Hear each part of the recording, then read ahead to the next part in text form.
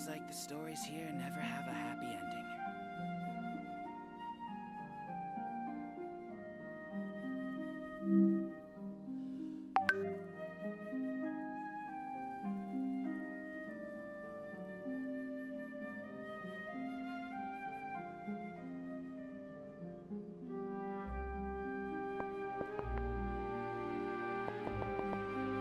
Seems like the stories here never have a happy ending.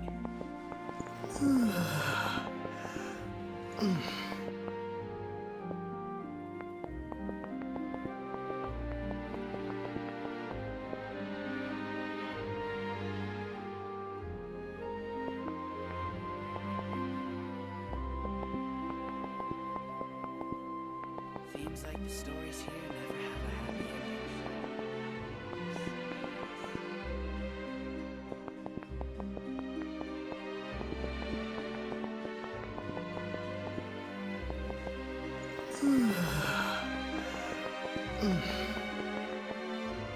Seems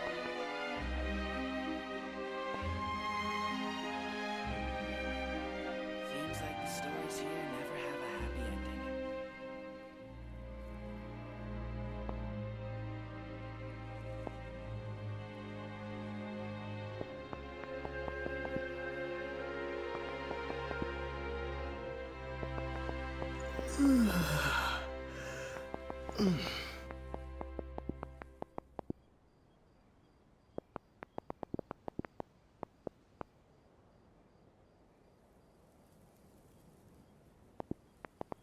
Seems like the stories here never have a happy ending.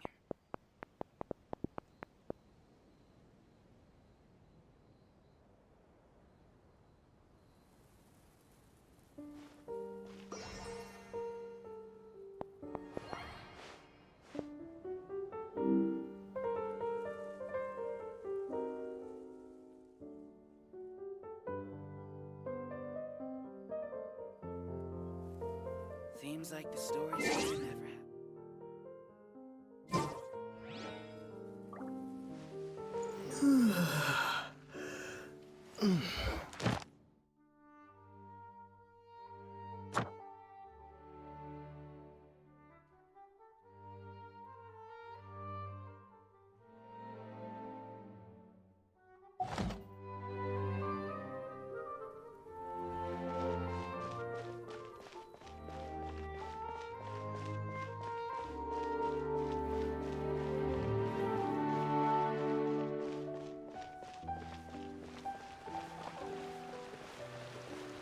I wonder where humans come from.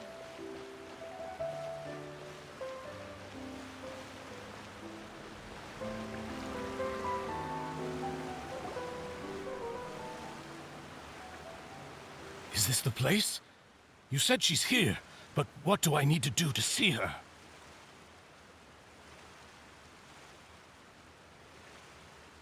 Yeah, and even Paimon could hear her after drinking that thing. Didn't you just drink a lot of it on the stage as well? Oh, in that case... Vache! Ah! Yes, that's it! So you heard it too! Vignier, it's me! It's me, Vache! Vache? Vache!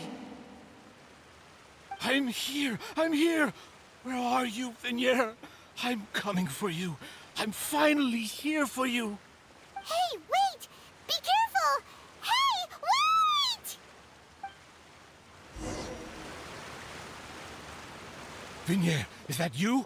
It's me, Vache! Vignier! Vache? Why did you come? Didn't I say? You don't need to look for me.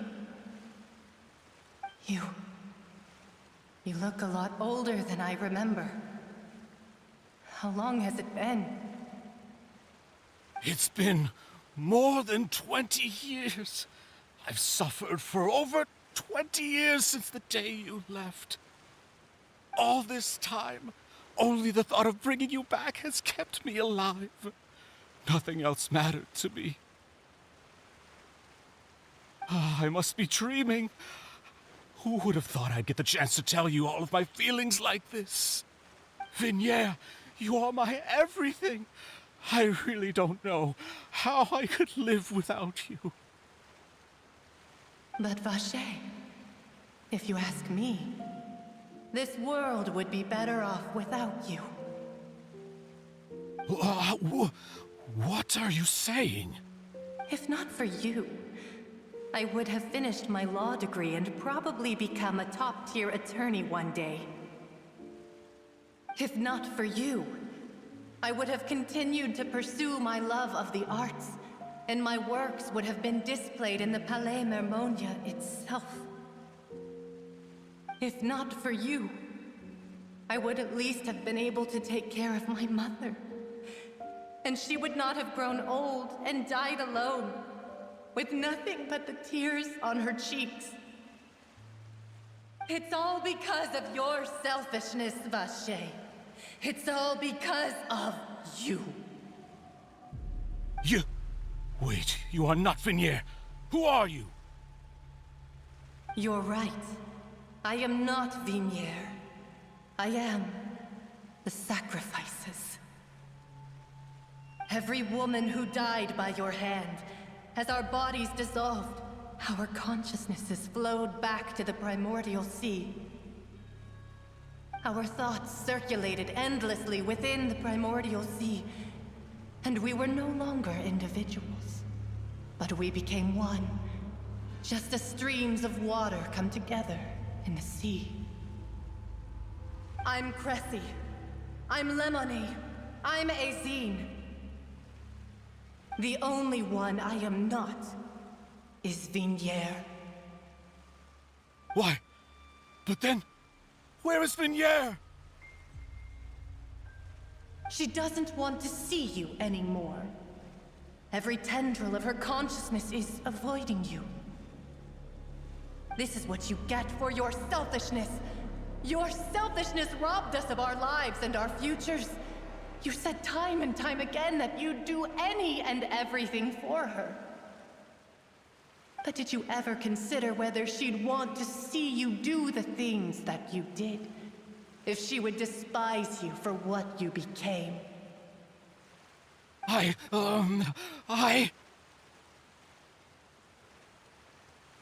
You are a liar, a heartless murderer, and a cowardly narcissist.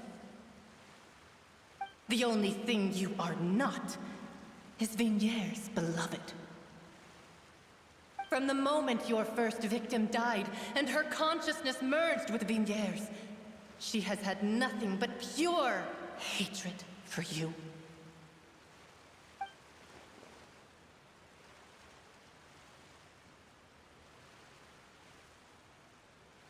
No! Vignere! She can't hate me. Let me see her. Please, have mercy. You still don't understand. When I said don't look for me, that came from the real Vignere. She really doesn't want to see you anymore. But on top of that, she also said that because it's her final drop of pity for you. She said that because she knew that if you did come here, we will show no mercy to you. Vache. Vache? Vache? Vache? Vache? Vache? Drown.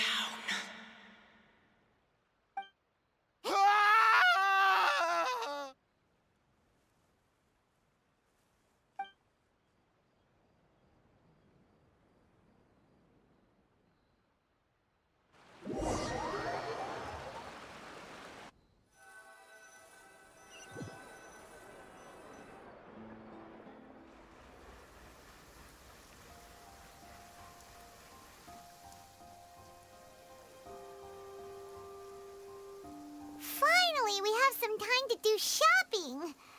Gosh, it's really been a long time since we've been able to relax. Well met, partner.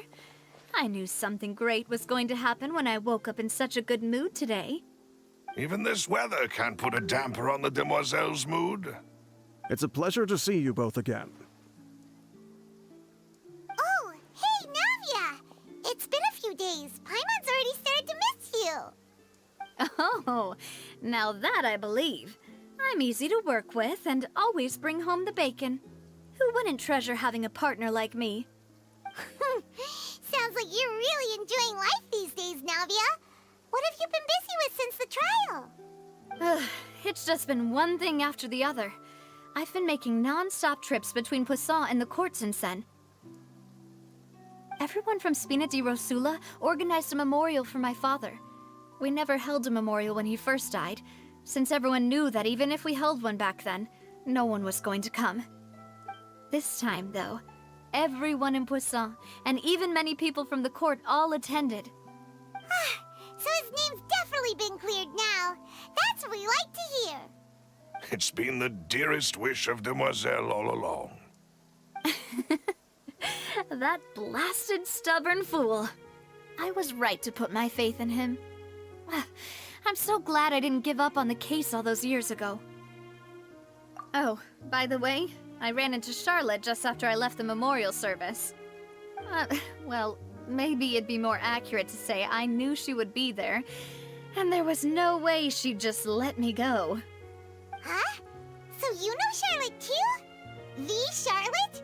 Journalist from the Steambird? Yeah, way back when I first became the president of the Spina di Rosula, she was all over me. Wouldn't take no for an answer. I believe the story was called The True Heart of Darkness, Secret Tales of the Yellow Rose. To be fair, though, it was a really flattering feature. So, we've been on pretty good terms ever since. She was trying to lean on our friendship to get me to do an exclusive piece on the serial disappearances case. Oh yeah, she told us about that.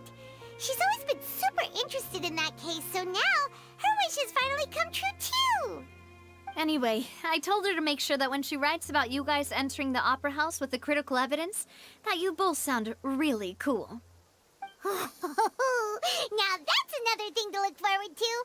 We trust Charlotte's skills with a pen for sure. Oh, and in other news, I also took Clarande out for a meal. Oh, are you two on better terms now? While you were investigating Vacher's headquarters, Clarande gave testimony on my father's behalf. It was thanks to her that we were able to turn the tide.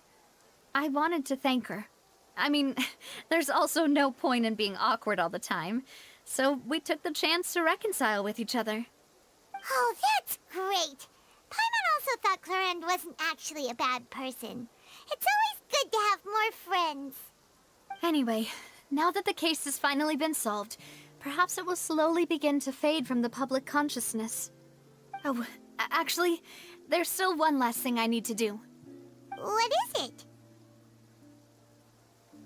I should pay a visit to my father's grave, and tell him the truth of what happened, as well as how it all ended. And on top of that, just how much people still look up to him, to this day. That includes me, too. Miss Navia. Indeed. We want to go too. We also think Callus is a really admirable person. Sure thing. I'd like you two to share the moment with me. After all, without you, there might not have been such a positive ending. And in that case, everyone, let's be off.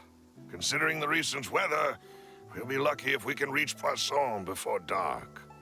Yeah, you're right. It's been raining non-stop for a few days now.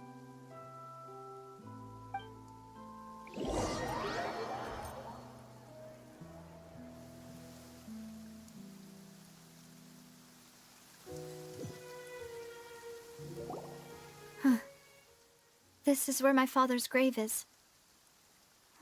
To be perfectly honest, even I haven't been back here for a long time. Huh? There's someone there already. Wait. That figure. It can't be...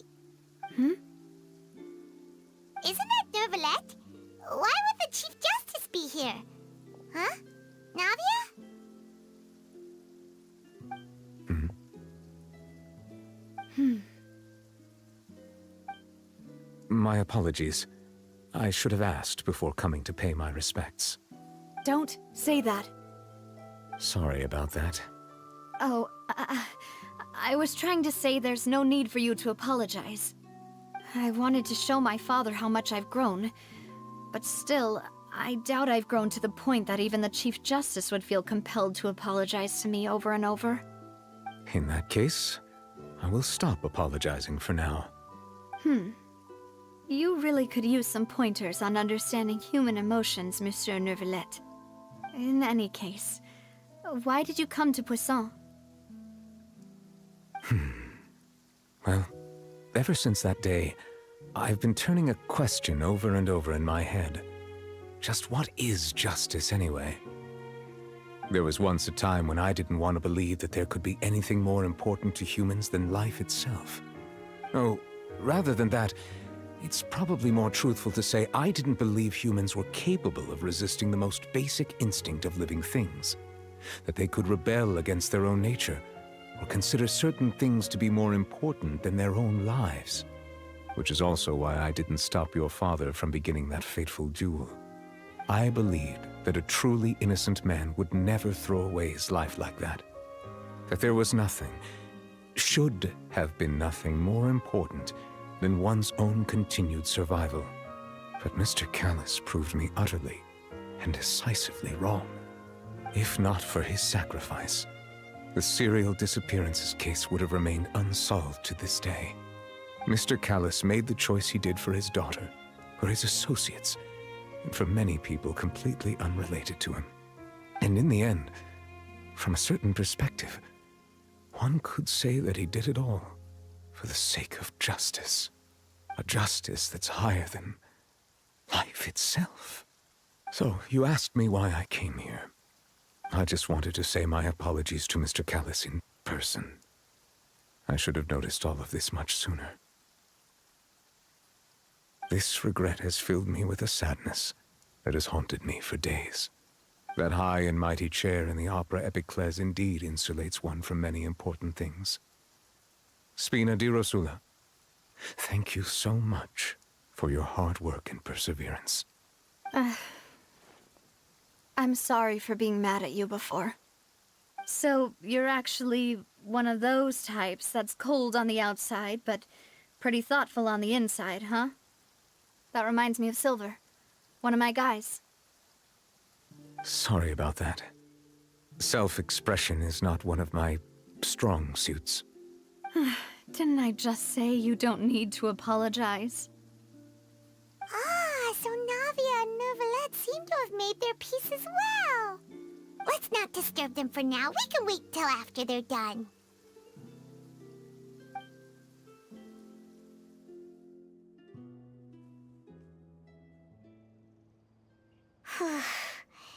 Paimon's never paid respects at someone's grave before.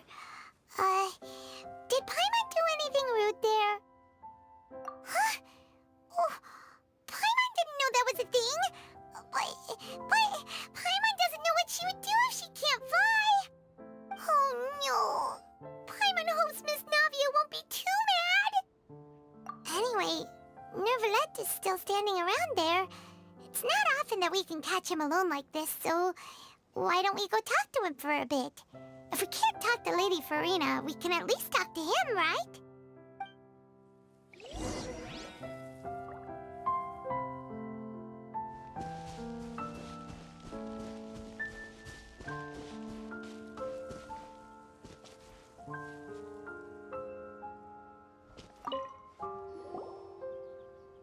Oh, it's you two.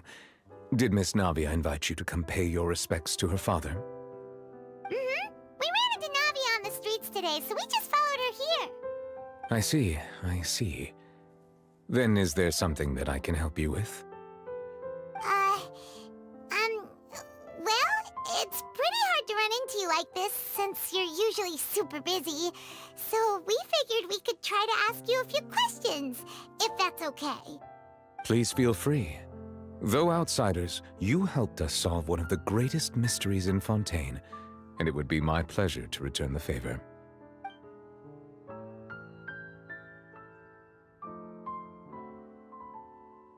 So, smart. The bad guys referred to that special water as water from the primordial sea, but what is it really? Truthfully, that name is already quite accurate. I can only surmise that Vache and his ilk only learned of its nature and existence after extensive research. There used to be a special sea on the surface of this planet. The nature of its seawater was rather different from that of the sea we know today. Most of Tevat's life forms were first born in that special sea. You could say it nurtured much of the life on this planet.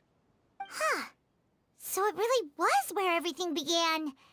It makes sense to call it primordial then. But today, the primordial sea no longer exists on the planet's surface.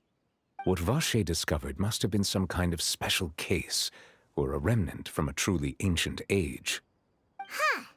So that's how it is. Oh, you really know everything, Monsieur Neuvillette. But if that's the case, then why would people, at least people from Fontaine, dissolve in that kind of water?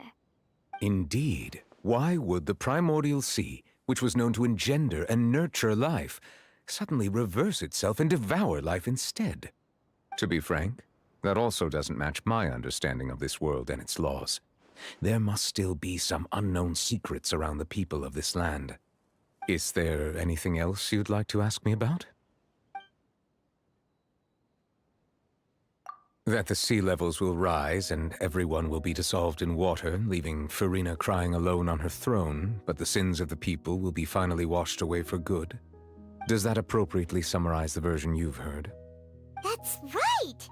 It was Linny that told us back then. And that about covers all the main points. Yes, up to the present, I think we reached a point where we have no choice but to confront this prophecy directly. Rumors have it that this prophecy is rooted in the last words the former Hydro Archon left to the world before she passed away. A prophecy? Of the former Hydro Archon? Wow.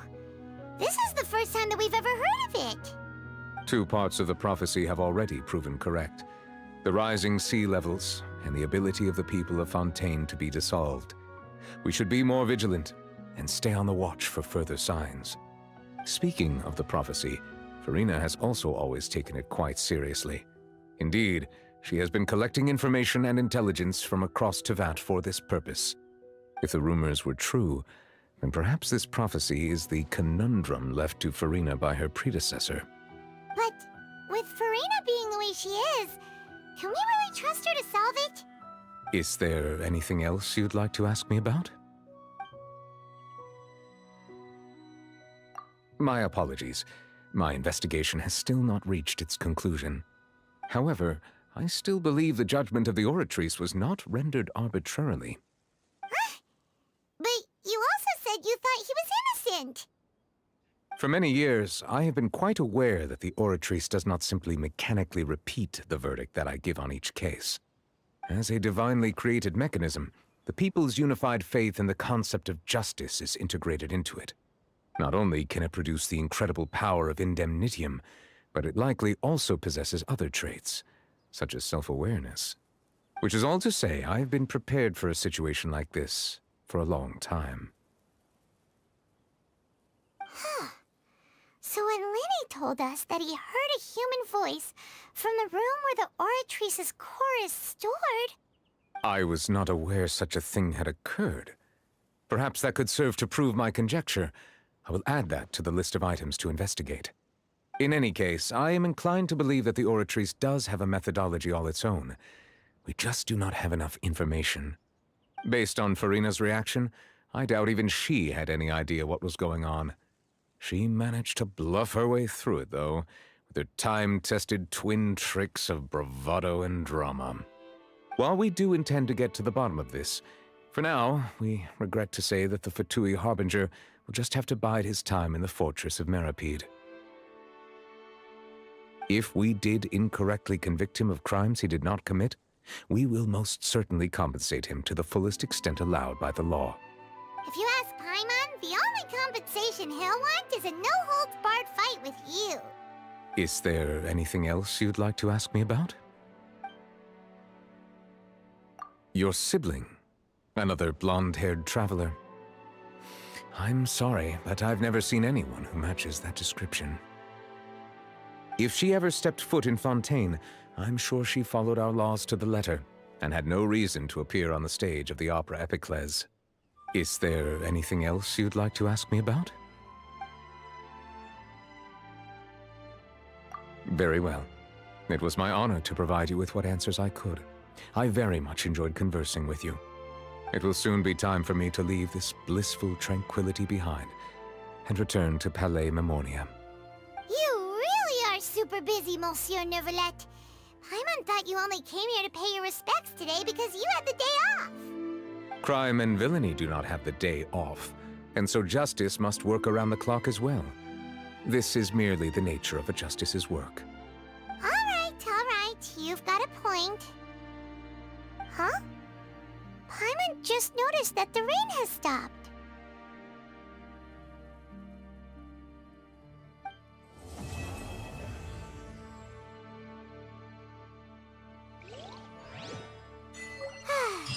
You know, we've been walking around for a while now. Why don't we go back to the Spina di Rosula base in the court of Fontaine and have a rest? Navia said something about having a place ready for us there, didn't she? Come on, let's go!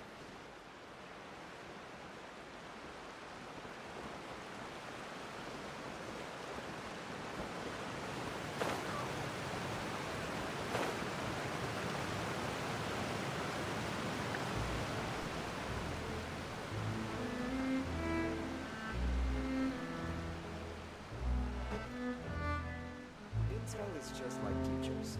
You got it.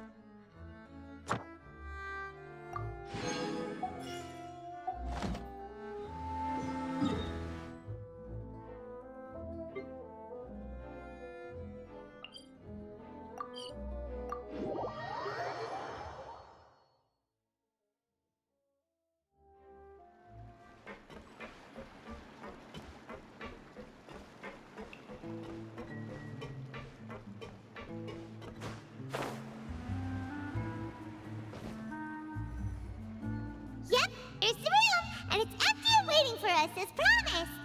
Navia is such a good person. Now that the serial disappearances case has been solved, no one's going to come after us for anything. Even without Silver standing guard, we can just completely relax. Why don't we stay and rest up here for a while? Even machines in Fontaine need to stop and recharge now and then.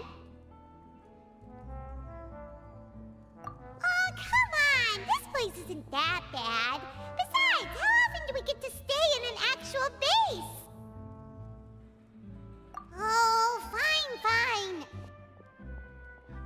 Remember that detective story Paimon read before? Well, the author is about to release a new book, so Paimon wanted to buy it as soon as it came out and have a quiet place to read it.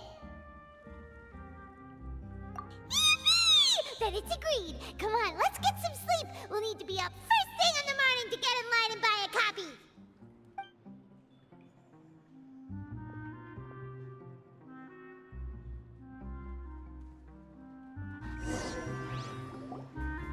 Paimon didn't expect that style at all.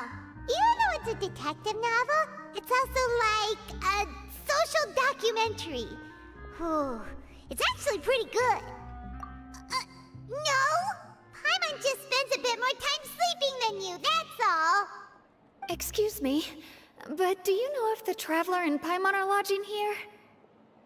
Huh? Who are you?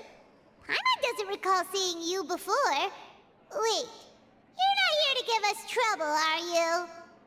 A blonde traveler and a chatty little fairy. Whew, looks like I found the place. Good thing I asked the Spina di Rosula. Seems they sent me the right way. Hey, what do you mean by chatty? Paimon's always careful not to talk too much. Most of the time, anyway. It's an honor to meet you both. I was sent from the Palais Mermonia. Monsieur Neuvillette wishes to see you. It seems he has something important to discuss in person. Neuvillette?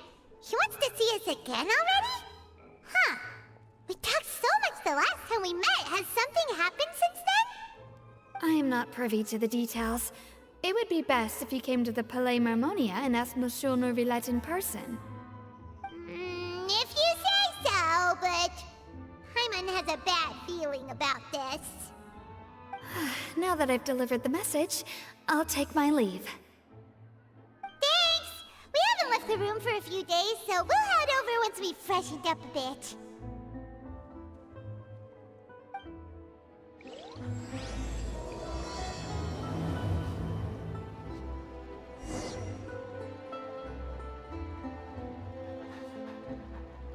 Adventure.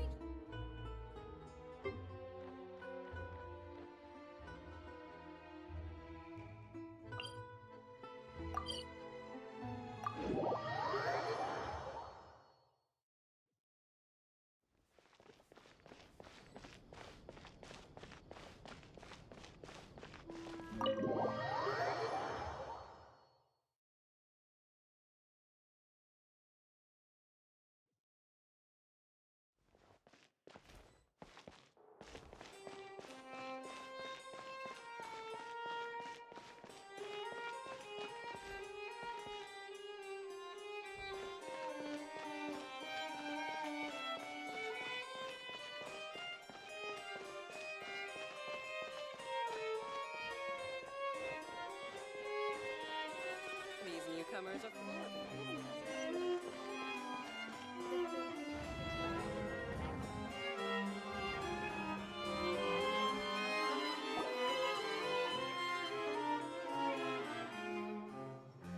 Nervalette! We're here! Did you want to see us about something? Huh? Why were you just standing there? You daydreaming or thinking something over? Yes, I did send someone to fetch you. But as for what I'd like to discuss next, well, I still have some reservations. Given that we've already made the trip here, you should just tell us. Bet you need us to help you with something, right? I do indeed have something I'd like to ask you to do. However, you should wait until after I tell you the details, then decide for yourselves whether you'd like to help or not. The situation is this. If I'm understanding you correctly, the Snezhnayan harbinger known as the Knave has essentially requested a diplomatic meeting with you, correct? I heard that she was originally from Fontaine, but for her to suddenly arrive here and abruptly request such a meeting like this, I sincerely advise you to refuse her invitation outright. I'm sure you're aware that her purpose is most likely related to Child's recent predicament. We convicted one of the Snezhnayan harbingers in a court of law, but we have yet to provide any form of detailed report on the matter. This does indeed provide an opportunity for Snezhnaya to put pressure on us. I believe we should adopt an evasive stance until we can provide a proper explanation and have a preliminary plan on how to deal with the matter. No, we shouldn't. I think we should agree to the meeting. Oh? Well, you see, we are the ones that owe an explanation. If we keep putting off the meeting, it could easily result in the problem escalating, right? It's like a fight between two friends. If they don't agree to see each other and talk in person, isn't it possible that the friendship could end entirely? Though diplomatic relations between Fontaine and Snezhnaya could be considered as friendly, it is only superficially so. You wouldn't go so far as to say that our nations are friends, as you did in your example. It was just an analogy. An analogy, okay? Moreover, even if we were to talk in person, if we don't have sufficient information prepared, it is quite possible the result wouldn't be restored relations, but a complete falling out. I don't think we should overthink those possibilities yet. Ahem.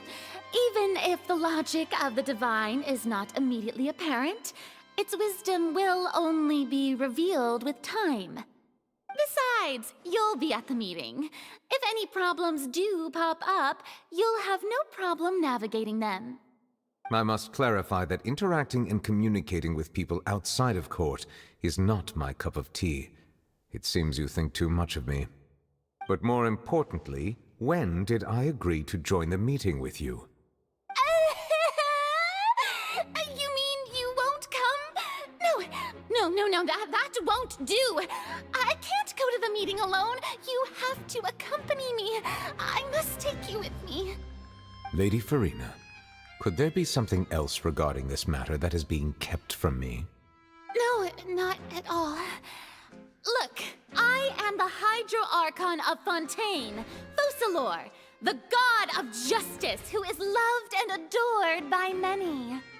So I only hope that justice will be served in this matter. Don't overthink it. I'll go find someone to arrange the meeting.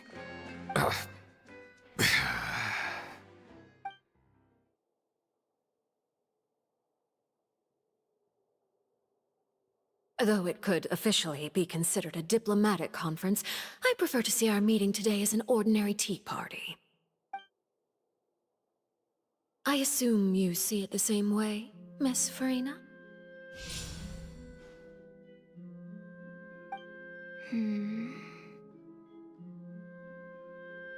Lady Farina? Oh! Yes, that's right. Just like you said, a tea party. I should thank you for providing the pastries. They look delectable. To make this tea party even more lively, I've invited someone else to join us today. It's a pleasure to meet you, Monsieur Neuvillette. I was born in Fontaine, so naturally, there's no need to introduce the nation's revered Judex to me. Hello. The pleasure is also mine. First, I would like to thank the two of you. I'm often away on business outside of Fontaine, and I'm told that the children of the House of the Hearth have been well taken care of by you. Oh, I'm not referring to when my children, Linny and Lynette, were falsely accused by you. Please don't misunderstand. The children of the House of the Hearth are often misunderstood, perhaps due to the reputation of the Fatui. There's no getting around that. All I meant to say is that Fontaine has been stable in recent years. The people are well off and the children lead happy, fulfilled lives. That is something truly worth cherishing, and no one wishes to disrupt such peace. Now then, you have come regarding the matter of child, correct? Well, yes. It appears the ever-busy Judex Neuvillette doesn't wish to waste time with diplomatic pleasantries, and hopes that we can get straight to the point of our talk. Yes, as you surmised, understanding child's situation is indeed one of the goals of this trip.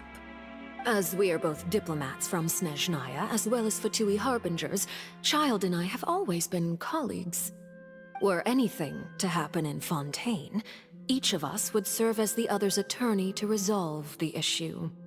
So now, in my capacity as his attorney, I request that Child be turned over to Snezhnaya. We have a responsibility to cooperate with Fontaine and resolve what has happened to him together. The rules governing attorneys only apply before a trial has concluded. Since a verdict has already been rendered, we see the case as settled. I apologize for being unable to grant your request. An outright refusal. Very well. I respect all the rules of Fontaine's courts, just as I respect you as Chief Justice. Okay, why don't we back up a step? You don't need to transfer Child to us. I only request to enter the fortress of Meripede to see Child and confirm his condition. It's not like you couldn't even manage to fulfill a simple request like that. Right, Miss Farina? About that. The fortress of Meripede has always been completely autonomous. Even we have no authority to interfere there, and diplomatic issues do not suffice as an excuse. However, if you absolutely must confirm the situation of the Harbinger, I have a proposal.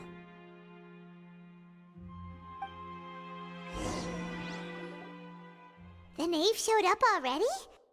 Well, Linny did say that Father will be returning soon. We didn't even know that Linny was from the House of the Hearth at the time, so we kinda overlooked that information. Yes, thank you for your kind advice. I'm well aware of the situation. I also noticed that Lady Farina acts a little odd and unnatural whenever I bring up matters related to the Knave. Could the knave be threatening Lady Farina or something? If that were the case, then why wouldn't Lady Farina inform me? And what means could the Knave possibly have to twist the arm of an Archon?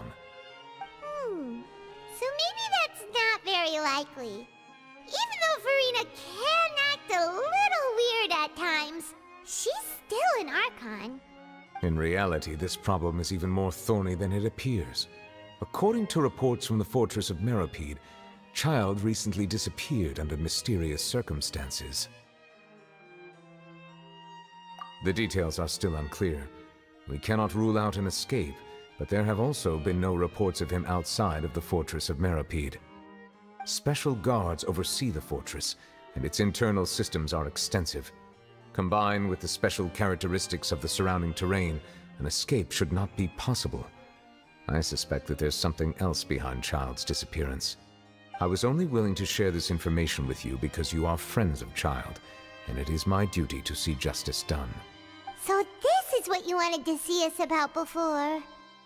Yes.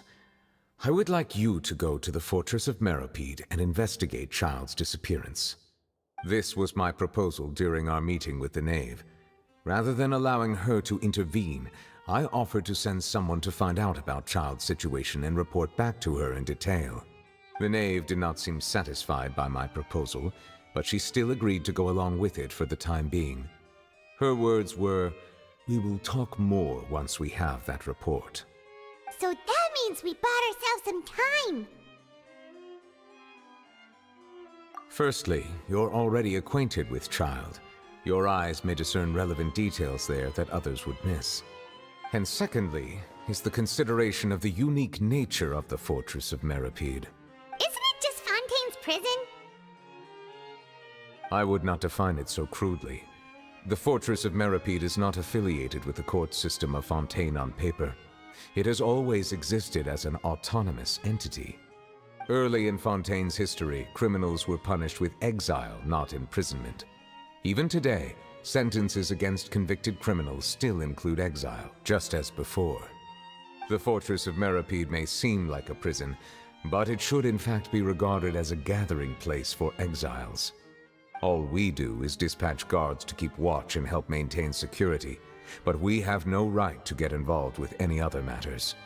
Although I do have a personal relationship with the administrator there, neither myself nor the courts have the right to be directly involved with the investigation, no matter how serious the grounds. Oh, Paimon gets it now. That's why you need us to conduct our own investigation as a third party, right? Correct. I will arrange false charges against you so that you may secretly investigate inside the fortress during your detention. This will save us a lot of unnecessary trouble. So, are you two willing to accept my proposal? Yeah, no matter how you look at it, it seems we're the best choice. Alright, we hereby accept this difficult task. Reluctantly. You two have my sincere thanks. This matter is of critical importance to Fontaine's current situation. Also, I hope that both of you can keep this operation a secret. We will rendezvous at the Fortress of Meropide's entrance on Erinius once you've prepared yourselves. I will arrange for someone to take you inside. Prepared ourselves? Perhaps you could enjoy a good meal and have a nice bath. I'm afraid that living conditions inside the fortress are nothing like those on the outside world. Oh, right! Even though we'll be there on trumped-up charges, we'll be in prison for real. On second thought, is it too late to back out? Please do not worry. Since you are sacrificing both your time and quality of life for the sake of delivering this report, you will be compensated according to the highest standards permitted to legal staff, regardless of the outcome. Now that's more like it! Come on, traveler, let's go eat the best meal we can find! We'll eat so much that we won't need to eat another meal for a whole month! Your treat! Are you leaving now? In that case, please take this cake as a token of my personal gratitude.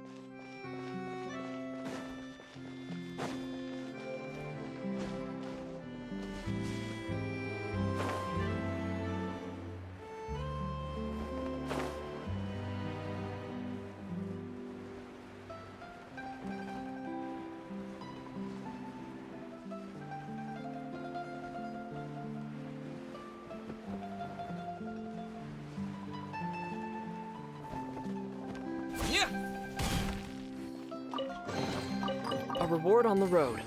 The tea just keeps getting more bitter. Paimon will have that, and that. Oh, and one of those too. No Fontaine, thank you.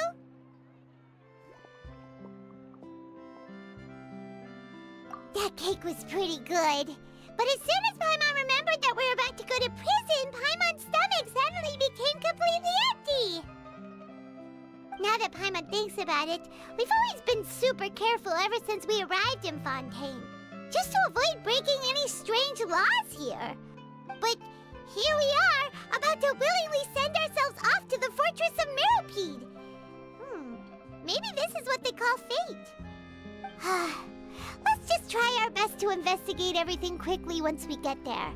Paimon doesn't want to stay in prison too long.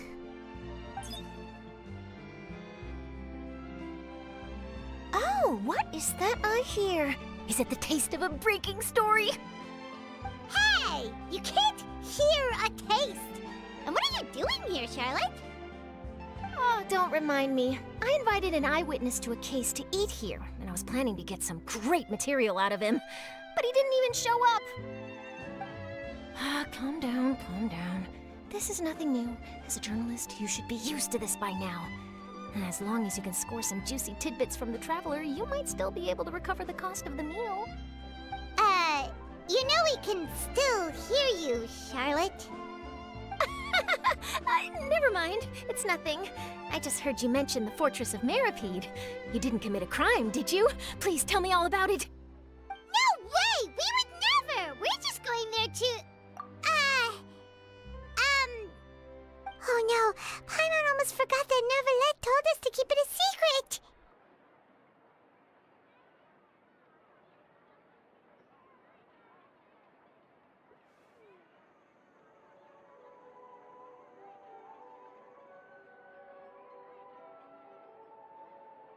Huh? You're being arrested for that? Oh, but now that I think about it, I suppose that's not completely unreasonable. That's pretty despicable, almost as offensive as committing theft. You mean Paimon really did something that serious? Sorry, Paimon really messed up. Well, in that case, it's nothing particularly newsworthy after all. Oh, how disappointing. Oh, right, there's still a chance. Since you're going to be at the Fortress of Meropide, would you be willing to help me gather some material for a story? About that, Paimon doesn't think we'll have any time. Oh, it's nothing difficult. All you have to do is think of a way to get some time face-to-face with the warden of the fortress. He was awarded the honorary title of Duke in Fontaine. Sounds really cool, huh? Only those who have made significant contributions to the nation have been conferred this title. It's incredibly rare. On top of that, the Fortress of Meropide has never been under the jurisdiction of the courts. Practically nobody, including journalists like me, knows anything about the person in charge there. Oh, if I could write an exclusive article about him, I bet it would sell a boatload of papers. You make it sound easy, but it really depends. Of course, I wouldn't ask you to do it for free. So this meal is on me. All right, you got a deal. We'll do anything you want.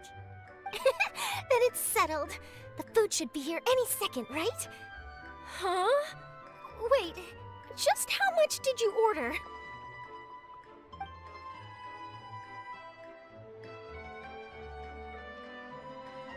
Oh, Paimon's so full. Well, guess we have nothing to regret now, so let's get going. Wait. Paimon just said something really ominous, didn't she?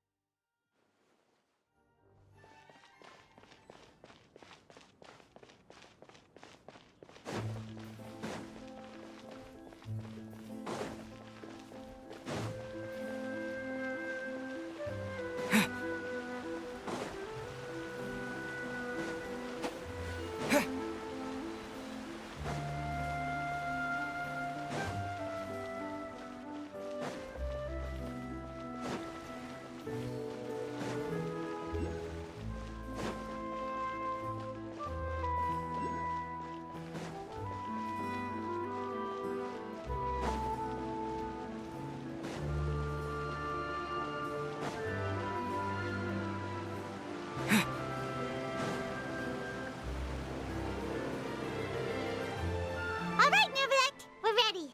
Is this where the entrance is? You have come, just as promised. Yes, this is the one and only entrance to the fortress of Meripede from Irenaeus. Careful. You may want to step back a bit. Whoa! So you have to go down from here? Is the prison underwater? Utilizing both the barrier of the water as well as the fear humans have of the depths, the fortress of Meripede is naturally the perfect place to confine and guard criminals. But do not worry. It is not nearly as frightening inside as you may think. You will see for yourselves once you are down there. Paimon hopes you're right. Don't know about you, but just thinking about being at the bottom of the sea like that gives Paimon the heebie-jeebies. Oh, and there's one more thing. I mentioned that I have had personal dealings with the administrator of the fortress, Writhsley. He's a very shrewd fellow. Yeah, we heard about him too. He's that Duke, right? Correct. He is the highest-ranking manager of the underwater prison. Even though you are going there to investigate at my behest, it would behoove you to avoid any confrontation with him or any of his subordinates. The Duke rarely ever leaves the fortress of Meripede, but that does not mean he is not privy to all that is happening inside and outside the fortress. He is quiet, but not unaware, so please bear that in mind. All right, that's about all the time that we have to talk privately. I'm counting on you two. Don't worry, we won't let you down. Good. Madeline! I'm here, Monsieur Nervalet. These two are the newest convicts, I presume? Don't worry, they won't escape on my watch. Like we would try. Please follow me, you two. I'll process your paperwork for entering the Fortress of Meripede.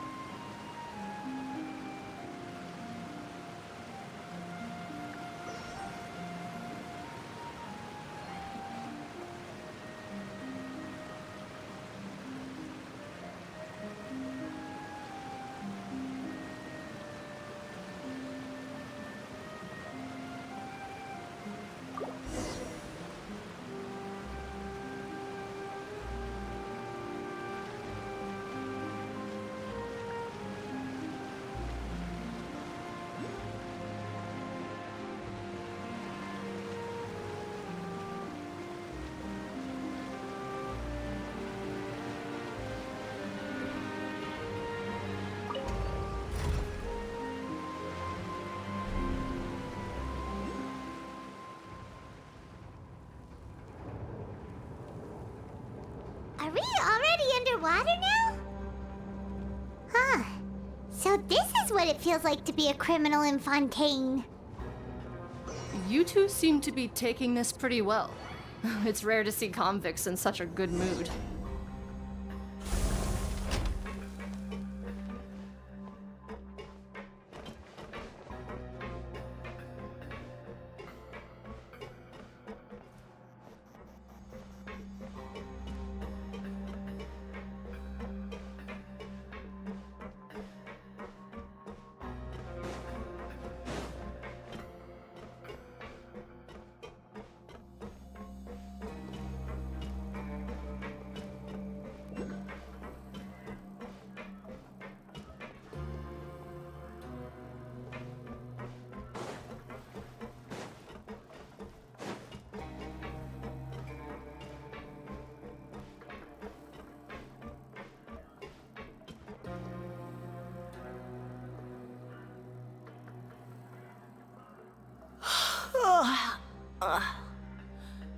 Oh, it's you, Madeline.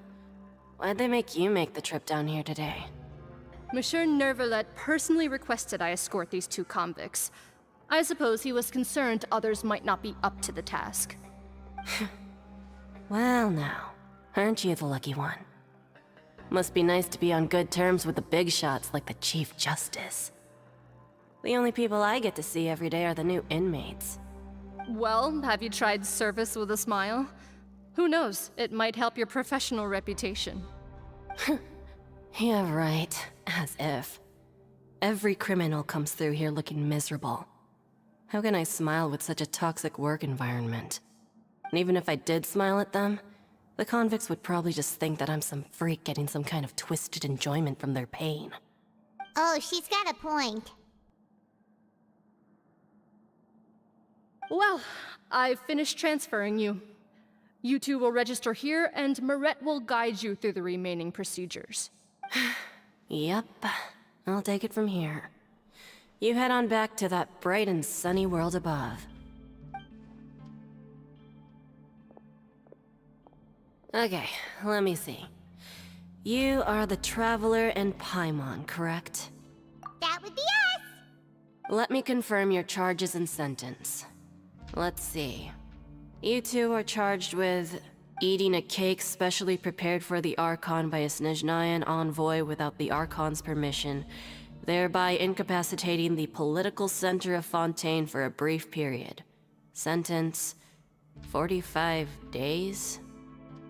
Huh?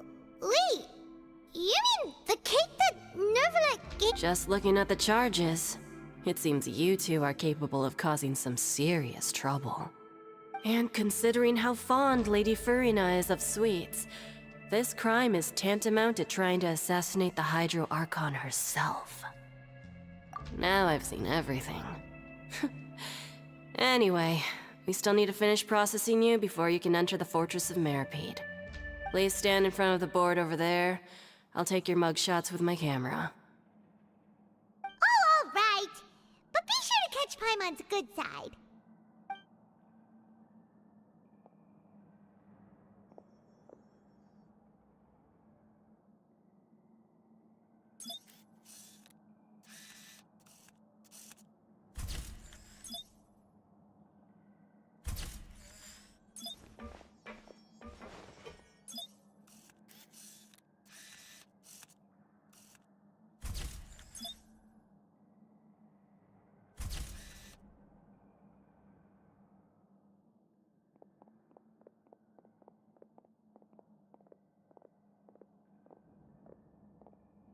And we're done. Thank you for your cooperation. Next, someone will be along to guide you inside the fortress. Please be sure to cherish this opportunity for rebirth. Huh? Rebirth? Isn't that a little much? We're only gonna be here for 45 days! You two are the new inmates, right? Follow me. Oh, okay! Paimon is Paimon and this is the Traveler! Save it. Not like I'll remember your names. Move it.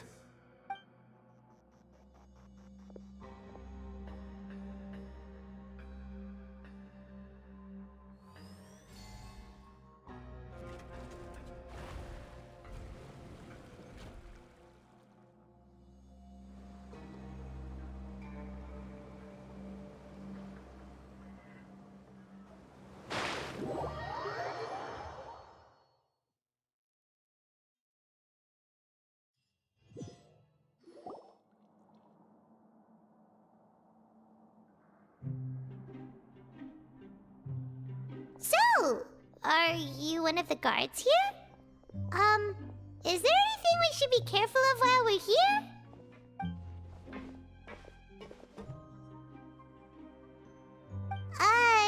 Did Paimon already ask something she wasn't supposed to? Why should I tell you anything? What's in it for me? This is exactly why I can't stand you fish. I wouldn't even be doing this if it weren't for the credit coupons. Credit coupons? Alright, seeing as you're not the annoying kind that's getting dragged in here crying and blubbering, I guess I can tell you a few things. But next time, it'll cost you some coupons. Mora means nothing here. Here, we use credit coupons. Coupons can get you almost anything in the Fortress of Meripede. Desires? Fulfilled. You want power? No problem. Coupons can even change fate itself. So, credit coupons are a currency that can only be used here? It's not as simple as that. Like Moret said, everyone gets a chance at rebirth. No matter how much money or power you had before, it means nothing once you set foot inside the Fortress of Meripede. Everyone starts from the same place, and you have a chance at a new, less terrible life. I guess that's the real purpose of the coupons. They symbolize true fairness and true justice. And this is also exactly why so many criminals choose not to return to the outside world, even after they've served their sentence. Oh, so that's what the Fortress of Meripede is like. Huh.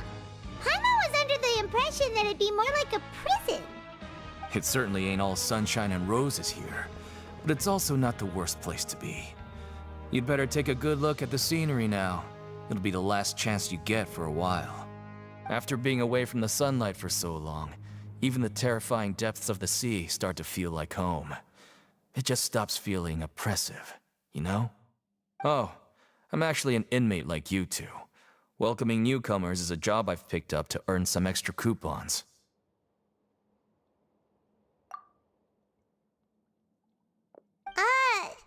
Why aren't you answering us again?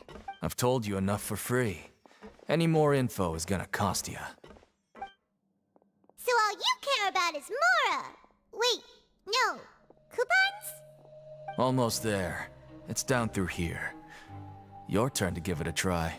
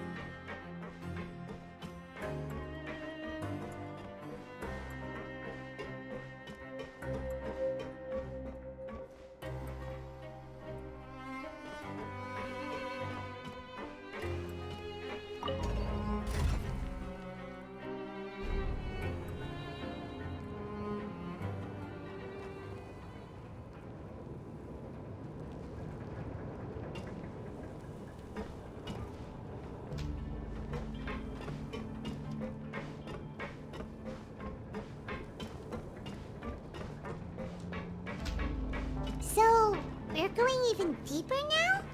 Just how deep down are we? It's like a metaphor for your previous life, isn't it? Our lives weren't that bad.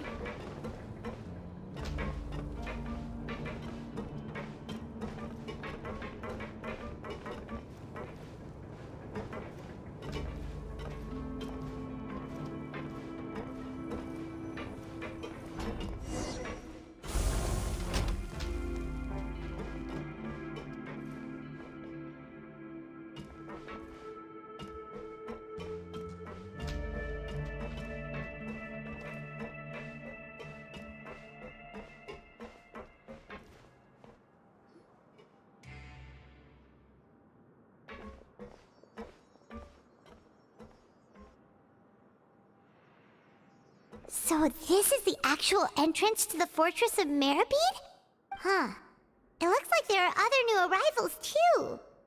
Oh, they sure don't look happy. Maybe we look too relaxed for fresh convicts. Oh, right. We're on someone else's territory now. We need to think of a good way to act like criminals to get by. If we're discovered, even Neuvillette might not be able to rescue us. Hey! Don't scare Paimon! Oh, Paimon's not ready for all this! Look, I don't really know you, and I have no idea what kind of crime you committed, but... You wouldn't have happened to anger someone important, did you? Someone important? Paimon doesn't think so. Now's not the time to worry about that. Anyway, it's over there, so... You just go on over there by yourselves. What was that all about?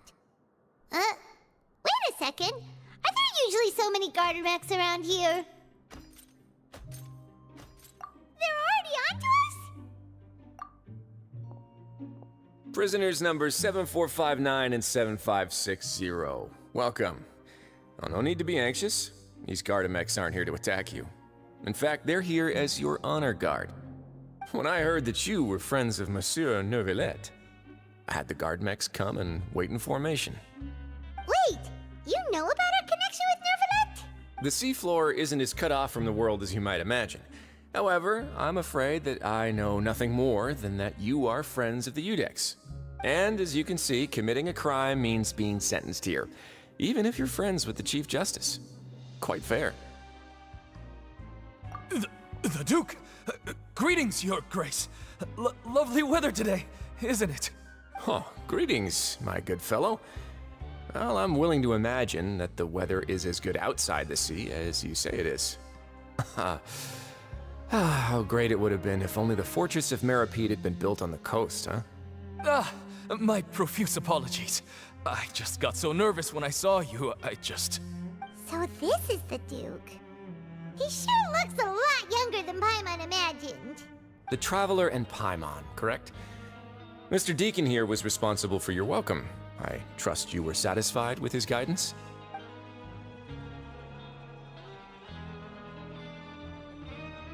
Outstanding. Well, Deacon, I recall we discussed fate during our last work meeting, I believe that fate will reward all those who take every aspect of their work in life seriously. When you return to your bunk, you'll find the guards have issued some extra credit coupons to you. Oh, thank you. Thank you, Your Grace. Oh, and you too. I can't believe you gave me such praise.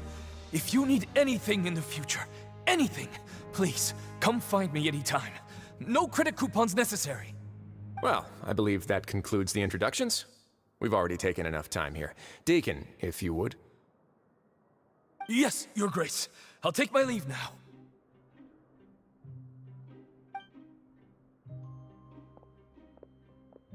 Please, follow me. To make you feel more welcome, I'll show you around the various facilities of the Fortress of Maripede. I hope it'll help you adjust to life here. He's going to personally give us a cure? Huh. Paimon can't figure out what this guy's thinking at all. No wonder Charlotte's so interested in him. He's one of those mysterious types. Alright, let's keep up with him.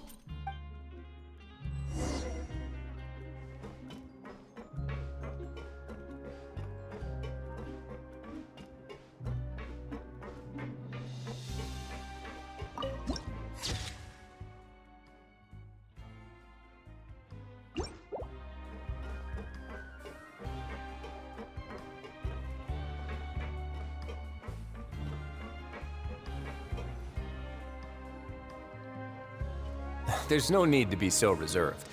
The label of criminal is nothing but one of many identities, and being criminally inclined here at the Fortress is just one of many ways to survive. Is it really okay for the warden to think like that? We're real criminals, you know. What if we're too difficult to handle? Well, then maybe you'll be able to carve out a name and a place for yourselves in this underwater world, But before you go in swinging, please remember that in the Fortress of Meripede, it's better to not cause trouble for yourself or for the guards. Now, we've arrived at a very important place, the Coupon Cafeteria.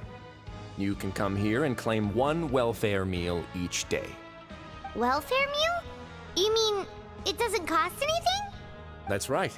Criminals are essential to Fortress operations, so we must guarantee that they at least have the basic means to survive. But that's not how it was. Back in the day, it cost you credit coupons just to get a cup of water here. For fish like you who just arrived with nothing, you'd have to go to work hungry until you earned enough coupons to eat. It was only after His Grace became the administrator that we got the free meal rule. Now everyone gets a square meal every day, even no-good slackers who've never picked up a wrench in their whole lives. In the Fortress of Meripede, credit coupons are the only currency, and everything must be purchased. In some sense, you could say using the coupons is a form of trade.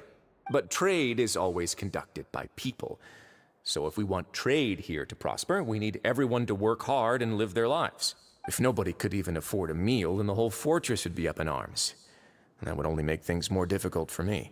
So, rather than saying that we're giving everyone a free meal here, you should say that everyone's hard work has improved the living conditions in the Fortress of Meripede. Your Grace's reasoning is correct, but what I said is also true. Whatever the case, hard work is rewarded here. You'd be hard-pressed to find anywhere else as fair and reasonable. Right! Paimon sees your point. By that logic, this place doesn't seem so bad after all. Oh, wait, no. We shouldn't drop our guard so quickly. But it seems the inmates really respect the Duke because of his attitude, right? Let's continue this way.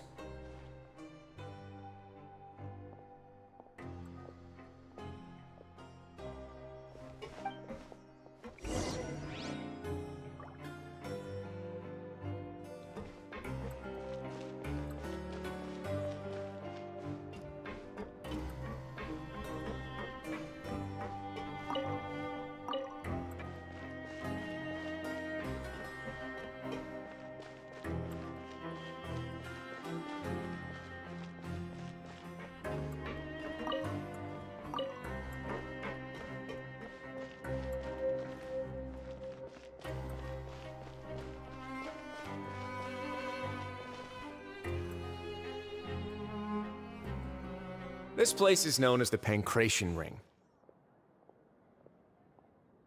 Sometimes we have criminals who have more energy than they know what to do with. Their daily work alone isn't enough of an outlet for them. So, instead of leaving them to their own devices, we've provided them with this dedicated venue. This way, nobody will get involved unless they want to be. Pancration matches? And you can earn extra coupons? Oh, what do you think, Traveler?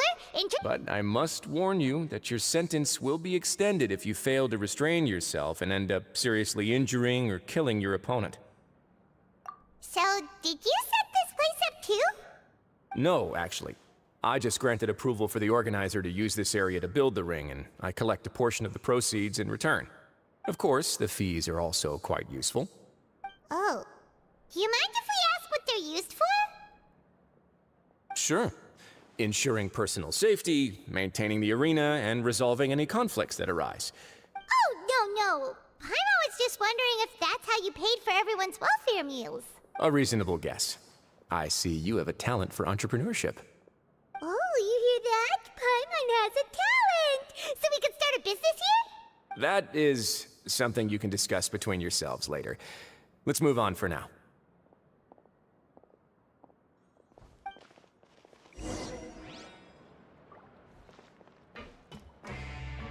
Let's come up with some fun activities.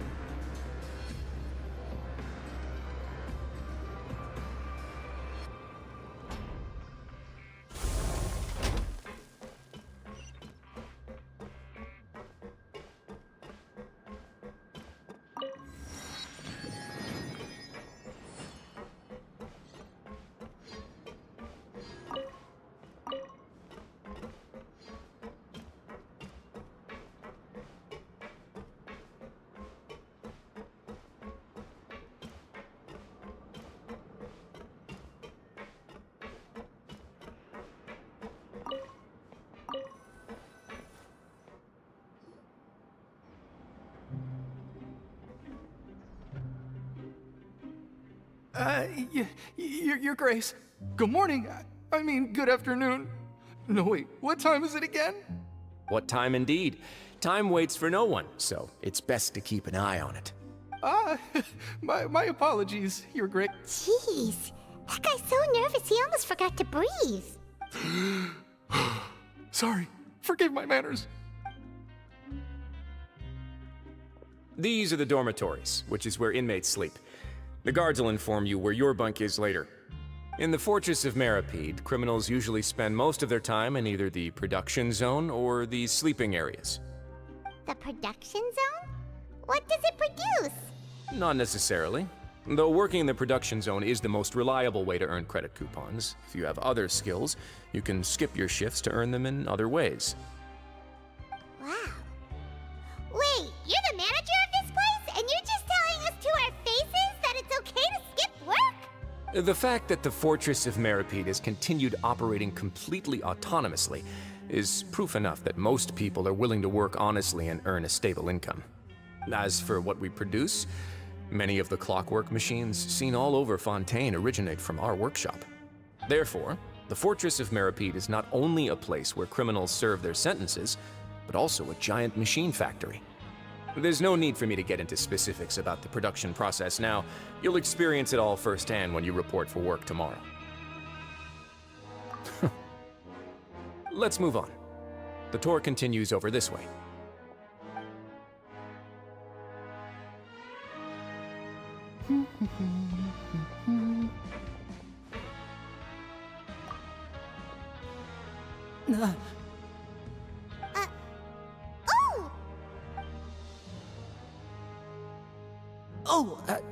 You really scared me there.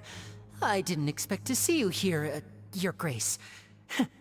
I thought maybe I was so tired from work that I was starting to see things. The only thing you should be seeing is the work in front of you. Stay focused and keep up the pace. Oh? Is something the matter? It's nothing. Paimon's just worried about how hard we'll have to work tomorrow.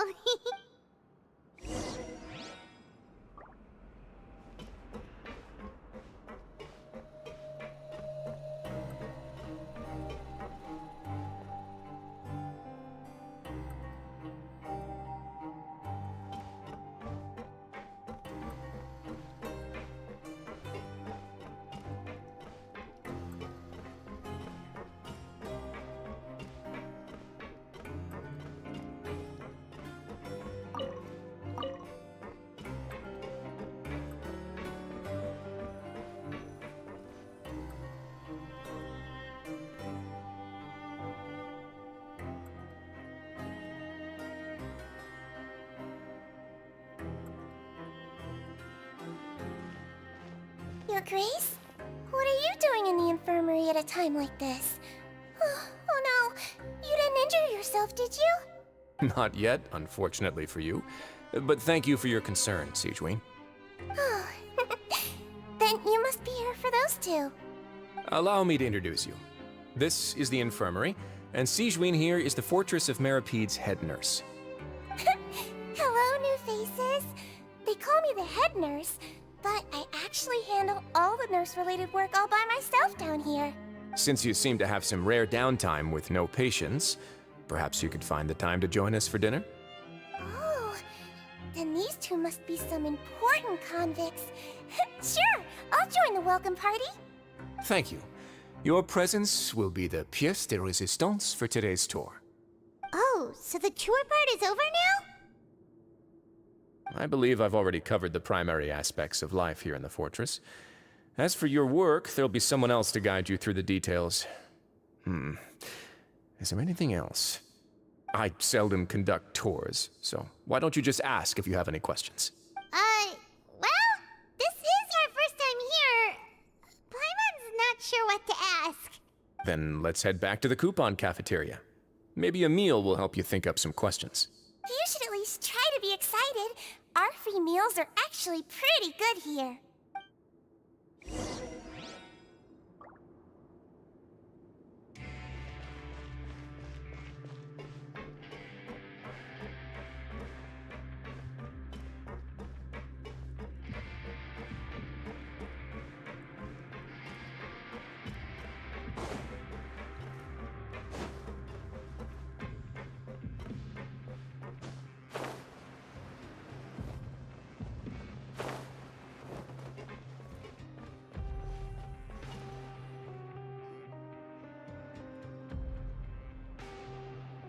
What do you think of the food? Does it meet your expectations? Wow, it looks delicious! Neverlet made it sound like living conditions in the Fortress of Meripede wasn't very good. Who would have guessed that criminals get to eat tasty food like this every day? Oh, isn't that the meal box that only super lucky people manage to draw? Seems like you two are quite fortunate. It actually has nothing to do with luck in this case. I had a word with Walsey, so you didn't have to draw lots like everyone else. Oh, you mean the meals are random? Yes, what you get to eat depends completely on your luck. You could say that it's a distasteful little game that Chef Walsey likes to play here in the cafeteria. Paimon knew it! If criminals got to eat tasty food like this every meal, the crime rate in Fontaine would skyrocket for sure! Excuse me, did I hear you mention Nervulette just now? I've been wondering how he's doing. Is he busy with work? Has he been taking care of his health? He seems healthy no matter how you look at him. But he works so hard all the time, so it must be really tiring. Sounds like he hasn't changed a bit. Looks like you can stop worrying so much, Sigewinne. Oh, that's good. But I still feel like it's been too long since I've heard any news about him. No news is good news. Maybe next time I've got something to discuss with him, I can invite you to accompany us. But isn't the Fortress of Meripede independent from Fontaine's court system? Well, we provide all kinds of mechanical products for official use, and some essential goods have to be obtained from the overworld, so we naturally have to stay in touch about this and that. Monsieur Nervulette's character is unimpeachable. No matter the question, you can discuss it openly and freely with him. Talking with him feels quite effortless. In light of that, I am quite willing to go out of my way to show respect and accommodate him. In fact, right now, I'm treating you two as guests invited by Monsieur Nervulette. But unfortunately, I can only do so until the end of this meal. After this, you two will just be inmates here. You're very welcome. Well, your new life awaits.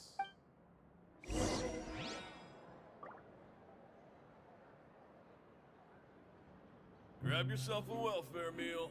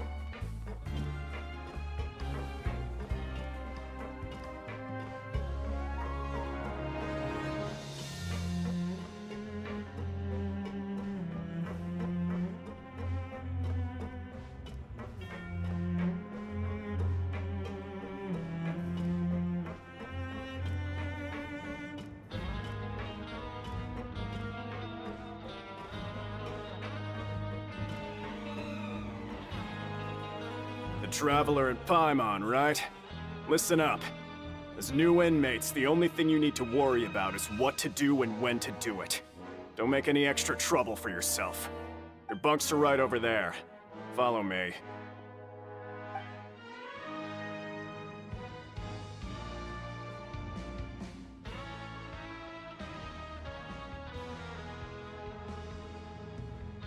Whew. So this is where we'll be sleeping from now on. Oh, Paimon can't believe this! The days of staying home and reading detective stories are like a...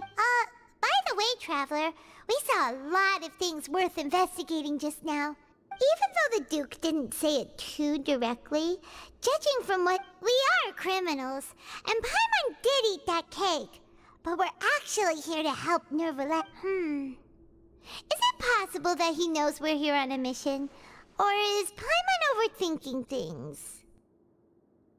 Yeah, Paimon thinks so too. He probably knew why we came here from the very beginning and intentionally wanted to send us a message. Maybe something like, "Hey, I have my eyes on you, so don't try anything funny."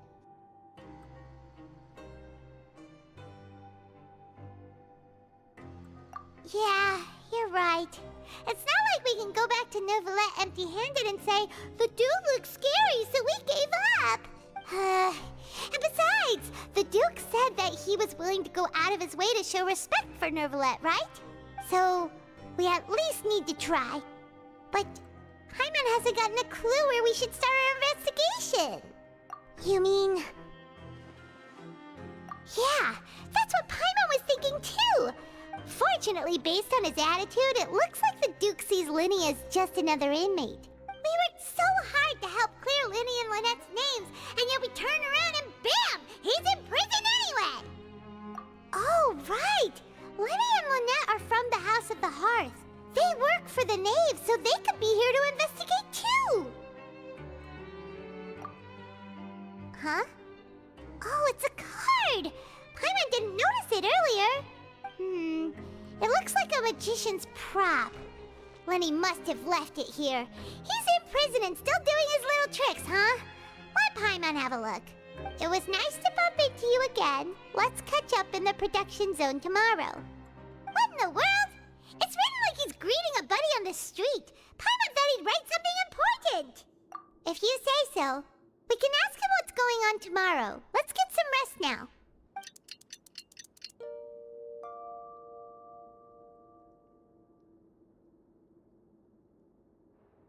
Hey, you're finally awake! Well, it's Paimon's first day as a prisoner. Last night, Paimon dreamed about getting interrogated by the guards until Paimon told them everything, and then Paimon woke up. Hey, come on! It's just a dream, okay? Paimon wouldn't really squeal. Maybe? Hey, lazy bones! What are you still doing here? If you don't want to starve, then get yourselves over to the production zone. Sorry! We're going right away!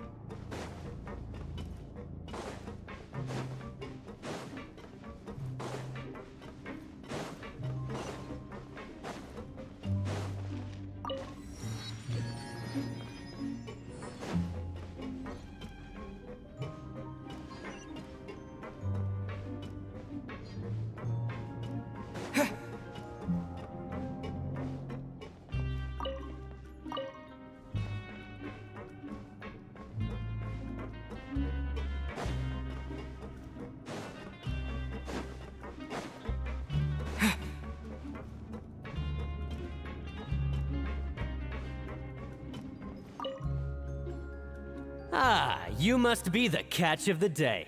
Looks like you've got some luck getting assigned this space. Yep, we just arrived yesterday and... Don't interrupt me when I'm speaking! Yes, sir. Listen carefully to my instructions. I don't want any mishaps. Every machine here is worth more than the both of you. Working around these machines can be very dangerous. Do your job well, and you can eat in the cafeteria after your shift. Get sloppy, and you dine in the infirmary. Anyway, the Fortress of Merope doesn't want to lose a single one of its machines. And it... Got it! Your job is to use the machine over there to process widgets. Watch carefully, and make sure you step on the pedal at the right time. If the machine gets jammed, then give it a little maintenance with your fist. Here, take this. Bring me the process widgets, and I'll give you some credit coupons in exchange.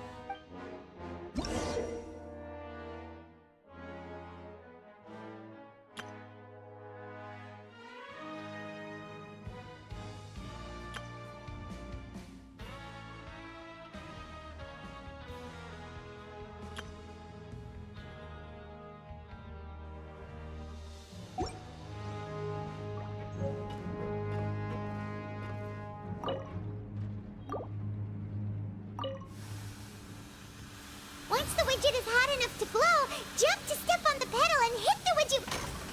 So if the machine gets jammed, you just need to attack it to fix the problem.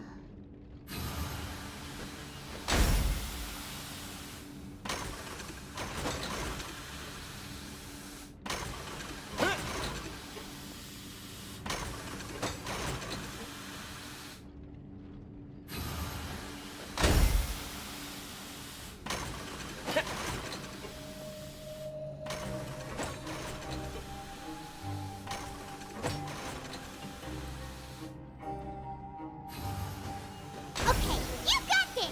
Great! Now we can report back to the foreman and give him the process...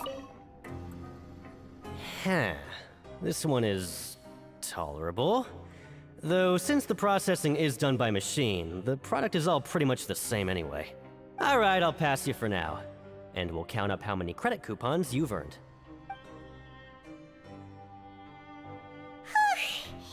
Paimon's exhausted. We're done now, right? Oh, that foreman. He's so scary that Paimon couldn't even speak. Ugh. Even though Paimon's starving and wants to head straight to the coupon cafeteria, we still need to meet Lenny first, right? He probably just finished up his work, too. He should be around here somewhere.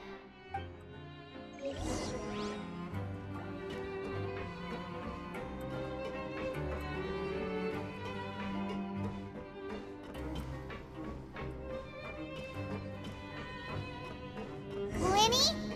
Mr. Magician? Where are you? Oh, this had better not be some disappearing act. Doesn't seem to be around here. Let's try looking somewhere else.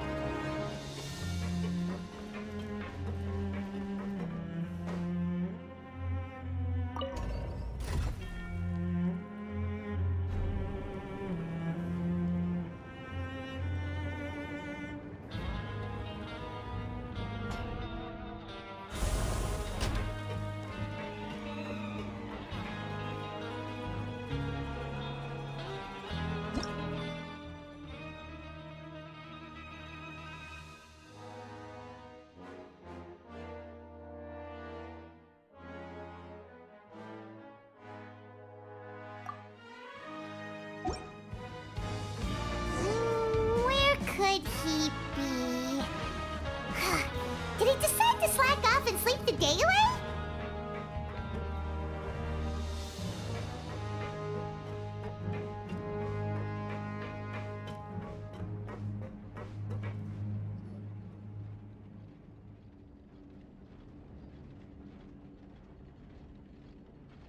Hey, over here.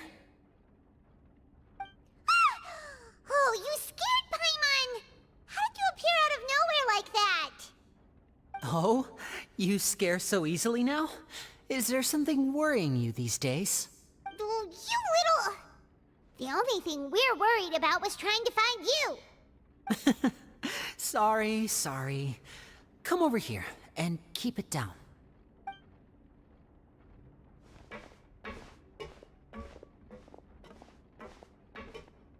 Oh, Lynette! You're here too! You two really are inseparable. That's right. My brother simply can't stand to be away from me. It's not just Lynette. Fremine is also here. Oh, you mean that diver from the House of the Hearth, right? Now hurry up and tell us, how did you end up as criminals this time? We fought so hard at court to prove you were innocent, but now it looks like our incredible court battle was for nothing! Sadly, even the teeniest of things can land you in prison these days. I put together a street performance. And then? Next, I invited several audience members to participate in the show. And then, with the entire audience watching, their wallet suddenly disappeared. My brother was charged with theft, and I was charged as his accomplice, having assisted him in his crime. It really isn't that bad. The missing wallets are all in the leftmost drawer of the Maison Gardiennage's big filing cabinet. Yep, we should be released then. In terms of the magic trick itself, I think the performance went perfectly. Leave it to Lenny to magic himself into prison. Indeed. Last time I hid my identity from you, I promised that I'd tell you absolutely everything if you were angry about it. So I don't plan on keeping anything from you this time either. At the moment, the House of the Hearth's interests don't conflict with yours at all. We were instructed by the father of our house, the Knave, to come here and conduct an investigation. Told you so, see? As for what we're investigating, perhaps you haven't heard, but the fortress of Meropide hides a secret. Some even say that the entire fortress exists just to protect it. The House of the Hearth has been investigating this for a very long time, but recently, all of our informants, including the ones that had infiltrated the guards, suddenly vanished. And we believe that this is a direct provocation, and it's the reason why we came here. Father has somehow managed to confirm that Focalors does not have Fontaine's gnosis. Huh? How did she manage to learn information that... Father has her ways. Many of them are beyond our imagination, and we've never had the chance to see her at work. But we trust her conclusions. It was this information that led us to suspect that Fontaine's gnosis might be in the fortress of... So it's all about the gnosis again. Well, that's about it from our side. How about you two? Bingo! The Knave has been applying a lot of pressure. She wants to know what happened to Child, so we came... Traveler, are we allowed to tell them?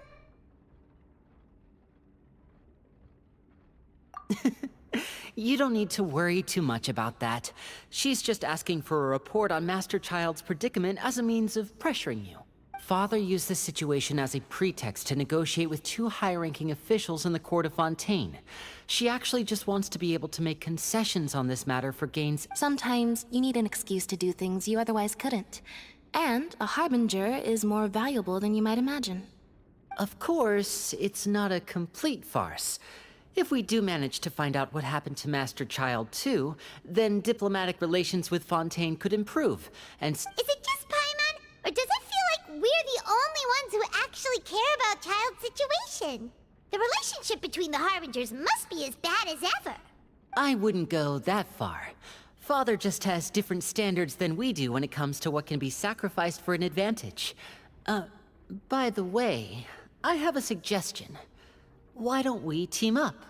Even though we have different objectives, we're both here to investigate the fortress of Meropide. It would be more efficient for us to work together. As you know, the House of the Hearth has many reasons to seek the Gnosis, but our highest priority remains resolving the prophesized crisis. You can trust us on that.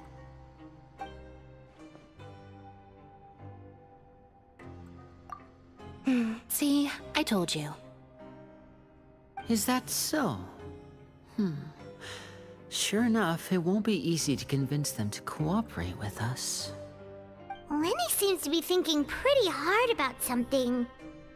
Of course he is. Lenny has been looking forward to a chance to reach an understanding with you ever since last we met. Or, I should say, we were really looking forward to teaming up with you this time. Lynette, just tell them everything, why don't you? It's okay to open up a little.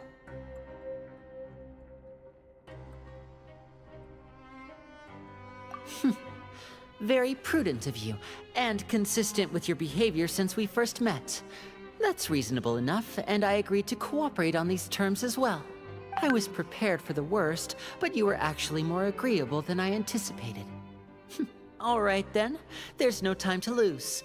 I have some information to share, so listen. Since Lynette and I arrived here, our investigation uncovered the fact that the Fortress of Meripede has a forbidden zone. Most people just clammed up and wouldn't talk, but after asking the right questions, we were able to confirm the existence of the Forbidden Zone from the guards. You should be aware of that while you're investigating. A forbidden zone? Could that be where the child disappeared to? You're right, we'll definitely keep that in mind. Good. That's the most suspicious thing about the fortress that we know of so far. We have a few other unanswered questions, and we'll be investigating those as quickly as we can. And oh, look at the time. You two must be hungry. You should go to the coupon cafeteria and get something to eat. I'll use my cards to get in touch with you again in the future. Oh, that's just what Paimon wanted to hear! Paimon's starving after all that work today. We can talk more about the investigation later. Let's go get some grub!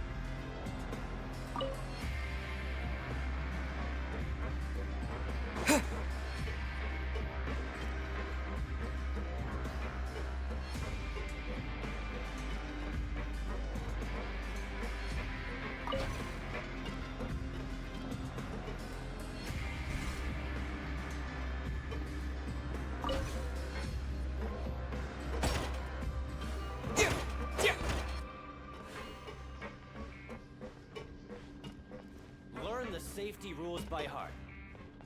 Wait, what was the second part?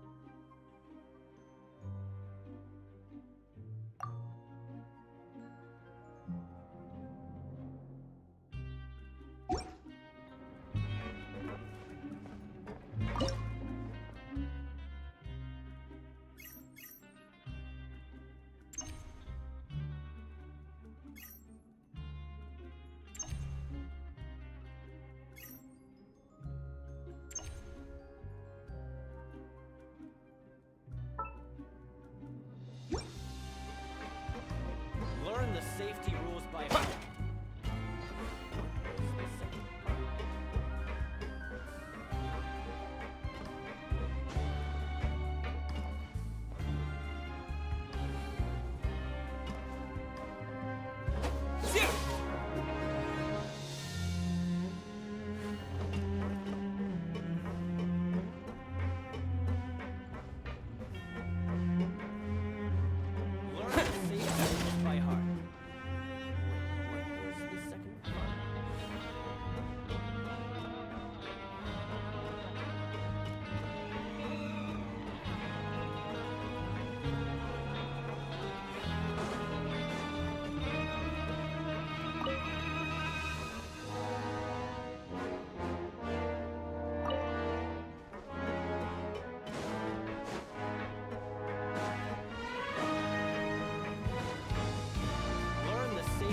By heart.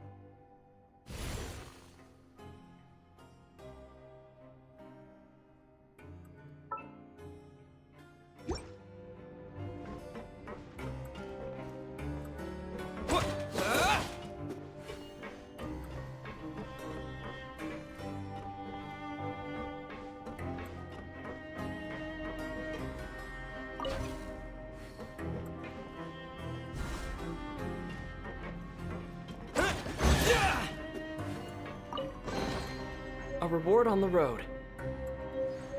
Learn the safety rules by heart.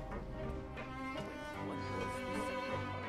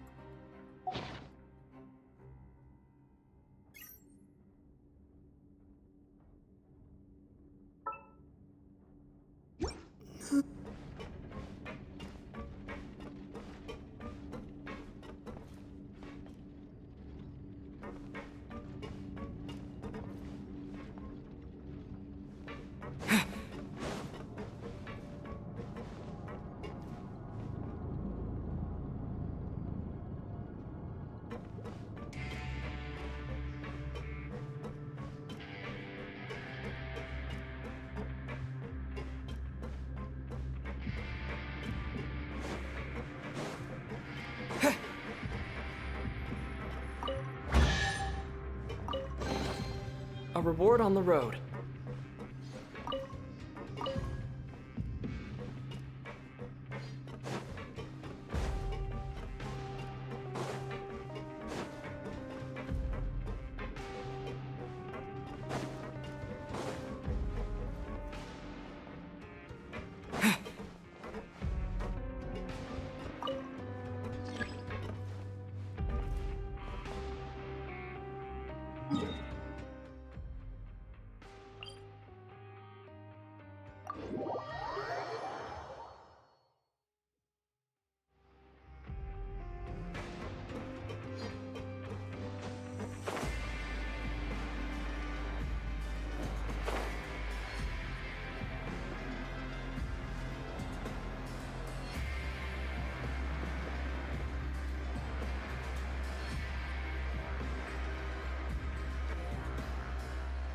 Oh, he wasn't kidding. Today's meal is nowhere near as good as last time. Oh, who knows how long it'll be until we're lucky enough to get that super tasty meal again. Forget about it then. We'll just deal with the regular food for the time being. But life here doesn't seem all that bad. Other than the foreman being kinda mean and the work being pretty tiring. You think so, mate? If I had a coupon for every fish who said that. Seems you fishies still haven't learned your lessons from your life up on the surface. If you take things at face value, then by the time you reach a dead end, you won't even know how you ended up on that road in the first place. I like your attitude. I can, let you in on a little something. Everyone's been telling you to just follow the rules and not cause any trouble for yourself. Am I right? But what they don't tell you is that the rules aren't exactly what they pretend to be. The rules for being a prisoner. The truth is, this place has a lot of hidden rules. Huh? Hidden rules? What do you mean? Not everyone knows about those rules, but whether you know them or not, once you break one, you might encounter something even worse than death. Really? Oh, now you're really scaring poor Paimon. Don't joke around like that! Of course. And I'd say that just disappearing would be one of the better outcomes. Oh, you mean that if there really are hidden rules, then Child's disappearance might have something to do with that? In that case, would you tell us some hidden rules? We definitely want to avoid breaking them. Come on, mate. This is valuable information. The difference between life and death. Paimon understands, but we don't have many credit coupons yet. Yeah, I know. Not like I'm going anywhere. Moreover, you're new fish. Freshly caught. And completely out of your element. What'd be the point in even telling you anything before you've gotten a handle on your new lives? I'm usually around the rag and bone shop. Just call me V-Doc. He left. Just like that. Huh. Do you think he's just trying to scare us into buying fake information from him? Yeah. It might be a good place to start in our investigation. Hidden rules, huh? But, like he said, we don't have any coupons and we're still not familiar with this place. Oh, there's nothing we can do about it now. Ah, we were so busy talking we almost forgot to eat. Even if it's not the best, it's probably better while it's warm. Come on, dig in before it gets cold.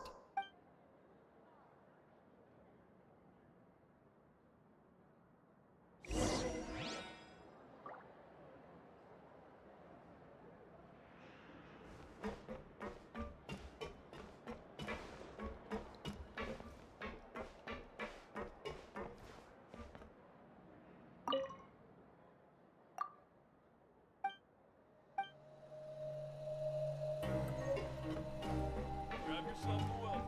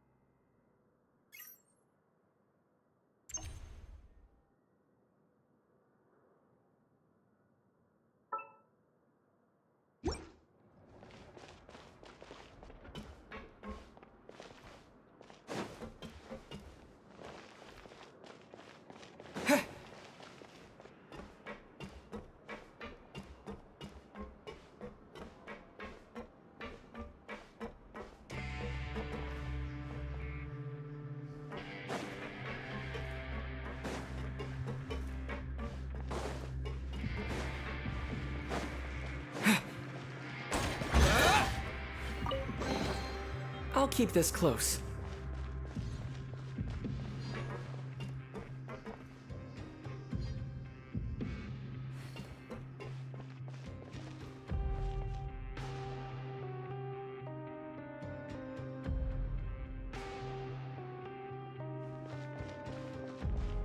Welcome to the Rag and Bone Shop, purveyor of all essential provisions.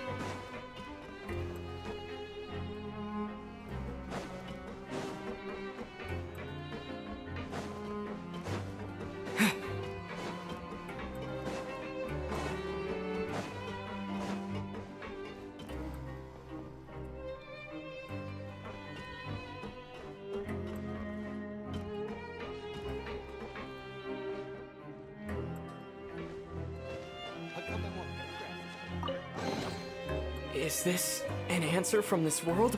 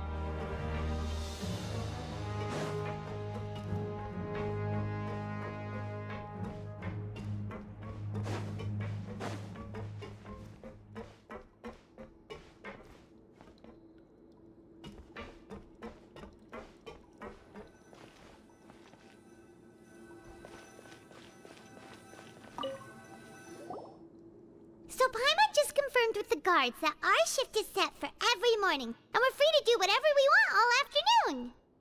But it seems like most of the other inmates choose to continue working through the afternoon to earn more credit coupons. Oh, and they also said that you can use coupons to skip work in the morning and free up your time. They weren't kidding. Credit coupons really can be used to... Paimon's so tired.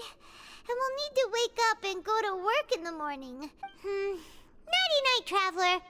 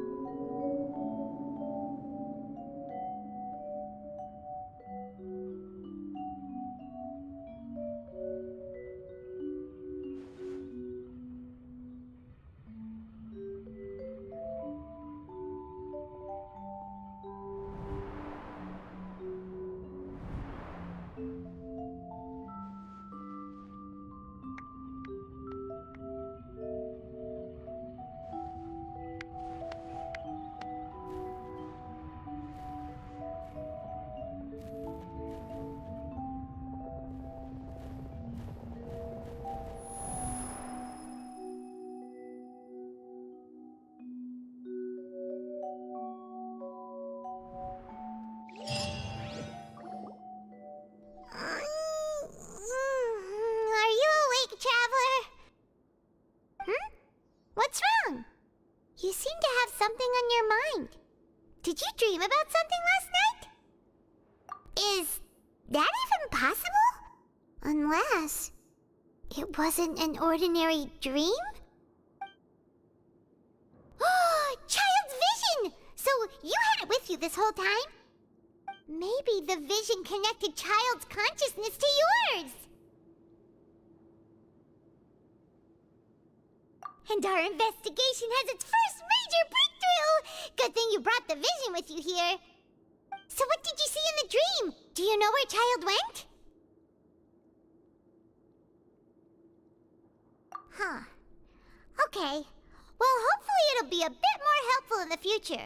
What's more important now is that it's the start of another new day as prisoners. Let's do our best to earn more credit coupons. What's the plan for today? Let's go! It's time to start working. If that guard Fielding catches us skulking about, he should...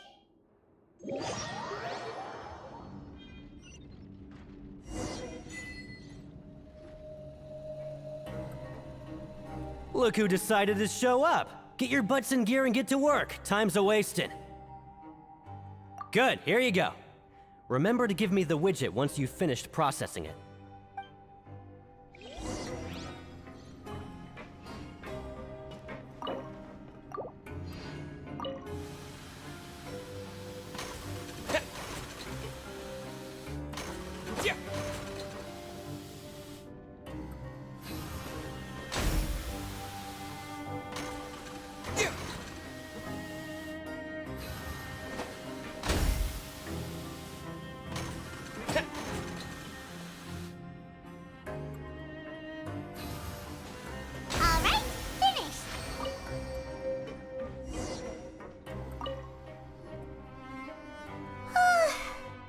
Speed. But after so many shifts, it seems we're really getting the hang of it now. Hey there, fellow shiftmates. I saw you finished your work, so I thought I'd come over and say hi. Oh, hey there! We've seen you before. Your assigned workspace is really close, isn't it? That's right. The name's Rowan. This past few days, I couldn't help but notice the new faces working nearby. I guess we were destined to meet. I've been working here for almost 15 years. Even the foreman, Grainville, always calls me Chief. Whoa, you've been working here a long time, Chief. If there's anything you'd like to know, just ask me. I know the work here in the production zone better than the back of my hand. All right, Chief. We'll be sure to come to you first. Did you just ask about the rules? Pretty sharp for newcomers. You've already heard about the rules, huh? Who'd you hear it from?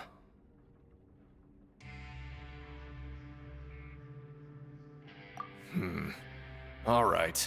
Seeing as I'm the one who came over here, you're already calling me Chief. I guess I can tell you a little. Truth is, you two keep working like this, you might be putting yourselves in danger. Huh? Wait, there's even a rule about that? What would have happened if you never told us about this?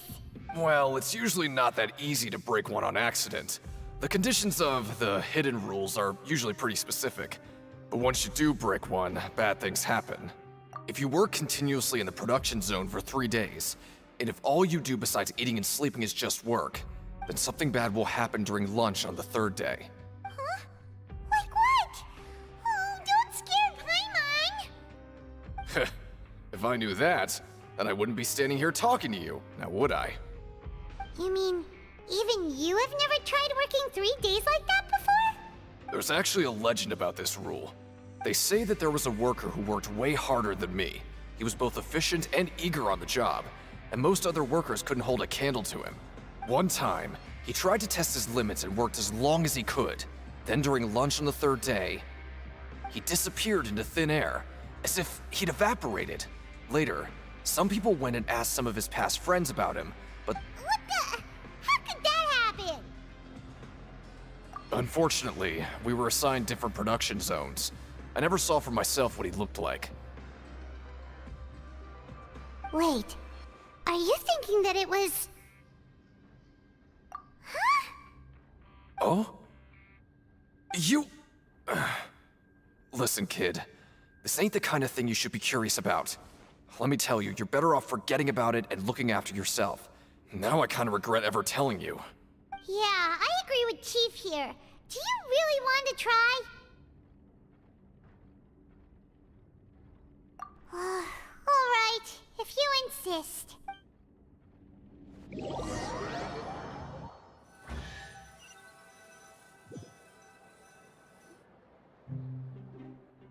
Oh, just a regular meal set.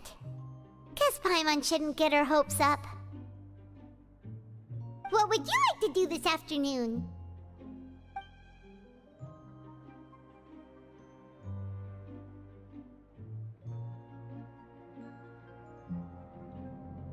Sure! If we're not going to work, then let's kill some time at the Pancration Ring.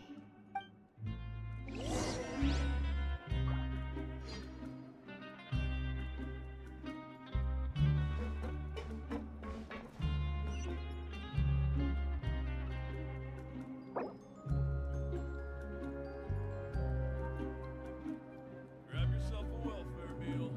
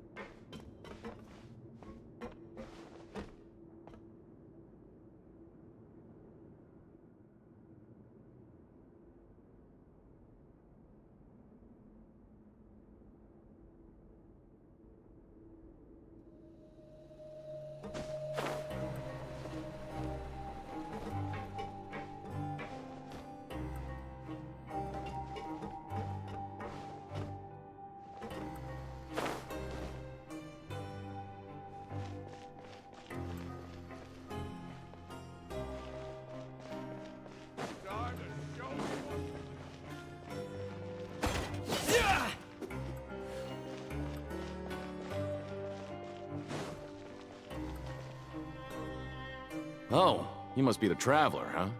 Sorry, mate, but competitors as strong as you are prohibited from participating. I don't make the rules, mind you, but I was given very specific instructions. Even convicts value their lives, don't they? I hope you can understand. But we have a game here that'll let you show off your strength, and you'll even earn some credit coupons in the process. What do you think? And if we lose the game, will it cost us credit coupons? Of course. That's the cruel reality facing every competitor in a place like the Pancration Ring. Okay, great. Let me walk you through the rules. The targets in front of you will pop up one after another. You'll need to hit the targets in the same order that they popped up. If you can complete a few rounds in a row with no mistakes, then you'll win credit coupons. But the second you mess up the order, you'll lose. Game over. The game costs 300 credit coupons to have it go. So, you up for it? Thanks for your patronage, mate.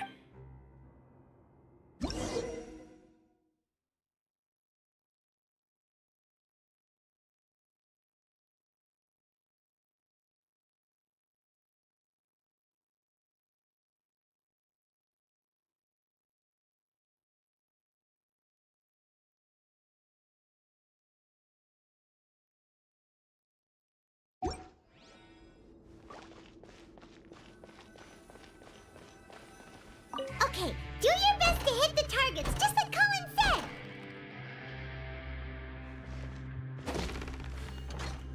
Yeah. Yeah.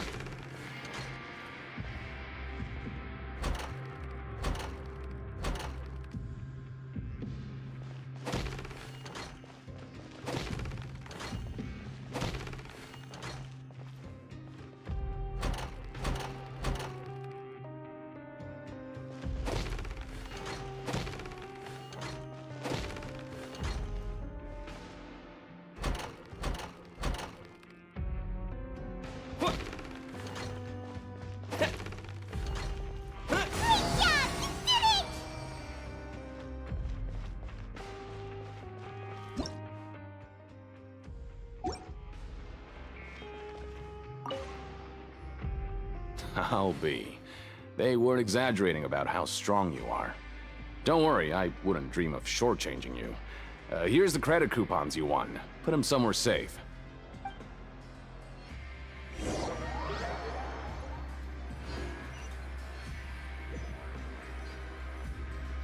Aw, looks like we won't get a chance to sleep in as long as we're here.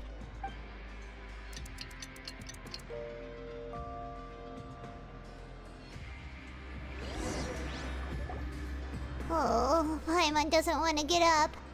Paimon still feels completely exhausted from yesterday. What do you have planned for us?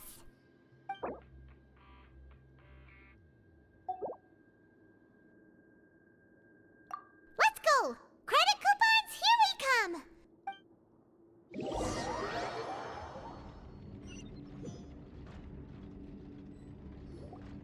Look who decided to show up! Get your butts in gear and get to work. Time's a-wasting. Oh? What's with suddenly wanting to work so hard? You need coupons that badly? Sure. Let's just say we really want to test our limits.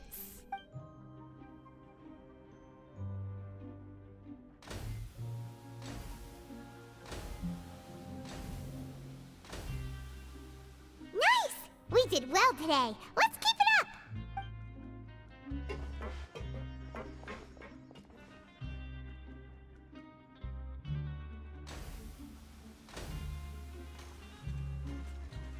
Ooh, Paimon's had it. Who knew that processing these widgets would be so tiring?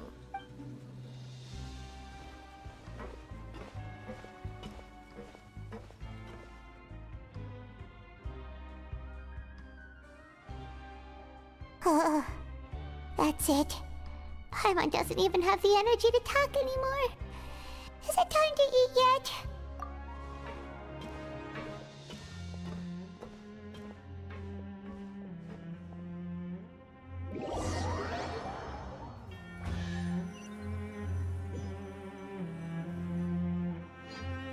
Oh, Paimon's exhausted.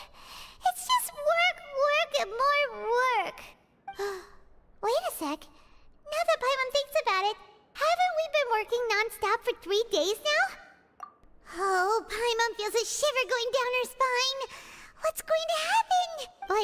it doesn't seem like anything's changed at all. And we made it to the coupon cafeteria safely. Are the so-called hidden rules only a rumor after all? Well, there's no use to just guessing all day. Paimon wonders what we'll get today. Maybe we'll get the super lucky meal. Wait, what? What in the world is this? What's with Paimon's food? And yours is the same. Is this stuff meat? But it looks and feels so bizarre. What kind of chef would make food like this? What do you think is going on?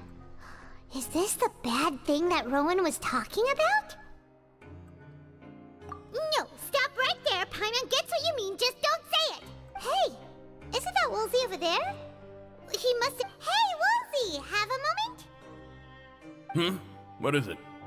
I'm about to go report the numbers for today's free meal, so you'd better make it quick. It's about the meat in our meals. The meat? Oh, that. Looks perfectly fine to me. Totally normal. You better hurry up and chow down. How could this be fun?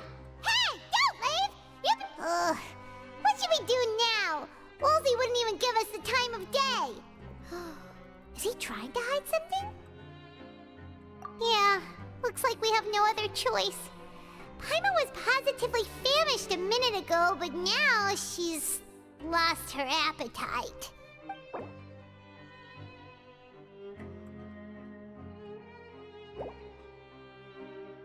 What would you like to do this afternoon? Okay, let's see if we can find any new leads.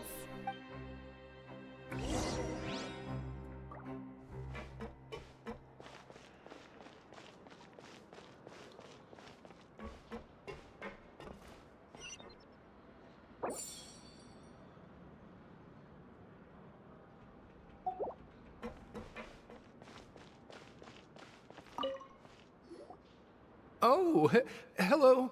You two are the ones who were with His Grace. No need to be so nervous. Sorry, I couldn't help but think of His Grace once I saw you, and well, it's hard to say. Maybe I am. He's got a very overwhelming presence. It makes me feel like I'm just some insignificant little bug. Wait, seriously? Oh, I'm always indecisive, and I tend to make a mess of things. It's like a reflex. I just instantly start to tense up the moment I see a smart and capable person like His Grace. What? Please, don't say anything like that out loud. How could you possibly think something like that?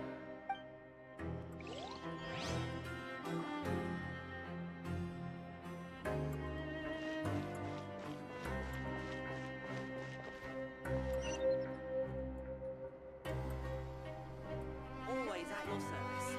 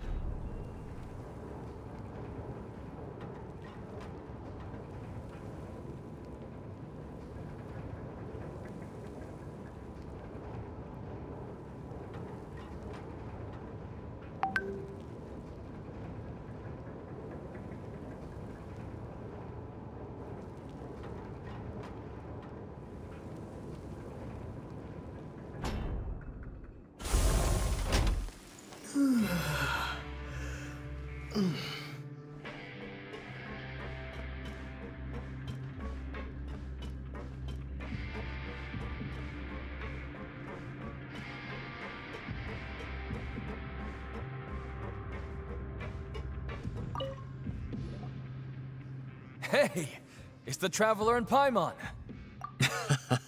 No need to tease me, okay? I won't trip on the same step twice.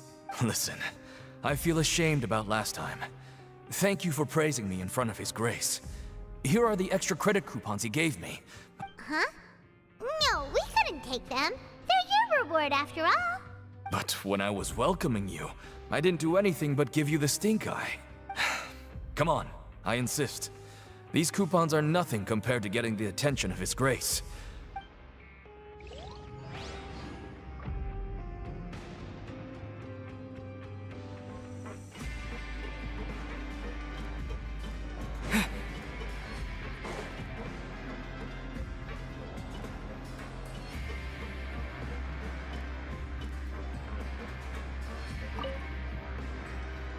Siegewing? Aren't you supposed to be in the infirmary? What are you doing in the production zone? Hello, Traveler. Paimon? Everyone's usually busy around now, and we don't have any patients to look after in the infirmary. I thought I'd come here and enjoy the sight of everyone hard at work. Enjoy? What's there to enjoy here? It's really worth watching. I often stand here and observe everyone. Humans are just so interesting and adorable. I like to watch your expressions while you work. Are you talking about pets or people?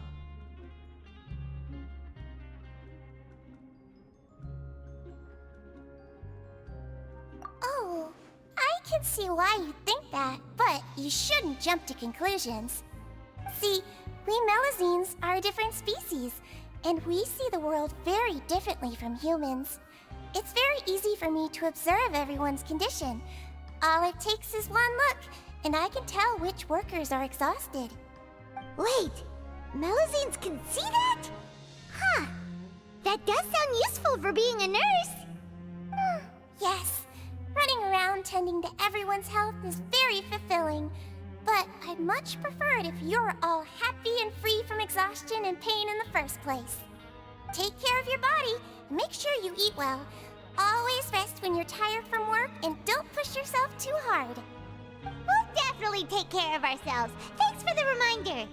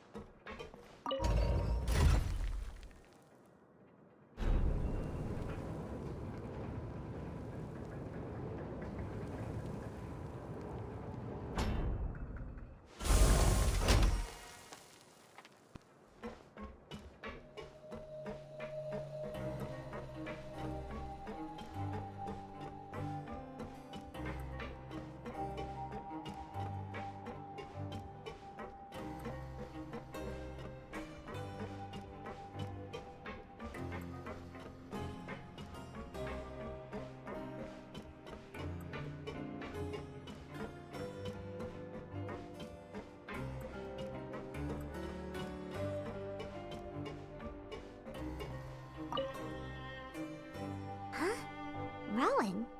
What are you doing here, Chief? I was injured a bit just now. Nothing major, I think I just pulled something. Little mishaps like this are unavoidable at work, you know? Huh. Paimon wouldn't have thought as experienced as the chief would still get hurt on the job. I just knew you would say that. This is pretty embarrassing. Where's Siegeween when you need her anyway? The one time I need to make a quick trip to the infirmary. Oh, you mean she wasn't in the infirmary? Yeah. The rumors say that there's never anybody in the infirmary in the half hour before lunch, and nobody knows where Siegeween gets off to.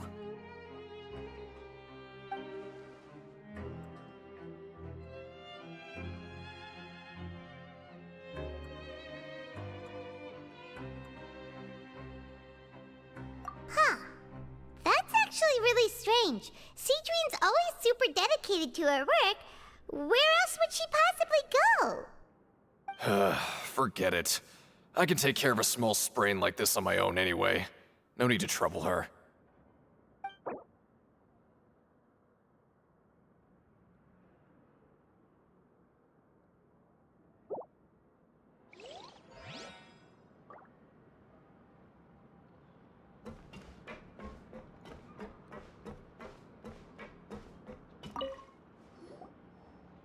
Oh, wonderful. I was worried that you'd be busy trying to earn credit coupons all the time, but it seems like you haven't neglected your investigation work after all. Paimon likes having more coupons, but no one wants to work all the time. Have you also been investigating the area, Lynette? No, I was just slacking off, and you happened to catch me. My brother is still obsessed with anything remotely related to the Forbidden Zone. But oh, before I forget, this is for you. Huh? Credit coupons? I've been here longer than you, so credit coupons aren't a resource in particularly short supply. What is in short supply are interesting people to talk with. Aw, that's so nice of you, Lynette. We'll be sure to make good use of these coupons then. Thanks a bunch!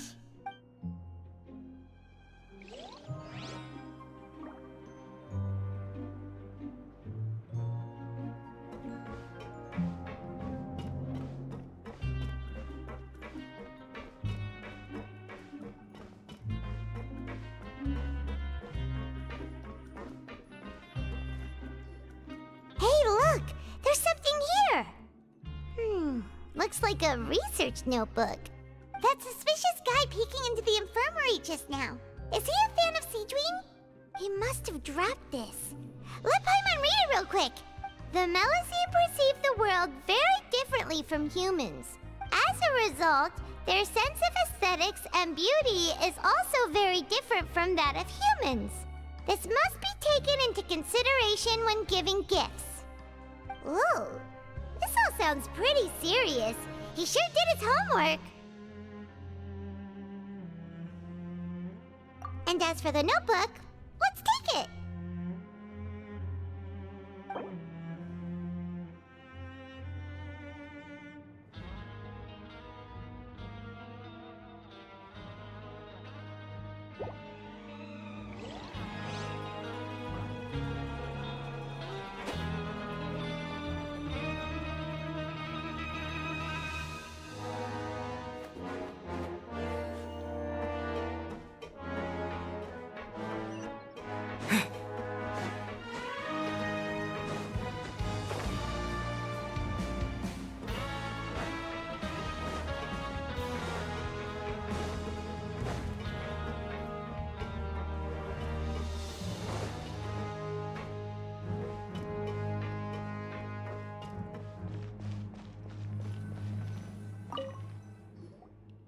Oh, you want to stop investigating and go rest?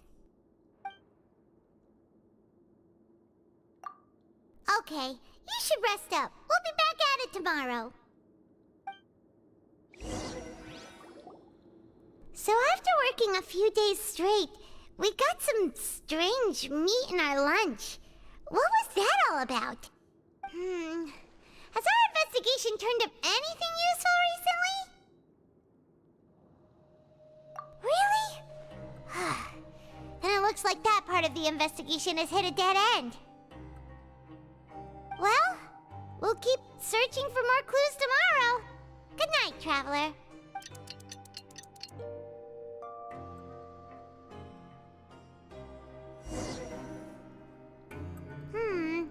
Maybe we can make some progress progress in our investigation today. What do you have planned for us?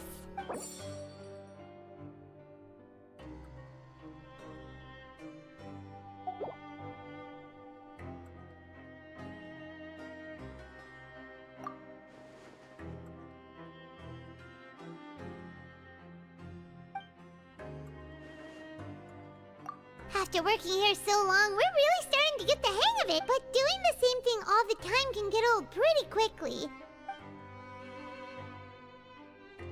Yeah, it's good to kick back and relax once in a while.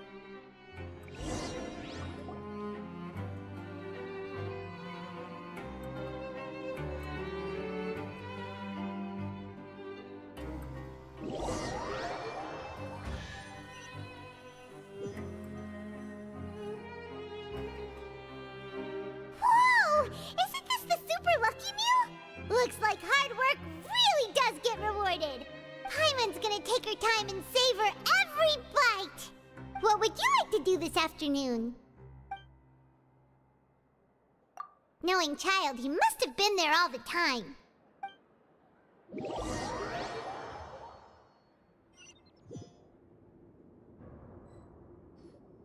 Oh, back for another try? I hope you brought enough credit coupons this time. All right, then get ready to play.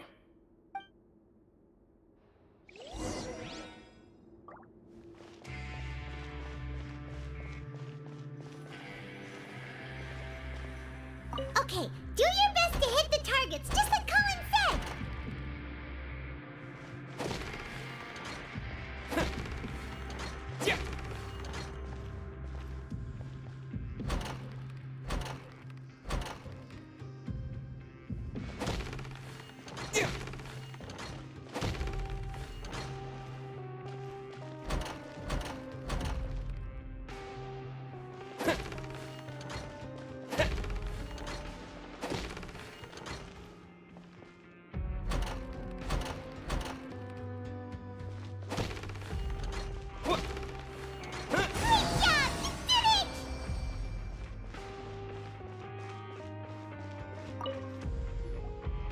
Your strength really shouldn't be underestimated.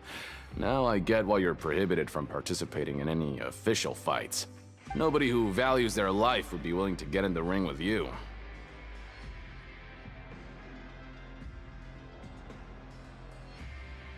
However, you two haven't tried betting on the outcome of a pancration match yet, have you? Just go talk to Rusimov. Buy a ticket for whichever fighter you think will win. There's a big payout if the fighter you support comes out on top. But we don't know anything about the fighters. How can we possibly know who to support? That's normal. Just watch a few matches and get a feel for the fighters. It won't be long before you can pick winners in your sleep. He's got a point. Why don't we give it a try? If we have enough coupons, we could probably bet at random until we figure everything out. Bet at random, huh? Well, how should I put it? It's not like you can't do that, but I'd advise you to give it some more thought first. Huh? We shouldn't get too carried away. What's the problem? What? I never even picked a boxer before, and you already know about the rules? You're not just strong fighters. Seems you're pretty perceptive, too.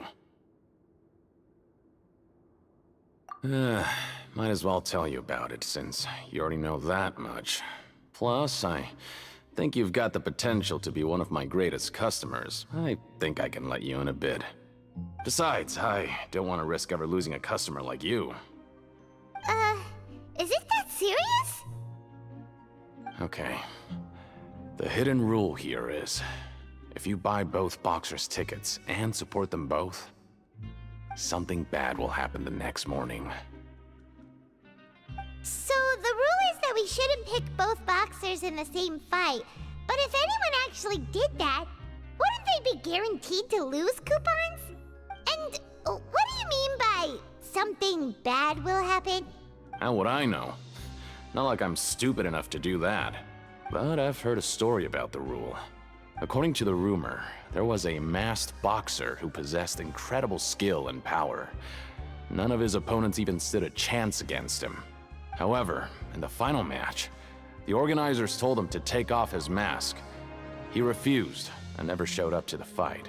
And after that, he was never seen again. Some say he died, or that he was taken care of by the event's organizers. But everyone remembers that he was someone who cherished honor above all else. In his eyes, supporting both boxers in a match would dishonor the competition itself. So you mean it's like a curse? He'll take vengeance on anyone who does that?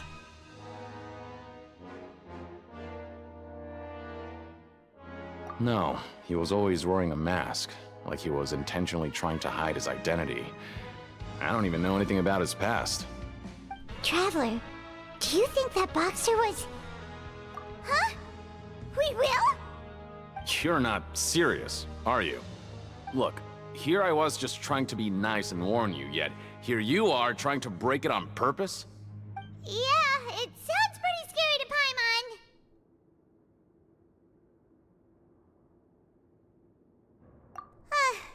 Seems you've made up your mind. Just be sure to protect Paimon, okay? Betting on both fighters will set you back about 3,000 credit coupons. If you have enough, then go ahead and give it a try. Just don't come running back to me if something... Seems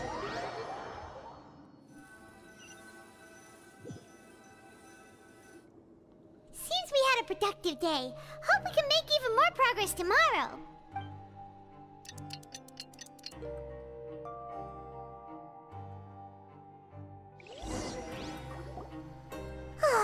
The dawn of a new day. Paimon feels like we're getting used to life as convicts. Is that a good thing or a bad thing? What do you have planned for us?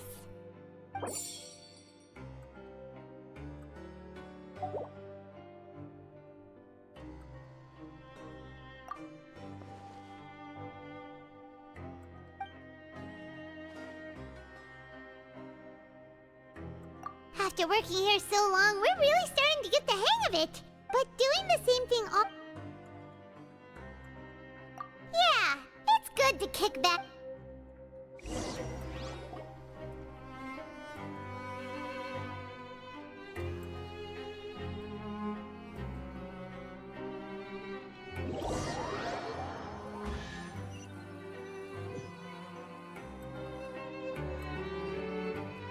Oh, just a regular meal set. Guess Paimon shouldn't get her hopes up. What would you like to do this afternoon? Sure! If we're not going to work, then let's kill some time at the Pancration Ring.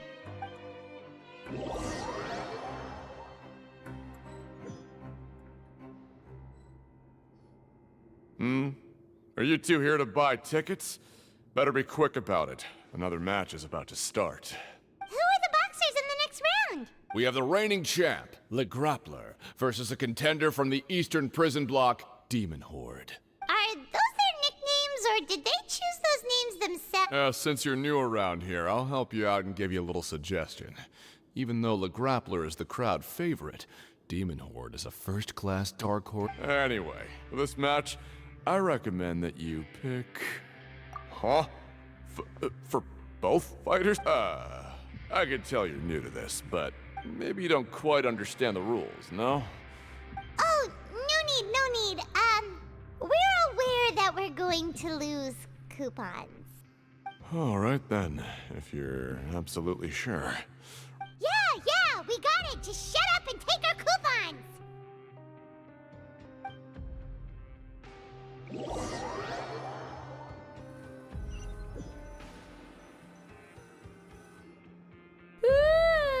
We woke up so early today that Paimon's been nodding off all afternoon. Good thing.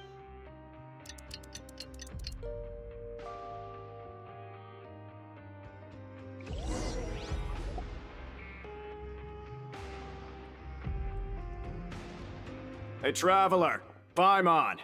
Package here for you. The next time you buy something, go pick it up yourself. I'm not a delivery man, you know. Huh? A package? For us? Did you buy something, Traveler?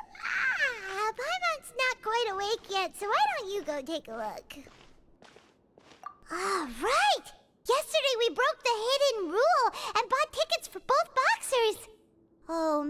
package is the bad thing that Colin said would happen. Paimon suddenly feels wide awake. Wait, maybe let Paimon go hide somewhere first. Just call Paimon after you opened it. Hey, wait! Paimon's still here! Don't open it! Ah!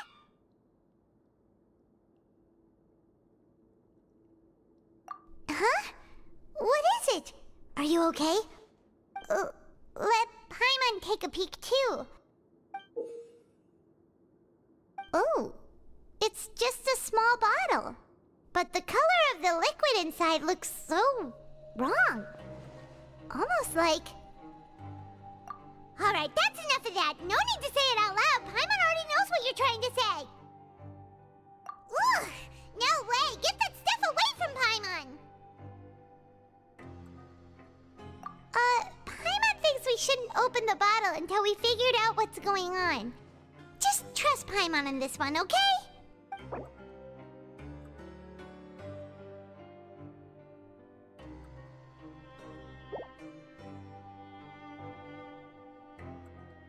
What do you have planned for us?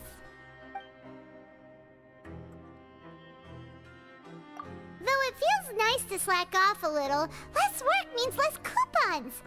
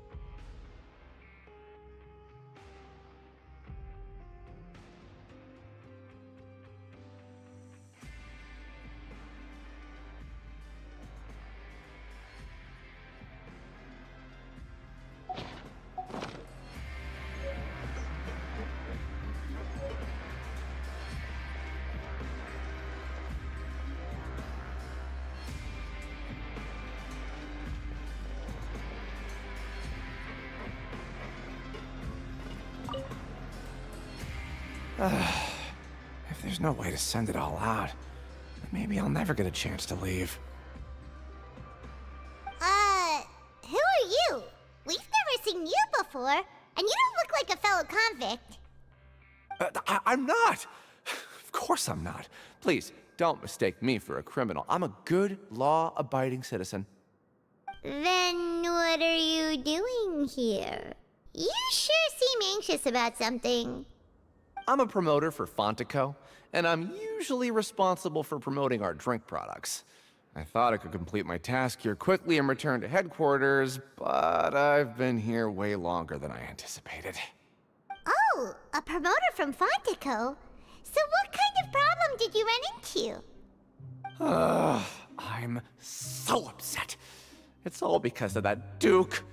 After discussing the company's promotional plans with him, he told me outright that my project was worthless. However, in light of our long history of successful collaboration, I still tried to patiently explain the details.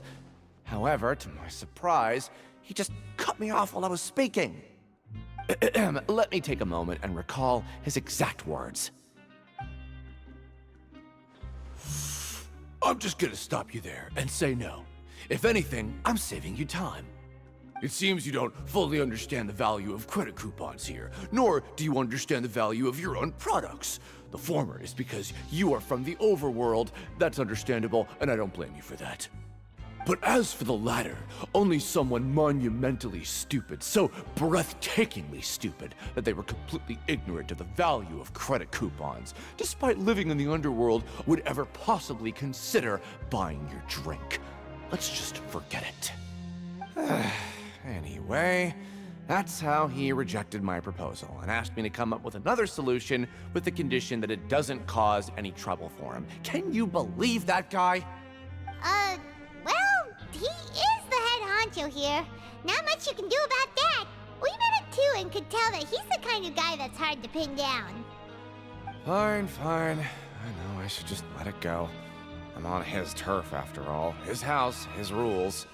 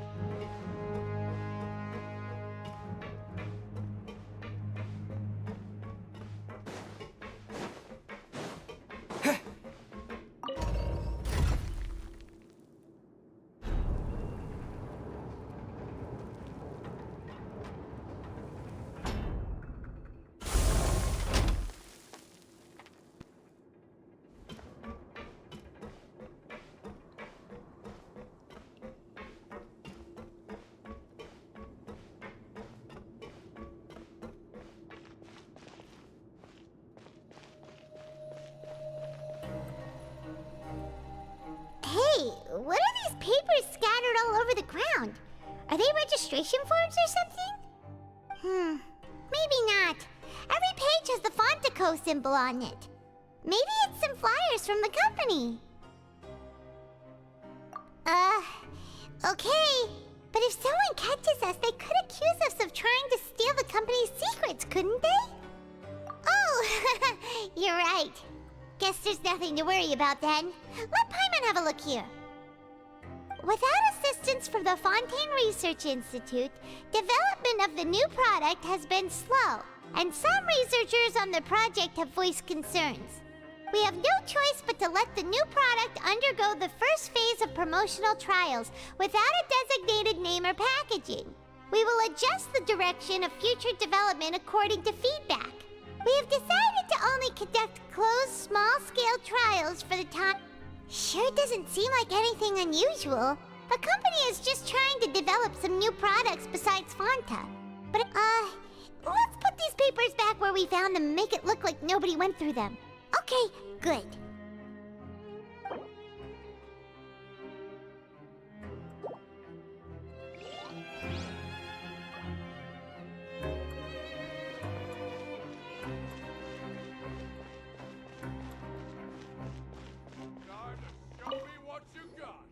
Hey, I heard you crazy fools really did it.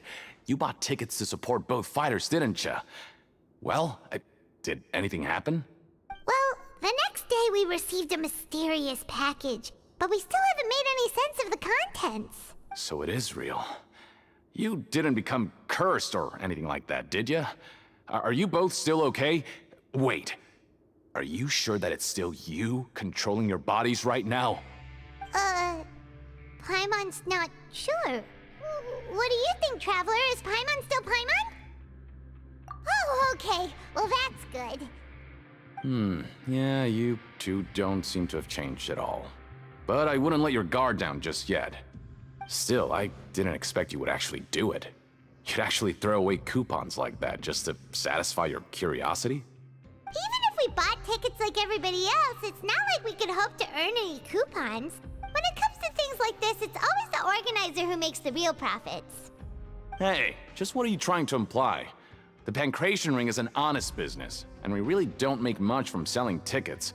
We make so little that even the current tournaments can only be held thanks to funding from the producer of Fanta.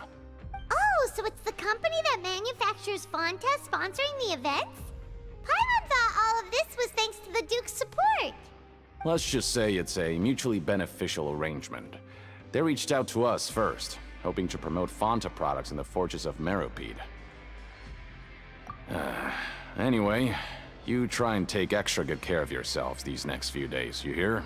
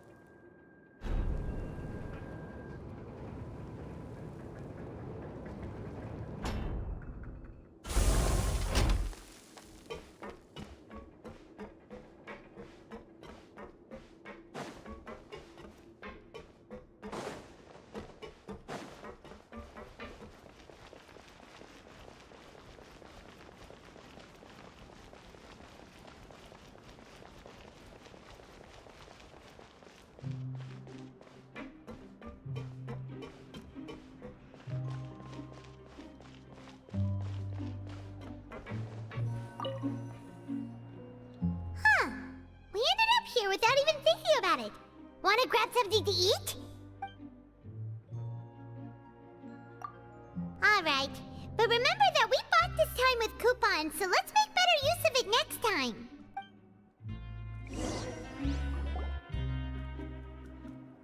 What is this garbage? Ooh, it looks disgusting! Oh, Paimon misses your cooking now. What would you like to do this afternoon?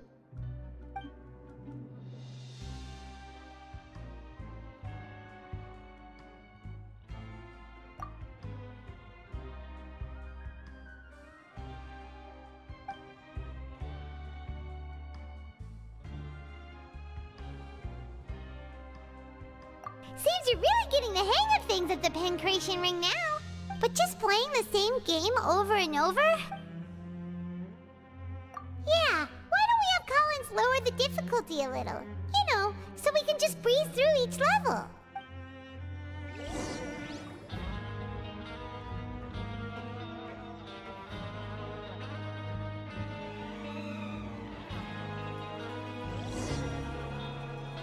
A mysterious box? A bottle of crimson liquid? Paimon still doesn't know what to make of it. Do you have any ideas, Traveler?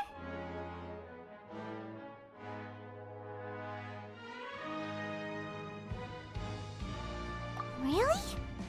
Then it looks like that part of the investigation led us nowhere. Well, maybe we'll have better luck tomorrow. Good night, Traveler.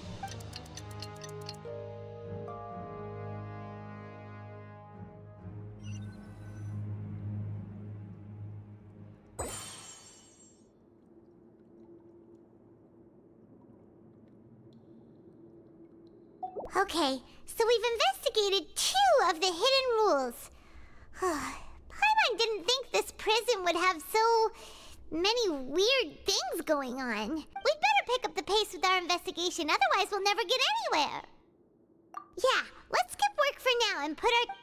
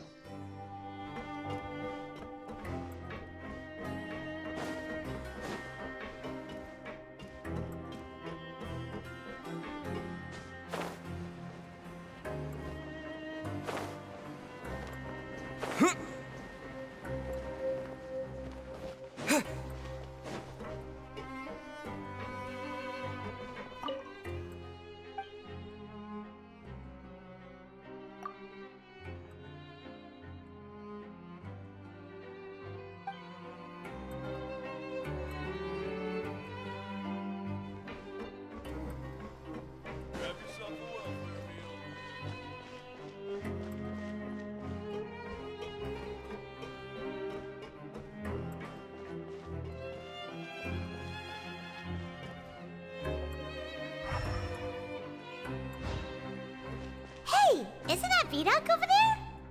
Huh. Is it just Paimon, or are there fewer people than usual here today?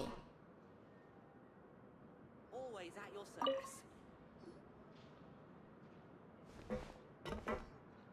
Ah.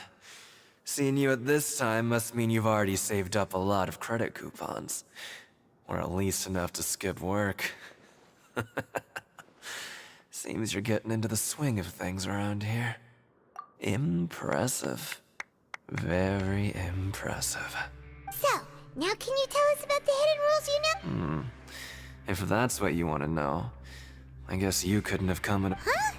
What do you mean it's a good time? Leonid and those other pesky broke urchins have all gone to work in the production zone.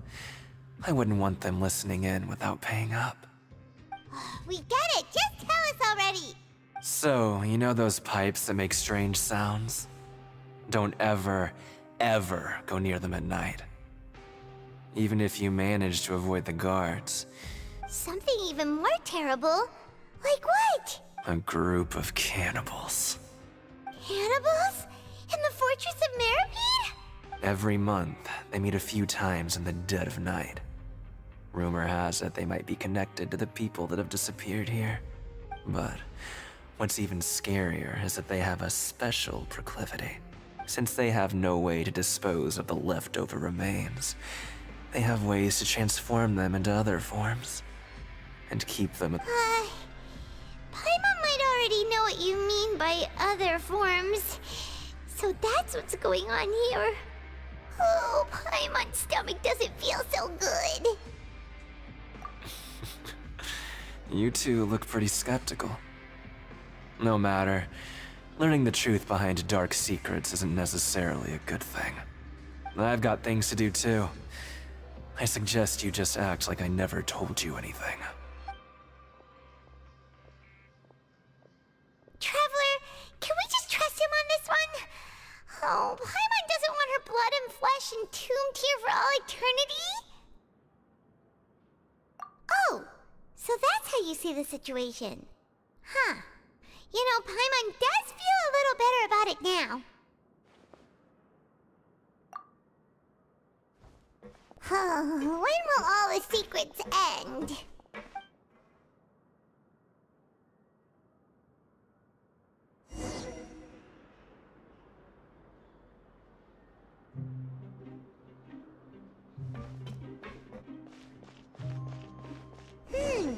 Vidoc isn't here.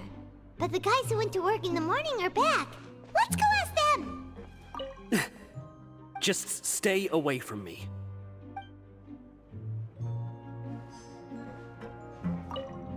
What? What are you saying? You shouldn't go around saying stuff like that.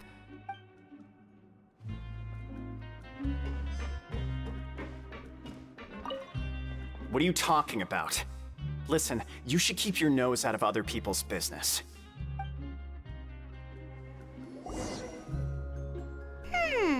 Their attitude sure is suspicious. Like they're trying to avoid us. But if they're being so obvious about acting weirdly, do you think they might just be trying to lure us in? Oh, this is all getting way too creepy for Paimon.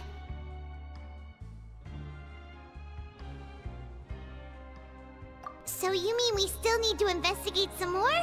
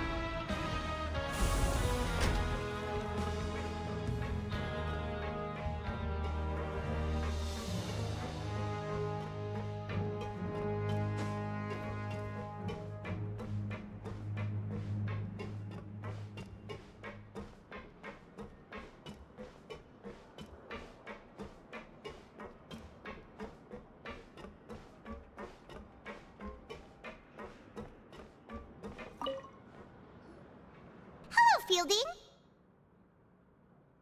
What do you want? Criminals like you ought to be working right now. Catch my drift. We just want to ask you a simple question.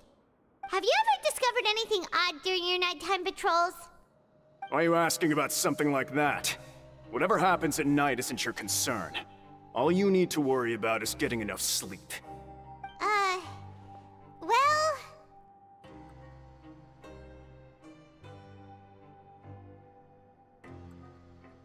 Right! We've heard it happens a few times every month. Paimon has sensitive ears, so it makes it hard to sleep. Really? I see. But it's not like I'm on duty every night. And now that you mention it, I recall my colleagues talking about something like that before. They say that strange things tend to happen at night on pipe cleaning days. Lots of us don't willingly take those shifts. So, what happens at night on pipe cleaning days? They just conduct regular cleaning of the fortress's drainage facilities. There are 3 pipe cleaning days per month, and it just so happens that today is one of the scheduled days. You can try to confirm the sounds tonight if you want, and if they're real, then I can report the issue to my superiors for you. Oh, okay. Then we'll keep both ears out tonight. If that's all, then I'll be leaving now. I advise you not to try anything funny, though. Even if I'm not on duty tonight, someone will still be watching you. Don't worry, we don't want any time added to our sentences. Oh, he left. So what do you think about the pipe cleaning days he mentioned?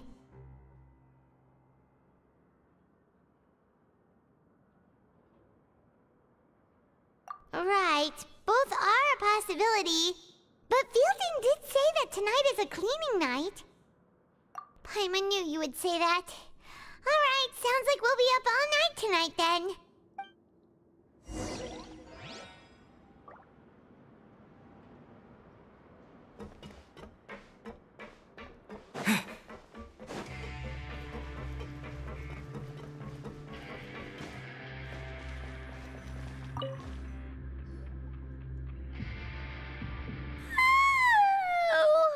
I'm so tired. But we can't sleep yet. They'll be cleaning the pipes tonight, so it's the perfect chance for us to investigate. Whatever. Just be sure to wake Paimon if she dozes off. Paimon's worried something might happen if you go alone. Huh? Traveler? Did you fall asleep already?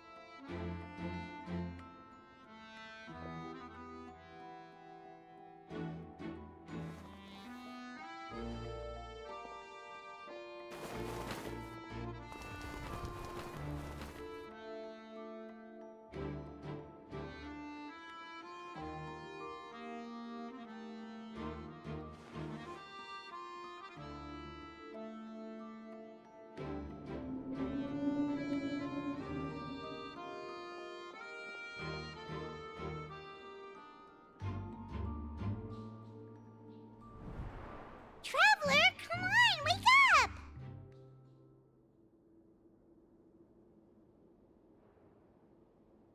Oh, it looks like you were just peacefully sleeping to Paimon. Well, what did you see this time? Really? So we're finally starting to figure out what actually happened! But what about the cannibals? How do you explain them? Okay, well it's about time for us to get moving. Just be careful to avoid the patrolling guards.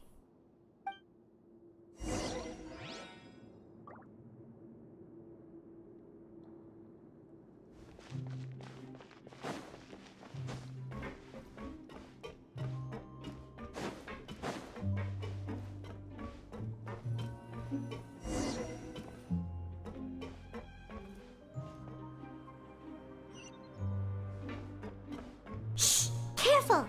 We'll get in trouble if the guards catch us.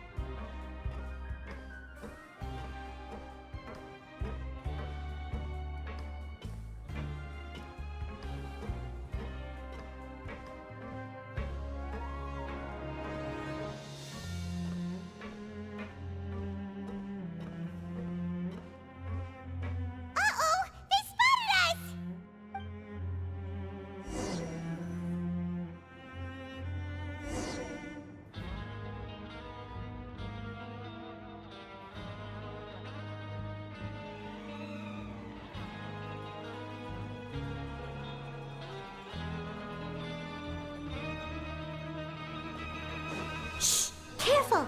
We'll get in trouble if the guards catch us.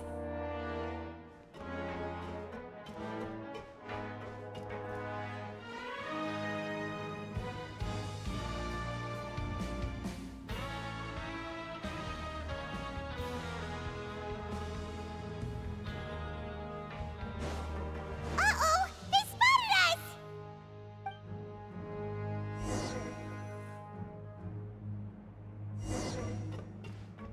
Shh! Careful! We'll get in trouble if the guards catch us. Hey, not this way. We need to get to that pipe, remember?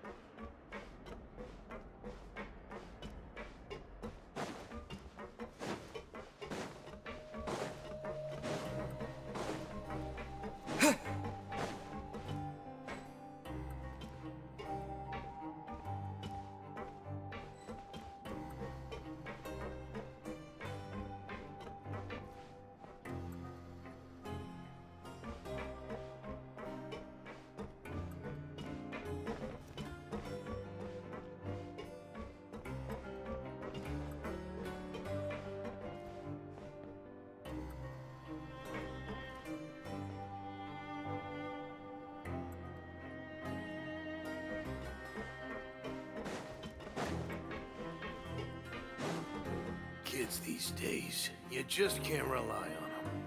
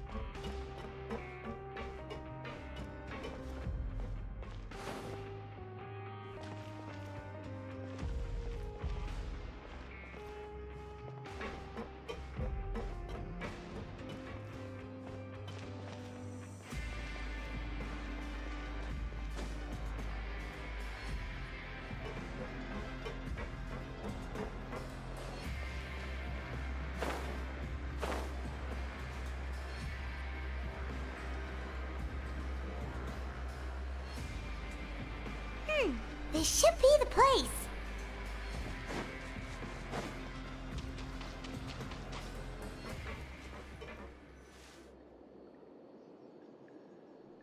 What? I know you. You were the ones we saw. Huh. You've got guts showing up here. You know who we are, right? You'd better leave now. Ain't nobody coming here to save you. What'd you say?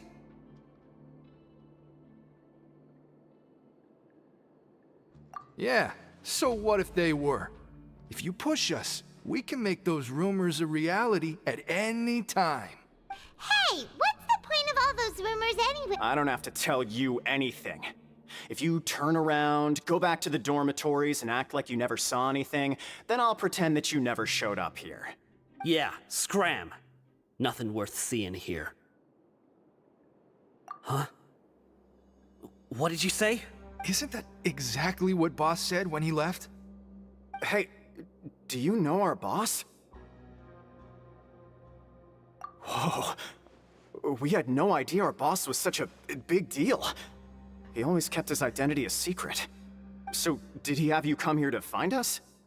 Oh, so your child's crew here? Seems like he had no problem fitting in. We're the only ones who heard him say those words when he left that night. So, unless he somehow told you those exact same words after that... All right. I guess that's proof enough for me.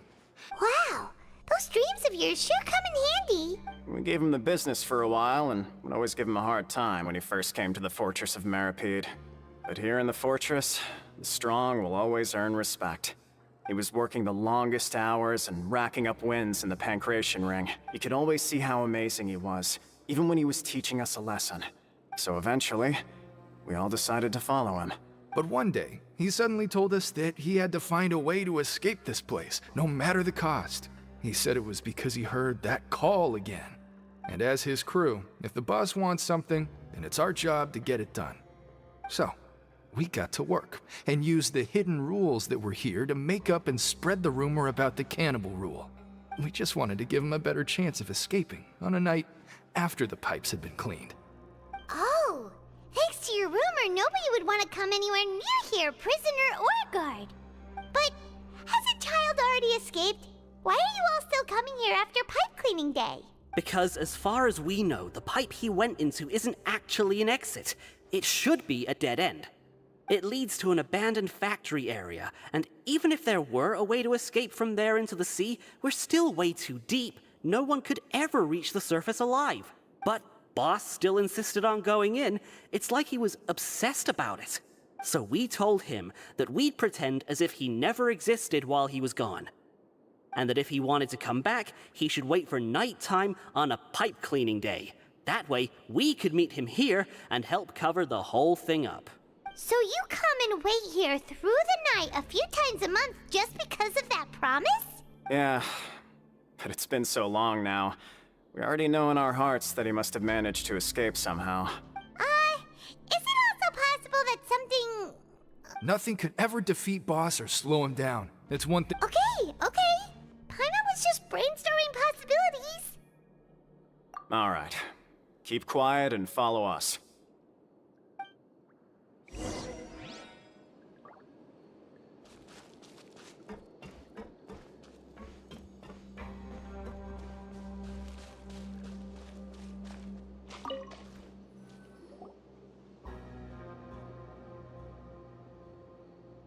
The way up from here has been sealed off. It's impossible to get through. Boss left by going down from here. It wasn't full of water at the time. Later, we came back hoping to have a look. That's when we found out it had been It's impossible to navigate unless you're an extremely skilled diver. Do you think Child got trapped by the water? Not likely. We all know that Boss was an incredible swimmer. Really? Then have him come investigate, pronto. Just be sure to tell us if you get any news about Boss.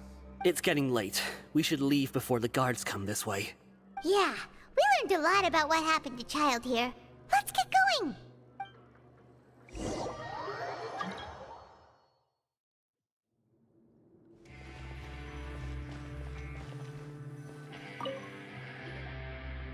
Whew. We finally learned some key information. Seems all of our investigative work has finally started to pay off. When you said you knew a diver, you were talking about Fremine, right? If we ask Linny, he'll definitely have Fremine help us. Ugh. Why is Child like this? What was he doing going into the pipes? Fortunately, though, it seems like it's only a matter of time now before we find out what really happened. Now that we can finally relax, I'm starting to feel super sleepy.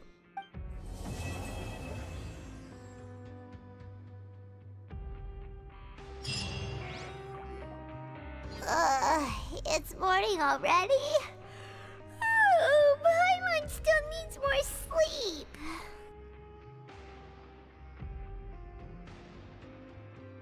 Huh? Wait, look over there! Isn't that... It's one of Linny's cards! Let Paimon see what's written on it! Maybe you haven't heard, but today is the monthly free day. Everyone has the day off today, which makes it the perfect time to do some investigating. It's been a while since we last talked. Have you been making any progress lately? Let's meet at our usual spot in the factory area before lunchtime. I have new information. Ooh, today's our lucky day. We have the day off. From the sound of it, Lenny's been making progress with his investigation. Wonder what he's discovered. We still have some time before we meet up. Let's talk with the people here for a bit more before we go.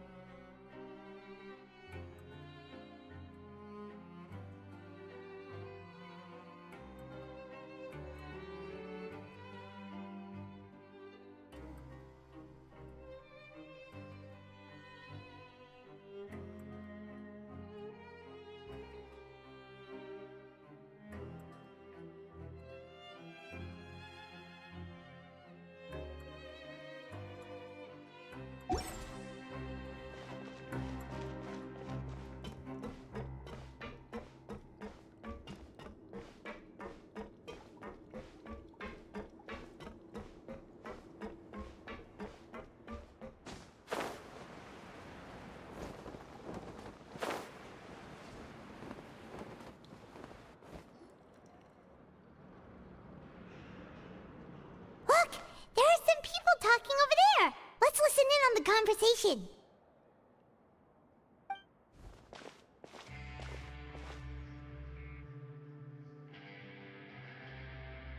If you ask me, those pompous parasites on the surface act like they're all a bunch of aristocrats. Do any of them give half a hoot about a bunch of dogs like us? Hey, speak for yourself, mate. I'm no dog. Oh, you think you're special or something? If you're here, then you're just a convict like the rest of us. I've heard that even if you're released after serving your sentence, going back to life on the surface ain't any better. Once a criminal, always a criminal. We're marked for life. I don't buy that. Hey, how cool would it be if the whole world was destroyed by a giant flood and everyone had to start over from nothing? What kind of filthy bilgewater are you spewing? I have family up there. You best shut your sewer hole with talk like that.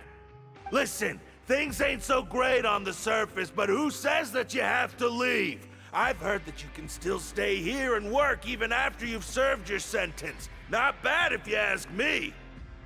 Who wants to live in the ruddy overworld anyway? And what makes you think they'd want to hire someone like you? That's one of the great mysteries of the universe, how someone as useless as you is so confident. Whoa. Sounds like they're really unhappy about the overworld. Speaking of which, Paimon never heard anyone use the words overworld or underworld when we were living up there. Is it only something the inmates down here say? That's true.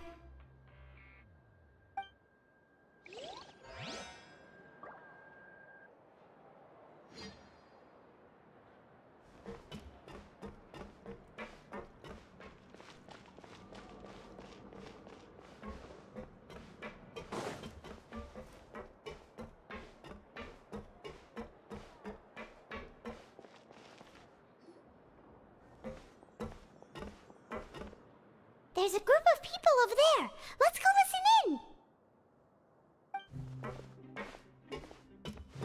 So I said, that's not a faucet. Hey, who are you two? Why'd you come over all of a sudden? Oh, sorry for eavesdropping. Sounds like you were talking about something private. What's the matter? They're just looking to join in on our fun, that's all. Hey, don't pretend like it's okay for them to just interrupt us like that. Yeah, fine. You're lucky we don't mind extroverts that much.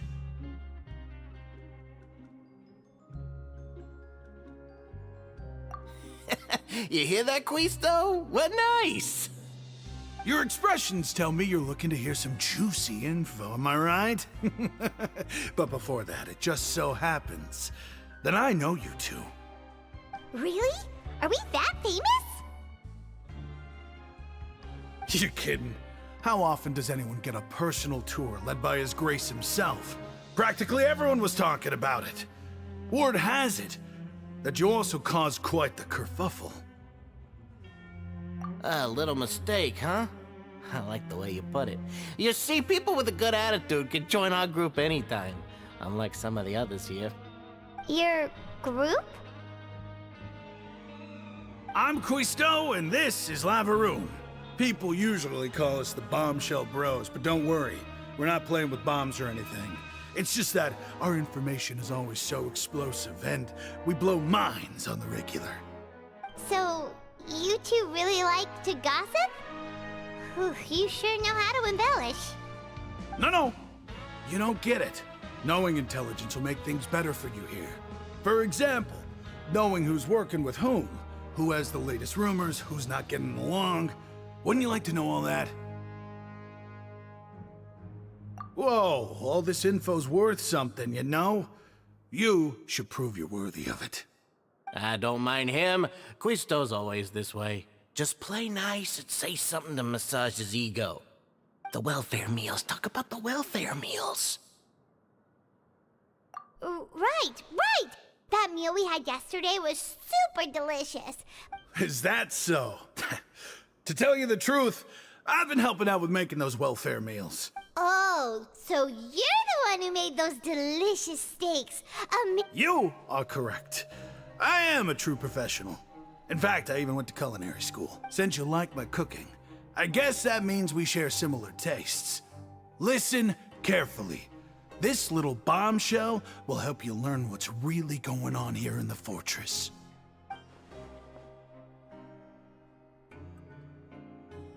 Listen, kids. The power structure within the fortress is quite complicated. The overworlders couldn't care less about us down here. We're basically dogs to them. You've already met the one person here you should never cross, the Duke, Risley. He knows more than you think. And if he doesn't care about something, then he often doesn't bother dealing with it. Those who have the Duke's attention get all kinds of special perks, even better treatment in the infirmary. I know who you mean. It's that Jurier character, right? I don't think there's anything useful about him at all. Why does he visit the infirmary practically every day? Is it normal for anyone to be going in and out of there so often? If you ask me, he's just faking it to get out of work. But did you know that Jurier was a talented researcher from the Fontaine Research Institute before he came here? There's no denying that. I don't care if he was a researcher that could turn dirt into Mora. Once you're in the fortress of Maripede, you're just another inmate like everybody else.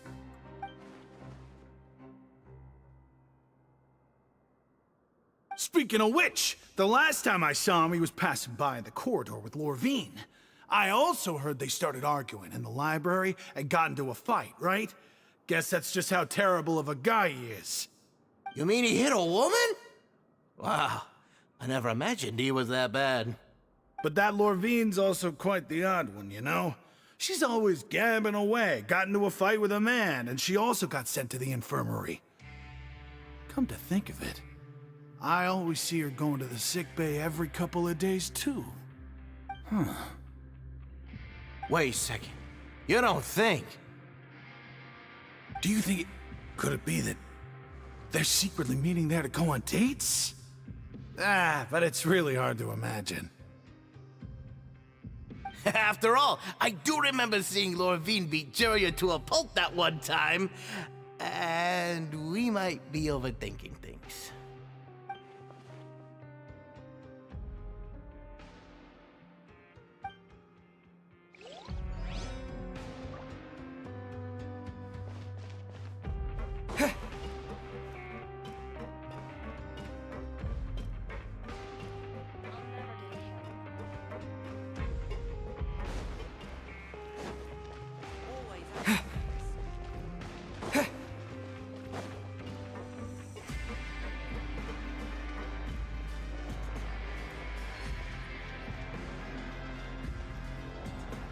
Hey, you over there? Yeah, you. Say, do you like playing card games?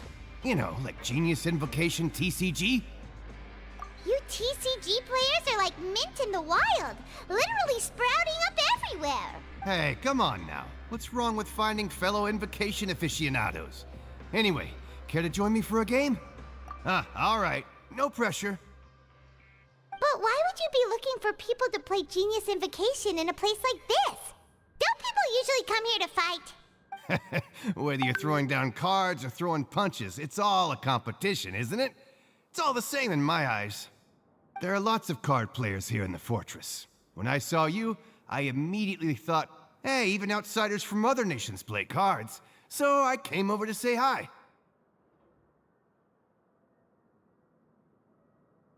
Sure. Great! Since you've been here longer than us, you need to flex your seniority a little bit, right? Maybe you could start by telling us newcomers some stories about this place. I thought you would have already heard everything by now. All right, then. Did you have anything specific in mind? Or do you want me to just pick a topic? Why don't you pick? We'll let you know if we've heard it already. All right. Have you heard any strange rumors since you've arrived? Then, did you know that there are some people who are always gossiping over in the corner?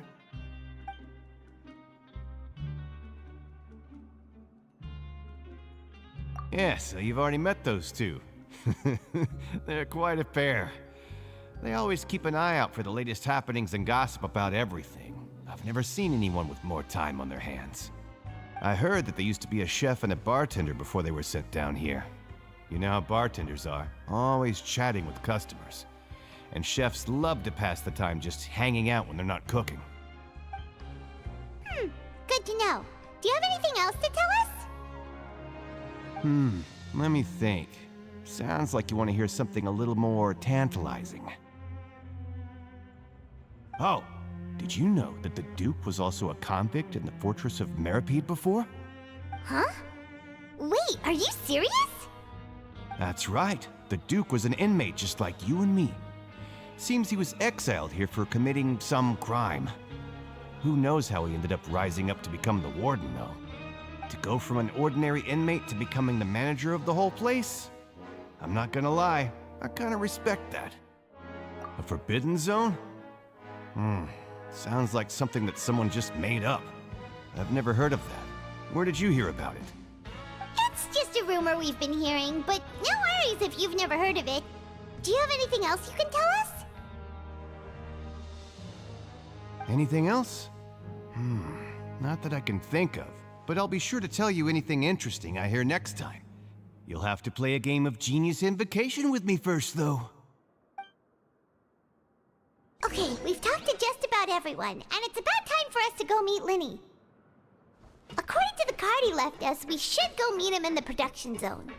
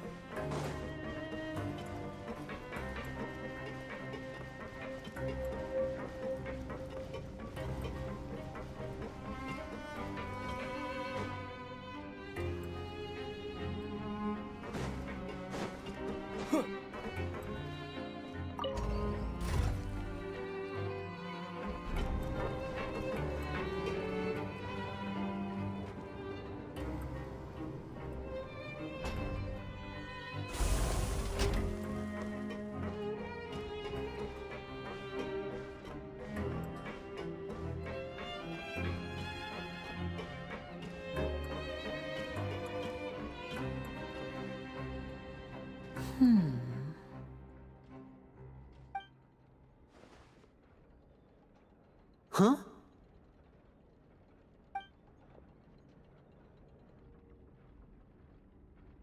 That look in your eyes. You found something?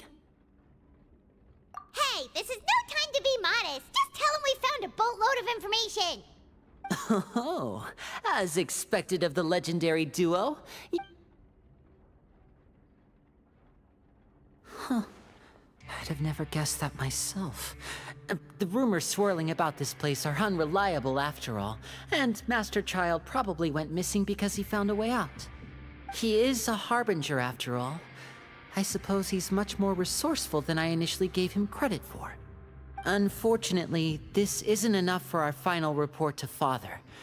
We need to find out Master Child's exact whereabouts.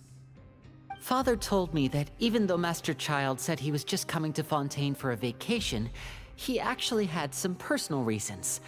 His agenda might be linked to his disappearance. His escape route is already flooded, so we'll have to task someone with professional diving skills to chase after him. Well, when you put it that way, it's obvious that only Fremine would be up to the task. Bingo! Is he around? He's working today. Coming here as a group would have attracted too much attention. I'll talk to him about it later. It's the least I can do. We're all in this together, so it's only fair for us to fulfill our end of the bargain. Honestly, I'm far more impressed by you guys managing to collect all this information right under Risley's watchful eyes. Collecting information has always been our strong point. Now, let me think. To find out more information, Fremine will have to retrace Master Child's original route. And if he's to do that, he'll have to set out on the next pipe cleaning day at the earliest. That's 6 days from now. And after... You can even estimate how long it'll take for him to get back? We've been working together for a long time. We know each other's capabilities like the backs of our hands. Traveler, what say you to meeting here 9 days from now? We'll be able to pick up Fremine while we're at it, too. Oh, and there's just one last thing we'd like your help with. Though we can just sit back and wait for Fremine's report on Master Child's whereabouts, we still need to make more progress on the investigation of the Forbidden Zone. Fremine's no master of disguise. Lynette's still working on getting intel from the other areas, and I'll need to spend some time helping Fremine prepare for his diving mission. So, you are the only ones we can count on. What do you want us to do? Will it be hard? Well, I won't call it easy per se, but I think you'll be able to pull it off. Listen carefully. You'll need to find an excuse to get into the infirmary and investigate the room and environs. You've mentioned several sketchy-looking people always meeting at the infirmary earlier, so it probably has something to do with the secret we're hoping to uncover. You've already met the head nurse, so she'll be less suspicious of you. Investigate the internal structure of the infirmary and any active dealings within, and pass those on to me alongside anything else you're able to discover. But also, there's no need to take risks. Don't forget, safety always comes first. My apologies, I just started rambling out of habit. It was almost as if I was talking to my younger brother. But that's not a bad thing, right? All right, then we'll head out as soon as we finish our prep. Let's go our separate ways for now, then. Don't forget, we meet here again in 9 days. Stay safe.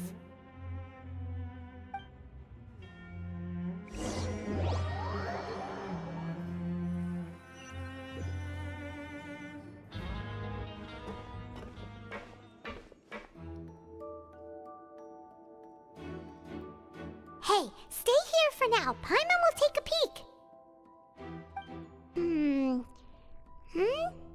There seem to be several people inside.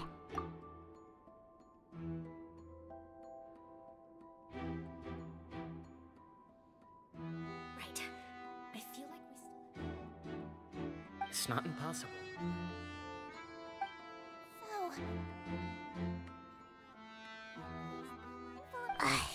It's a bit hard to understand them from here, so why don't we just try to talk to them in person?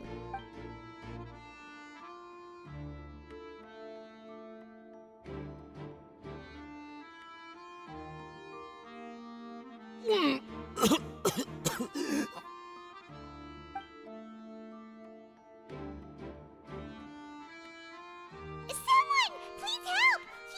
He's sick!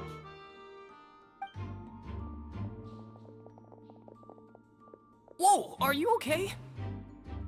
Oh my! What's wrong, little one? There's no need to panic. Take a deep breath before you begin. The traveler started complaining of a stomachache, and then nausea, and then collapsed onto the ground. Paimon doesn't know what to do. Freezing limbs, twitching fingers, and pale complexion. Could it be poison? Let me take a look. Please, lie down over here. Don't worry, I'll get you to the bed safely. Here, hold on to my shoulder and walk slowly.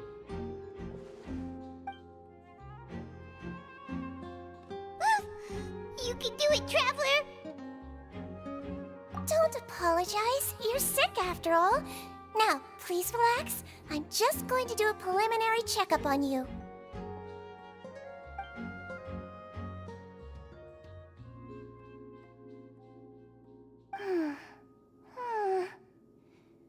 I see now. My checkup has confirmed that he's not in any mortal danger. That's our worst fear out of the way. Eh? Oh, that's good. But... I'll continue my diagnosis of the patient now. Please, relax and take a deep breath.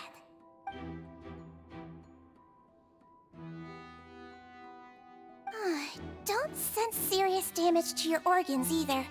Does it hurt when I press here? And here? Huh? But based on my initial checkup, there shouldn't be a problem here.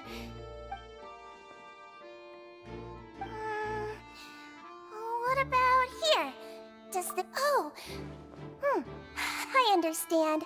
I think you just ate something that disagreed with you. That's all. Nothing too serious. Outside of a pretty bad stomachache when it decides to act up. So that's what it is. Thank goodness it's not anything more serious. And there have been other inmates complaining about the food recently. I'll inform our head chef, Mr. Woolsey, of this problem as soon as possible. Congratulations! The health risk is incredibly low, so you should recover within a couple days. Why don't you take a rest here while I go get some medicine for you? Miss Lorvine, I'll have to trouble you to help me look after this new patient while I'm gone. Very well. And she hopped away just like that.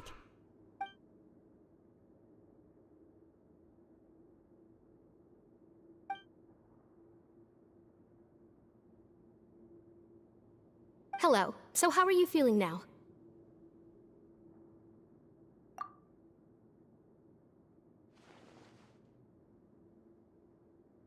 His stomach ache's really bad.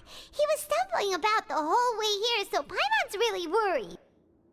If Miss Sijuin says it's not a serious problem, then there's no need to worry. She's the best medic we've got down here.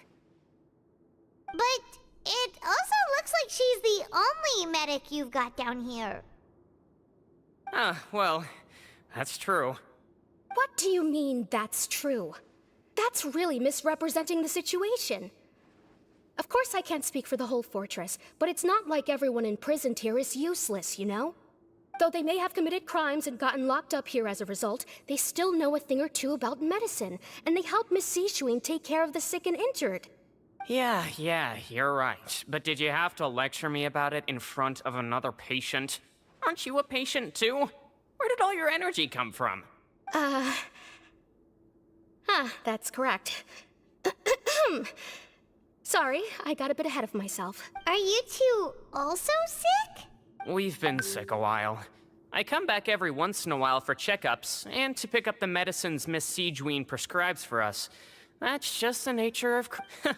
You could say she fancies herself as Miss Sijuin's capable helper because she learned a bit of medical knowledge ages ago.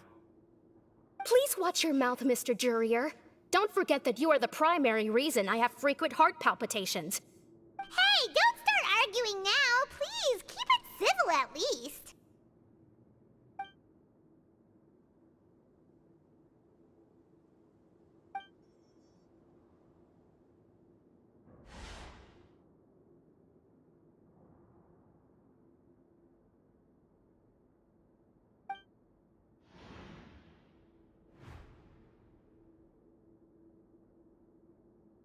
Hey! There's no need to fight! Everyone will be released someday, so there's But... Release. It's way too early for us to even think about that. And who the heck knows if we'd even be able to continue our previous lives?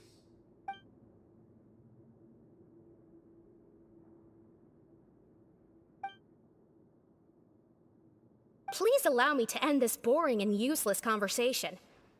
Oh, and Mr. Jurier, I don't want to see your face here again anytime soon. And same to you, Miss Lorvine. Anyway, that was more than enough rest for me, so I'm going to get out of this excessively noisy place. See you later, everyone. He just slowly walked off? Like that? That's just what he's like. I'm sorry you had to see all of that. I'm Lorvine, and that's... Well, his name is Jurier, but I hope you'll never have cause to remember his name. You really can't stand him, huh? I I mean, can you blame me? Who would like someone who is as arrogant and obsessed with weird research topics as he is? But there's no need to keep dwelling on him. I'll accompany you two for a while. Miss Zishwin should be back soon, and I'm sure you'll feel better as soon as you've had some of her medicine. No, it's nothing. I'm back! Did you rest like you promised? Thank you for getting our medicine, Miss Zishwin. Did you all cooperate with your bed rest? I trust that nobody got up to walk around. Good. Here, this should be 2 days' worth of medicine for you. Take 1 pill now, and then continue your bed rest.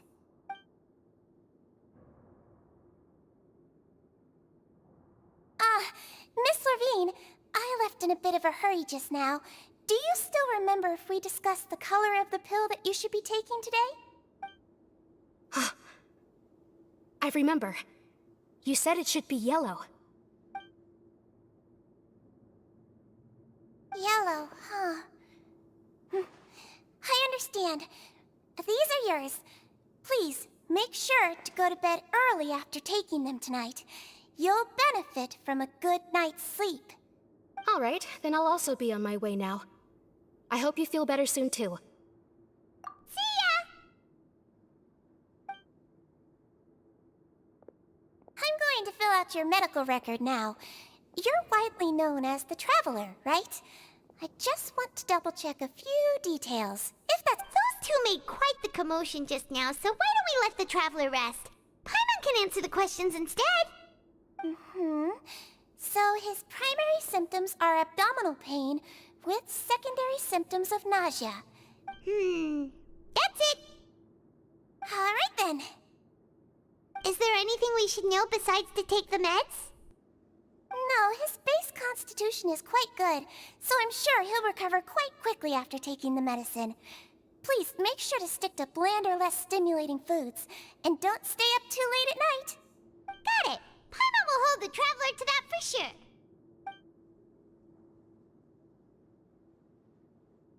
Oh, you're going to take a nap already? Okay then, you get some rest.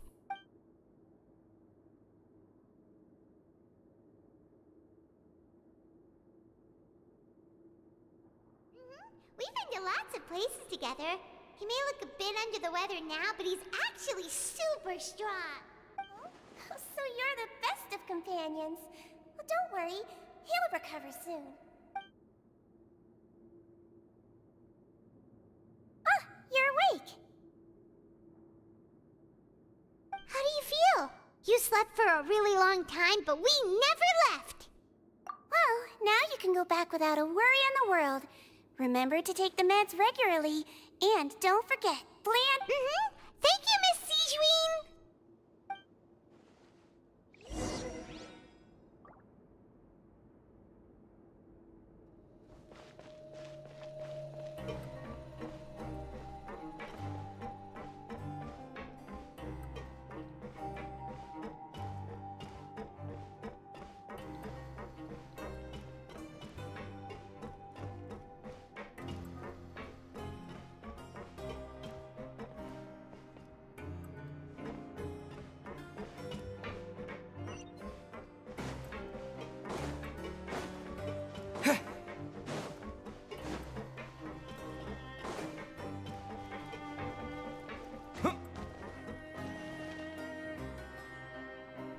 Are something. To be able to fall asleep like that and even sleep talk the entire time, you scared Paimon half to death!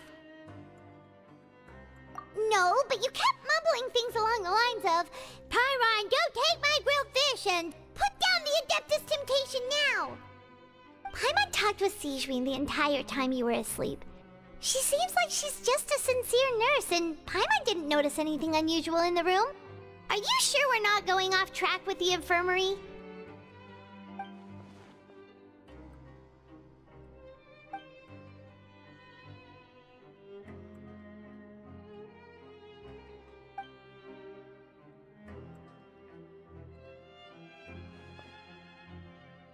Whoa! You really are super thorough! All those tiny little suspicious things that Paimon didn't even pick up on! We've gotta give the info to Linny!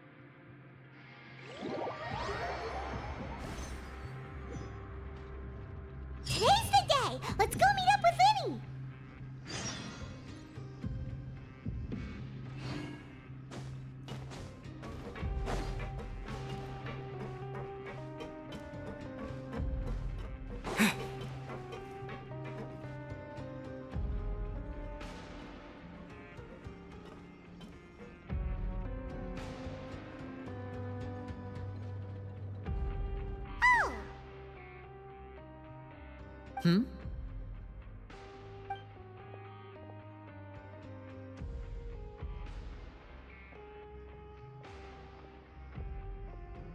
Did you two run into any trouble over the past few days? No, we just worked our shifts according to the schedule. Nothing weird happened. That's good. That means you didn't raise any suspicions when you infiltrated the infirmary. We've taken a look at the slip you've sent. Fremine successfully left the grounds via the pipes 2 days ago, and as of last night, Lynette has also infiltrated the infirmary after faking an illness. Wait, why is she getting involved as well? You already went above and beyond when you scoped out the infirmary. To put it more bluntly, even if we were to view that as something you did in exchange for Fremine's help, you've already done more than enough. Infiltrating a guarded stronghold is a different kind of job from a one-off investigation. We want to avoid using the same faces over and over and reduce the amount of suspicion that will fall on any given person. Lynette also felt like you have already taken the first step for us, so she should be the one to finish the job. So that's what Lynette thinks. Oh, Paimon hopes everything's going well for her. Perhaps that's true.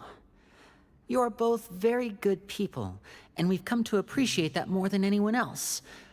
Unfortunately, there's still one thing that could get between us, lest you've forgotten. The matter of our respective loyalties. You've mentioned before that you've had some run-ins with the Fatui. I can understand that feeling, so I assume you're just helping us out of the kindness of your hearts? Well, everyone could use some more friends. We'll be counting on you to help us in the future, too. Since I see you as friends, then it's even more important for us to protect you from any peril. Fremine and Lynette feel the same way. Glad to hear it. Then, let's go check on Lynette before Fremine returns. If everything went well, then she should be wrapping up her investigation right about now. Is now really a good time to go over? According to my observations, Sigewinne always spends around half an hour away from the infirmary right before lunch. Lynette knows this as well, so this should be a good time to meet up with her. Also, I'm her brother, remember? It's only natural for an older brother to care about his younger sister's well-being. Okay, then let's head over right away.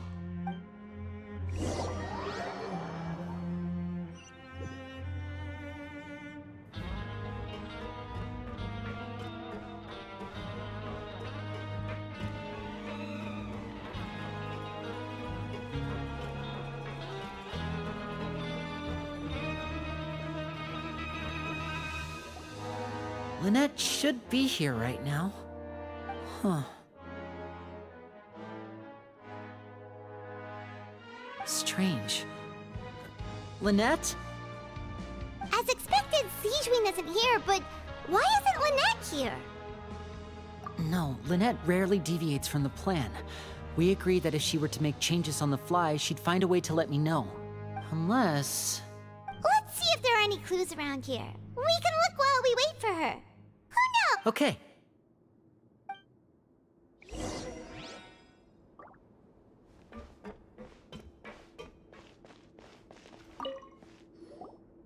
There are some books here and a few files. They all look like medical records. Advanced nursing, how to raise the spirit of your patients, a quick guide to the psychology of emotions, and the meaning of laughter. These sure are some interesting books. Who knew Sigewinne would be interested in these kinds of things? She even has books on understanding people's motivations and feelings. Is it because she's a Melusine? Or does she have a need to understand her patient's emotional state? Seems quite normal to me. These are skills that would come in handy for a nurse from time to time.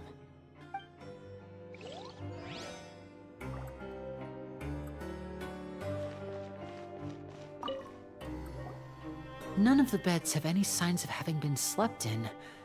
Except that one over there. That's the one Lynette must have used, right? You said she was pretending to be sick. She would have said her migraine was having a particularly bad flare-up. Generally speaking, the head nurse would then ask her to lie down and rest while she left to retrieve the medication. Which means either the head nurse didn't return the entire time from when Lynette laid down up until she left the bed, or the nurse intentionally left it this way.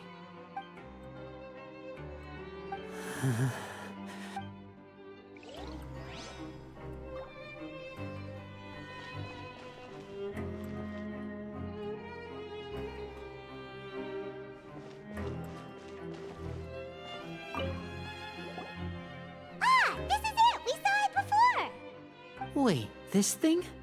It doesn't look like it's been disguised that well.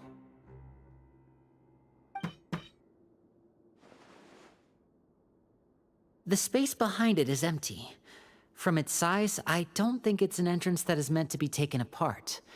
There's probably a mechanism around here somewhere. Could Lynette have tried to get inside? But if that's the case, she would have contacted me for sure. Let's look around here for some more clues. Don't panic, just take another...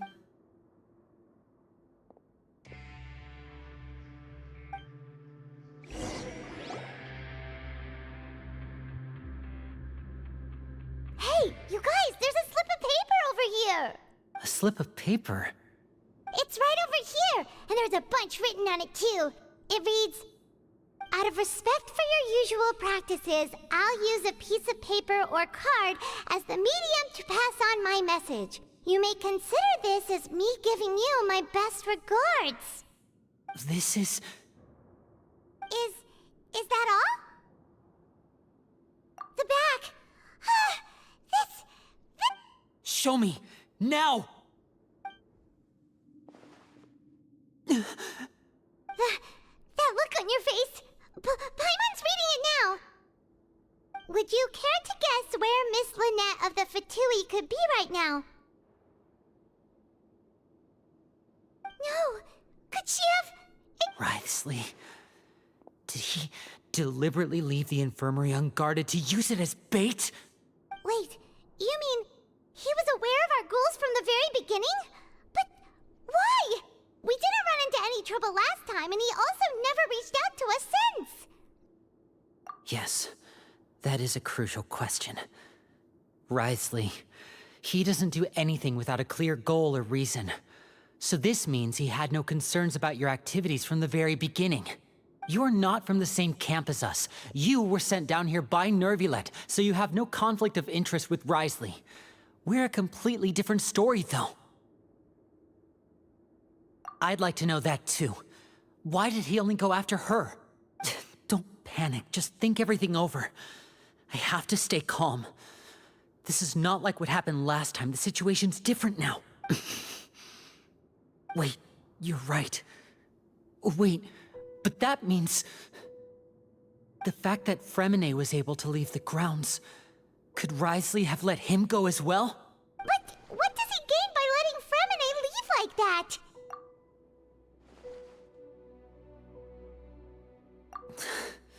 So he's challenging me and trying to provoke me, I'm sure of it. We never should have sent out Fremine.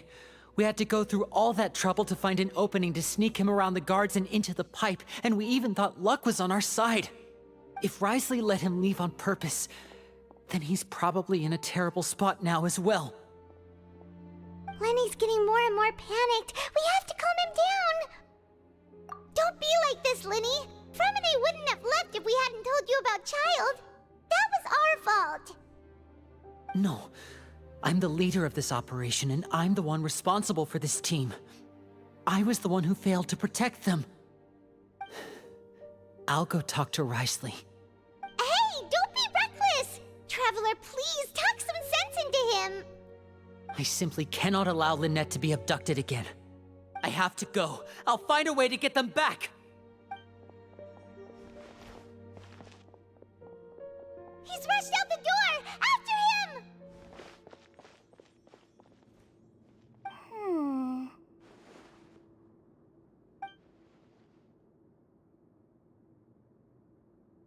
Right. I feel like we still have some room to make changes on these details. It's not impossible, but it'll require extensive testing. Is that so? no. Very well. Then please be mindful of the time. Huh? Is someone? Pack everything up. Whoever's outside is eavesdropping. They'll probably come in once we stop talking. Someone! Please help! He's sick!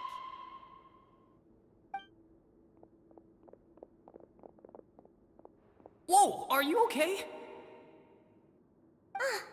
These two. As expected, they've already found this place. Oh, they are quite sharp. What a delightful turn of events. I like smart people, but I also like playing dumb. I like the feeling of being trusted. Oh my! What's wrong, little one? There's no need to panic. Take a deep breath before you begin. Being able to read human expressions is quite the useful skill. Lenny! Wait! It's no use. We have to catch up to him.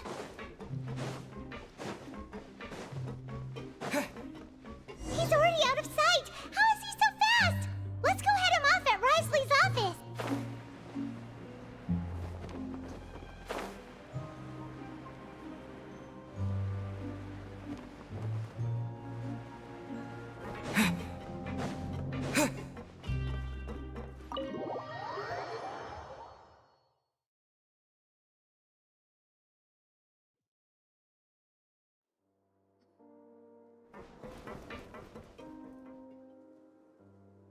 Come out and face me, Risley! Aren't we at an administrative office space? Why don't you at least try to follow even a couple rules from the fortress's indoor management regulations? What did you do to my sister? I ran into the young miss at the infirmary. I'd heard that she was suffering from quite the migraine, so I decided to invite her over for a cup of tea.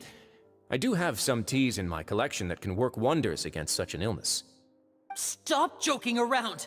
Where did you take my siblings?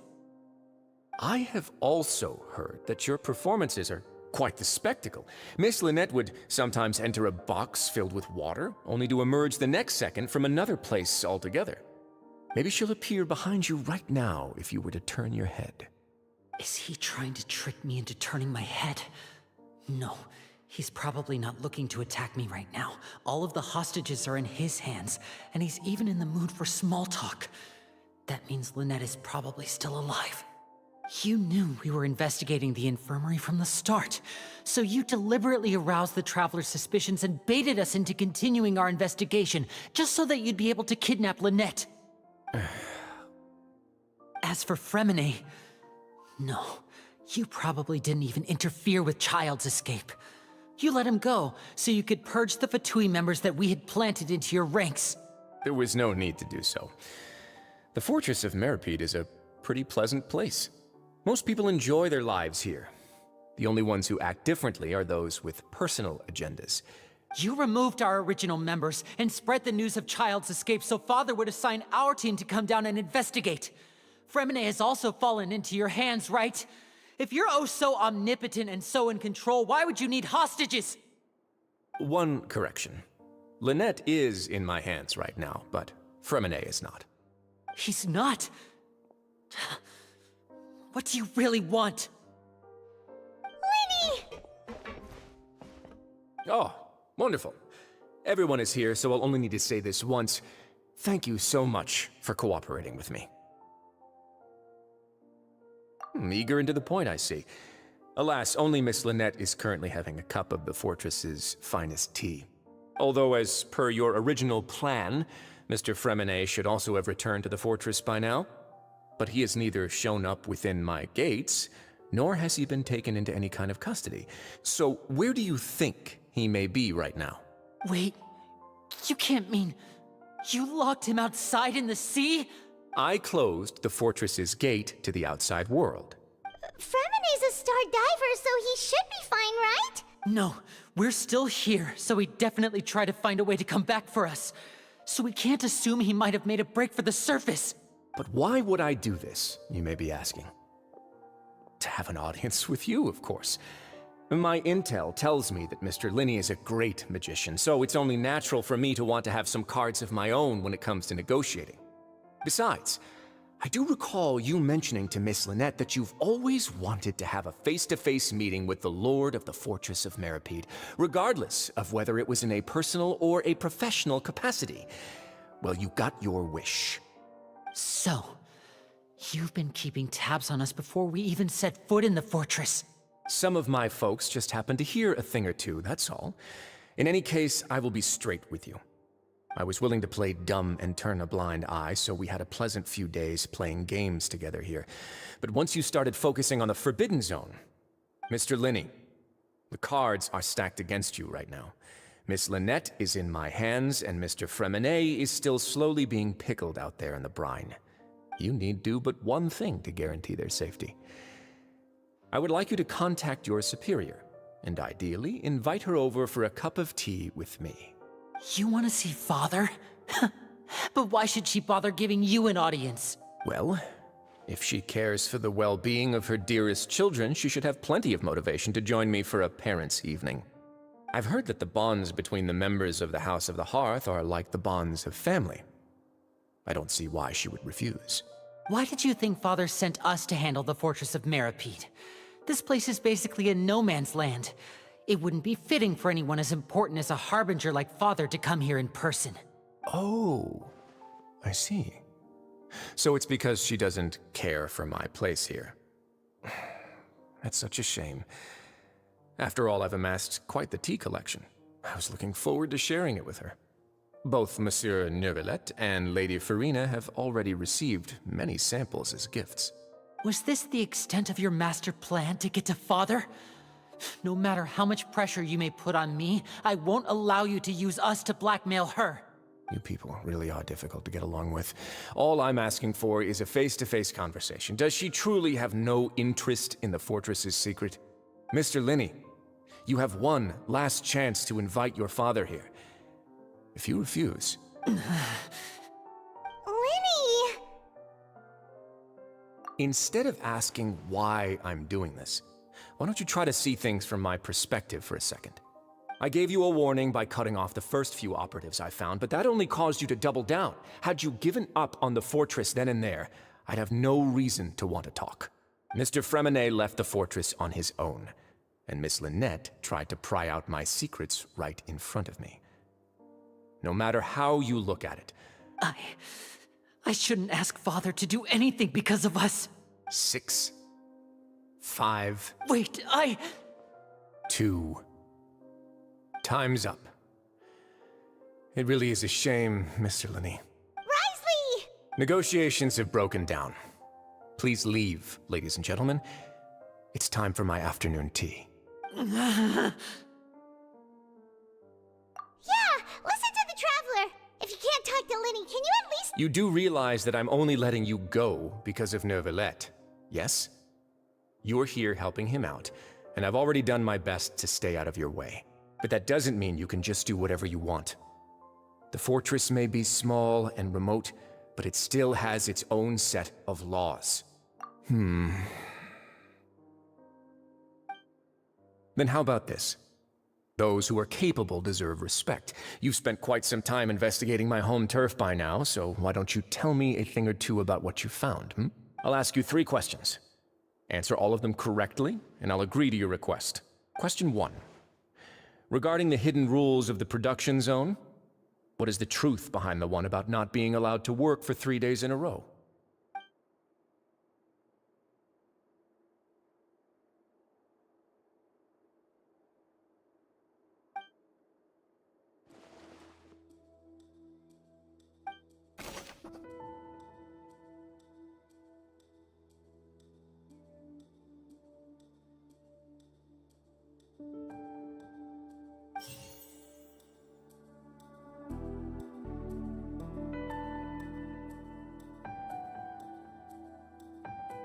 I've been told that the infirmary is always empty for the half hour just before lunch. The Fonta promoter has been struggling because he doesn't recognize the real value of coupons. I mean, We often see Miss Sigewin observing the prisoners at work near the production zone. It seems like she can perceive the general state of a person's health just by looking at them. Fonta's internal report suggests that they're starting a new trial of an unnamed and... The research notes said that the Melazine race perceives the world very differently from humans. As according to Collins, the Pancration tournament only took place because the Fonta company sponsored. We often see Miss Sigewin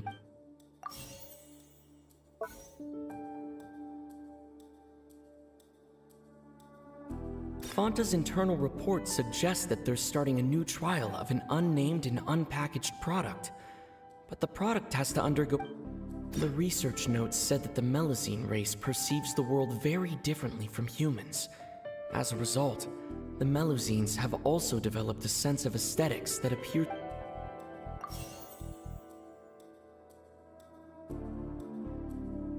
According to Collins, the Pancration tournament only took place because the Fonta company sponsored it. Fonta's internal report suggests that they're starting a new... The Fonta promoter has been struggling because he doesn't recognize the real value of coupons. Meanwhile, the Duke... I've been told that the infirmary is always empty for the half hour just before lunch. But what could Sigewin be doing during that time?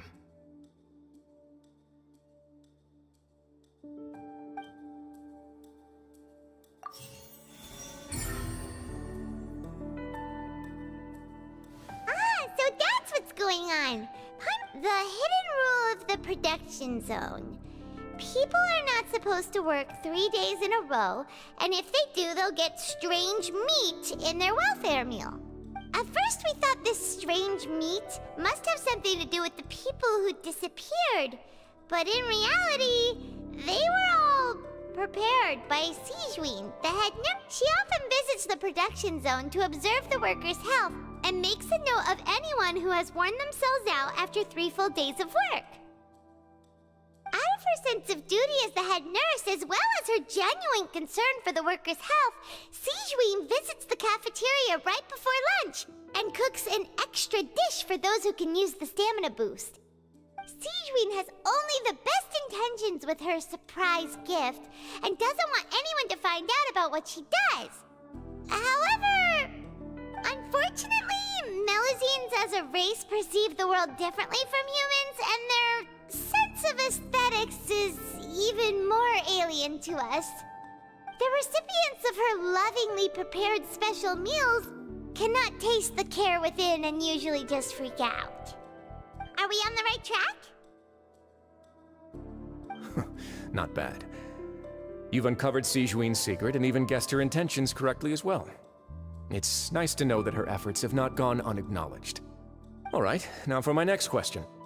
There are also some hidden rules in the Pancration ring, including the one that you're not allowed to support both sides of a fight. Why is that?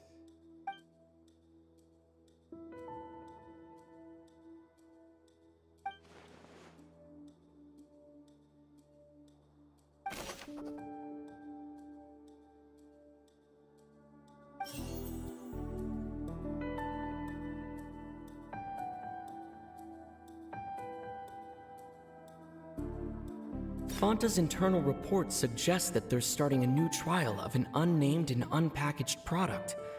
But the product has to undergo a trial because even Fonta's own employees have a lot... According to Collins, the Pancration tournament only took place because the Fonta company sponsored it. The company must want a return on their... The Fonta promoter has been struggling because he doesn't recognize the real value of coupons. Meanwhile, the Duke believes that only idiots who don't understand the value of coupons will spend them on Fonta.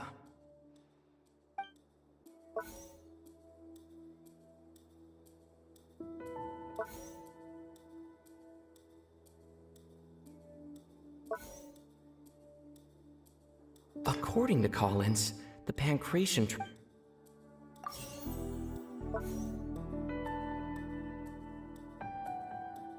The Fonta promoter has been struggling because he doesn't recognize the real value of coupons. Meanwhile, Fonta's internal report suggests that they're starting a new trial of it. The Fonta promoter has been struggling. Fonta's internal reports suggest that...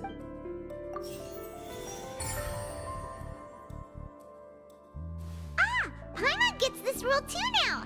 That hidden rule of the Pancration Ring is about how, people are not supposed to bet on both boxers at the same time. And if they do, they'll receive a package containing a strange, blood-colored liquid. People get scared when they see it because they've subconsciously begun to associate it with the missing boxer. But really, it's just a bottle of the latest yet-to-be-named and packaged new Fanta trial product. A blood-red drink. It's no wonder even Fanta's own staff were questioning the company's decision-making. The company, facing backlash from its own staff, decided to try to trial the product on a smaller scale, to see how it might be received by customers. They came to the Fortress of Meropide and offered to sponsor the Pancration tournament so they could push their new product. But the Duke completely refused to even entertain the idea. The Duke, knowing how valuable coupons are in the fortress, knew that only total idiots who didn't understand their true value would bother buying a Fanta product here. And so, only those who proved their stupidity by being dumb enough to bet on two opposing sides of the same match were selected to receive the drinks. I acknowledge the effort you've put into bringing the truth of this mystery to light. Although, based on your description, that Fanta promoter is a bit too careless with his words, I may just reconsider my collaboration with the company. All right, and here's the final question. What's the secret behind our head nurse and all of her patients in the infirmary? Stop your cruel and pointless games, Risley!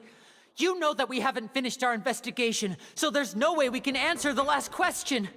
The thought of sparing... You'll pay for this! Ah! Lenny, are you alright? Oh, close one. I owe you, Sigewinne. That was a fantastic shot. It was nothing, Your Grace. Sigewinne? Though this gun may look like a toy, it's actually fully functional. Sigewinne... You... Not at all. I am merely a resident of the fortress, and thus protecting it is my duty. When Monsieur Nervulette asked me to come here, he told me that my job would be to take care of the well-being of everyone here. I am merely discharging my duties.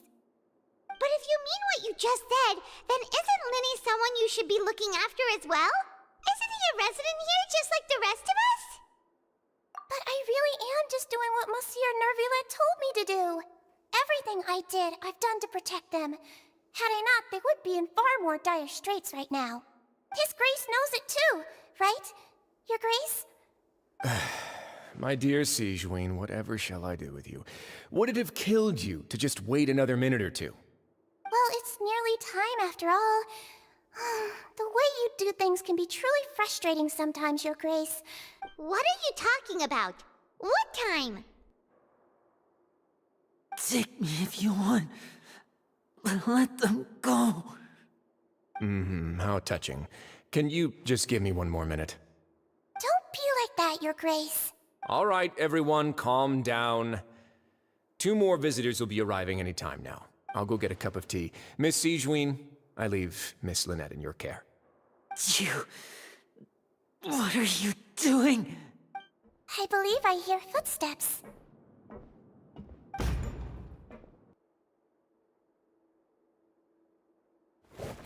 Some space, please. Ah, Miss Clarande. My door. Fremine... Fremine... What's going on? What is Clarande doing here? Work. I'm sorry about shooting you, Mr. Linny. The tranquilizing effect will begin to wear off soon. Please take it easy in the meantime, though. What happened to Fremine?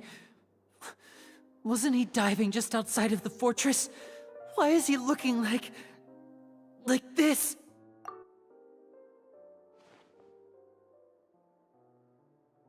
A flushed face, an accelerated pulse. He must have consumed primordial seawater. What did you say? Please, make some space. I'll need to give Mr. Fremine a more thorough checkup. Your Grace, I'll leave the rest to you. I'll talk to Clorand while you get Fremine to where he needs to be. Everything else can wait.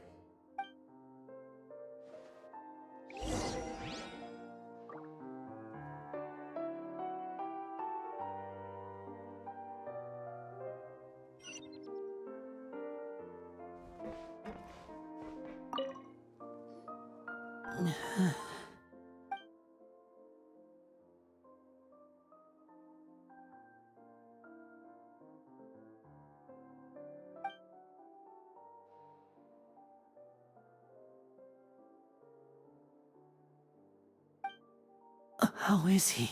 These symptoms are probably caused by an acute ingestion of a large amount of primordial seawater. Still, his condition is not critical. Of course, it would be best if he stayed for further observation. Let's leave him here for now, and move him to the infirmary once he's recovered a bit more. Sorry. I am aware that the infirmary may not be your favorite place in the world at the moment. We do only have a single clinic in the fortress, however. Why would he ingest a large amount of primordial seawater after leaving the fortress? How could that possibly happen? Please, look after Mr. Fremine for the moment. I'll go fetch some medicine and a respirator. Oh, I'll bring Miss Lynette back with me. Where is she? How is she right now? Oh, she just took a nap in an empty room after I tranquilized her. If my calculations are correct, she should also be waking up right around now. You might not believe me, but His Grace and I actually made some snacks and tea for her.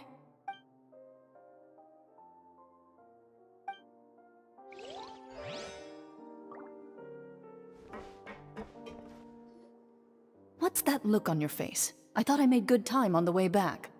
Oh, I'm just admiring your punctuality. Had you arrived just a few minutes later, Sigewinne may have been forced to shoot Mr. Linny again. How's the situation out there? The water has changed. It's pretty much as expected. The concentration of primordial seawater has increased significantly. I was only out there a short time, so it wasn't too bad. But if one were to stay for any significant amount of time... well, you can see how that boy's doing. Where was he when you found him? The abandoned zone at the end of the pipes. A good distance into the water.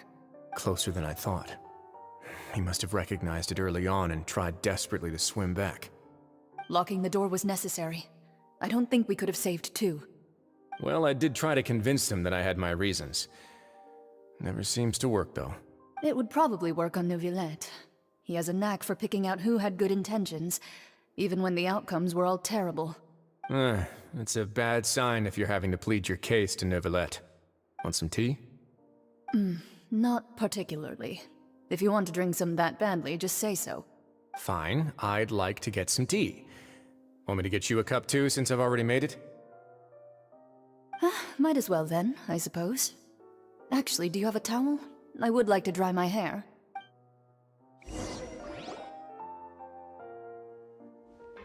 Linny, are you okay? I'll be fine. They're all here now. Don't... Are you sure? You don't look alright. My hands and feet are still a bit weak, but... that's probably just the residual effects of the tranquilizer shot. I'm back, everyone. Lenny! Oh, Traveler, Paimon, you're here too. Fremine? Is he... He'll be fine. But for now, please help me lift him up.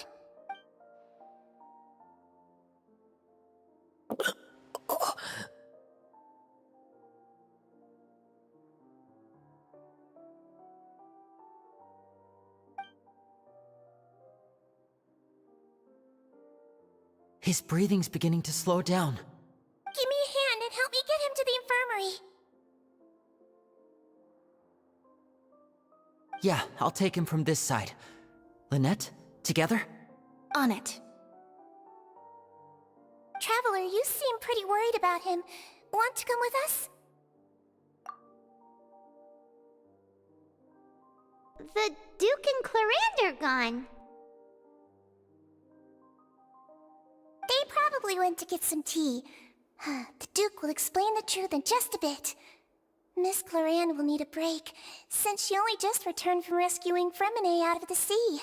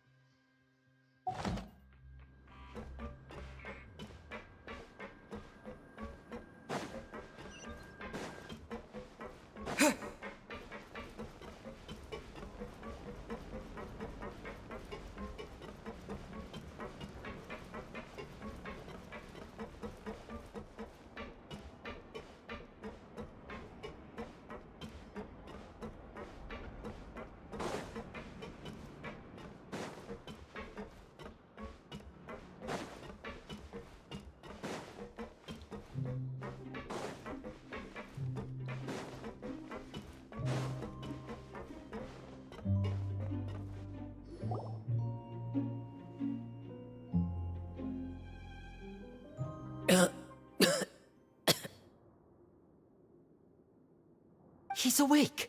Fremine, how do you feel? Lynette. We're all here. Where am I? The infirmary, at the Fortress of Meripede, Mr. Fremine, and you are no longer in any danger. How do you feel? Don't push yourself if you're not feeling up to it. Traveler. Paimon. It's been so long. The sea. There's something wrong with the seawater. Shh, it's okay. We can talk about it after you've recovered. No, listen to me. This is really serious. There's primordial seawater mixed into the regular seawater. I don't know why it's there, but no one should touch it. Pipes. Right, the pipes. It's all coming back to me now.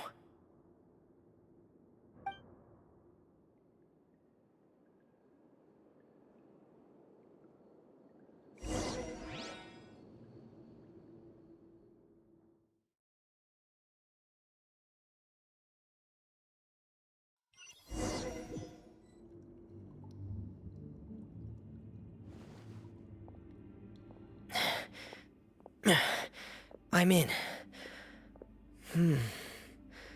Seems like this pipe hasn't been used in a long time.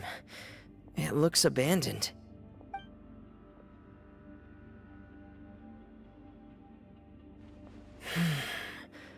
Where could Master Child be?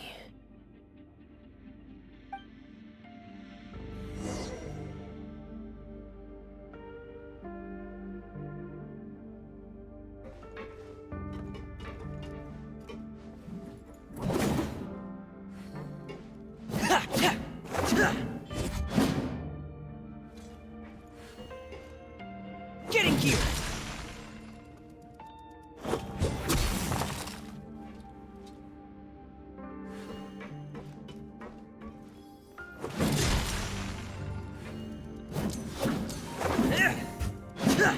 Frost is coming!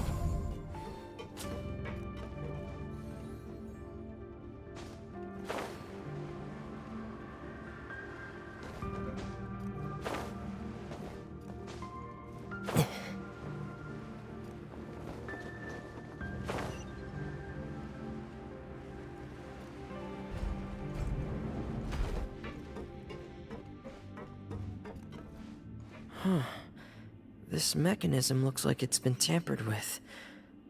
Could he have done it?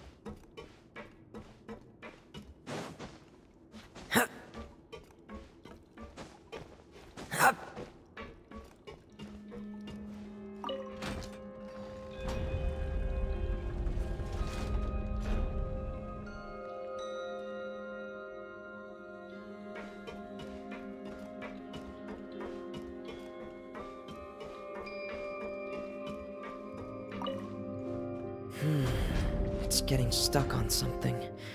Seems like I'll have to avoid those obstacles while I turn it.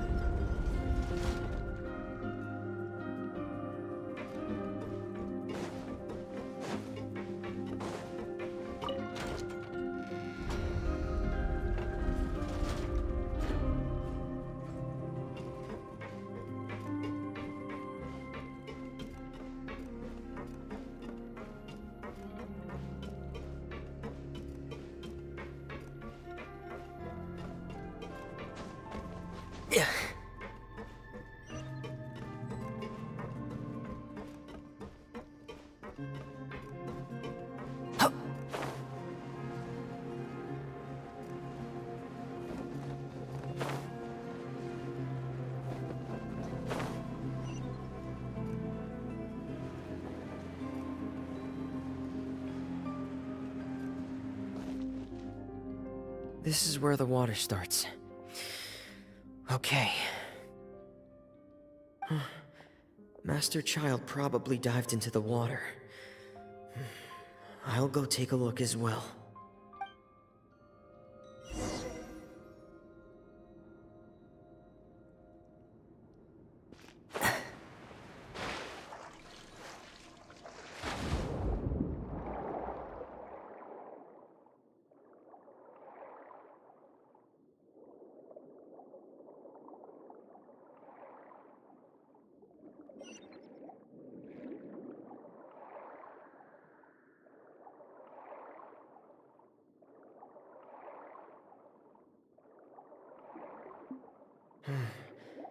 The vegetation here is a bit more sparse. These traces aren't natural. A person must have left them, and recently. I should be going in the right direction.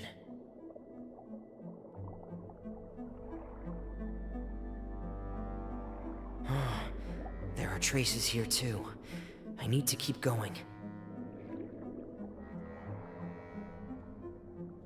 Huh? The traces are gone. But I don't see where he could have gone from here. Wait. What the?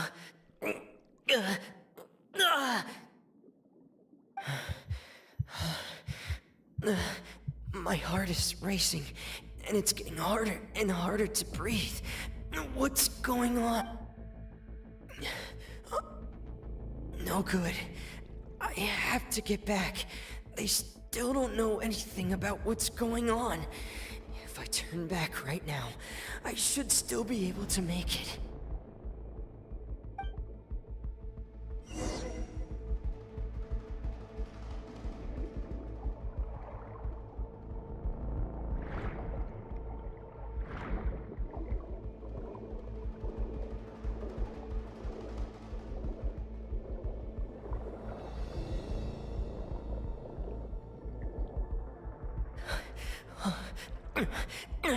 I can't die here.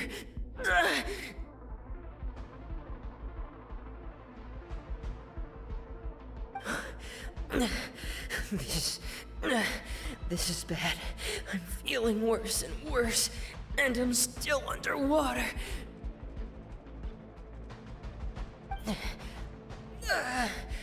I have to push on.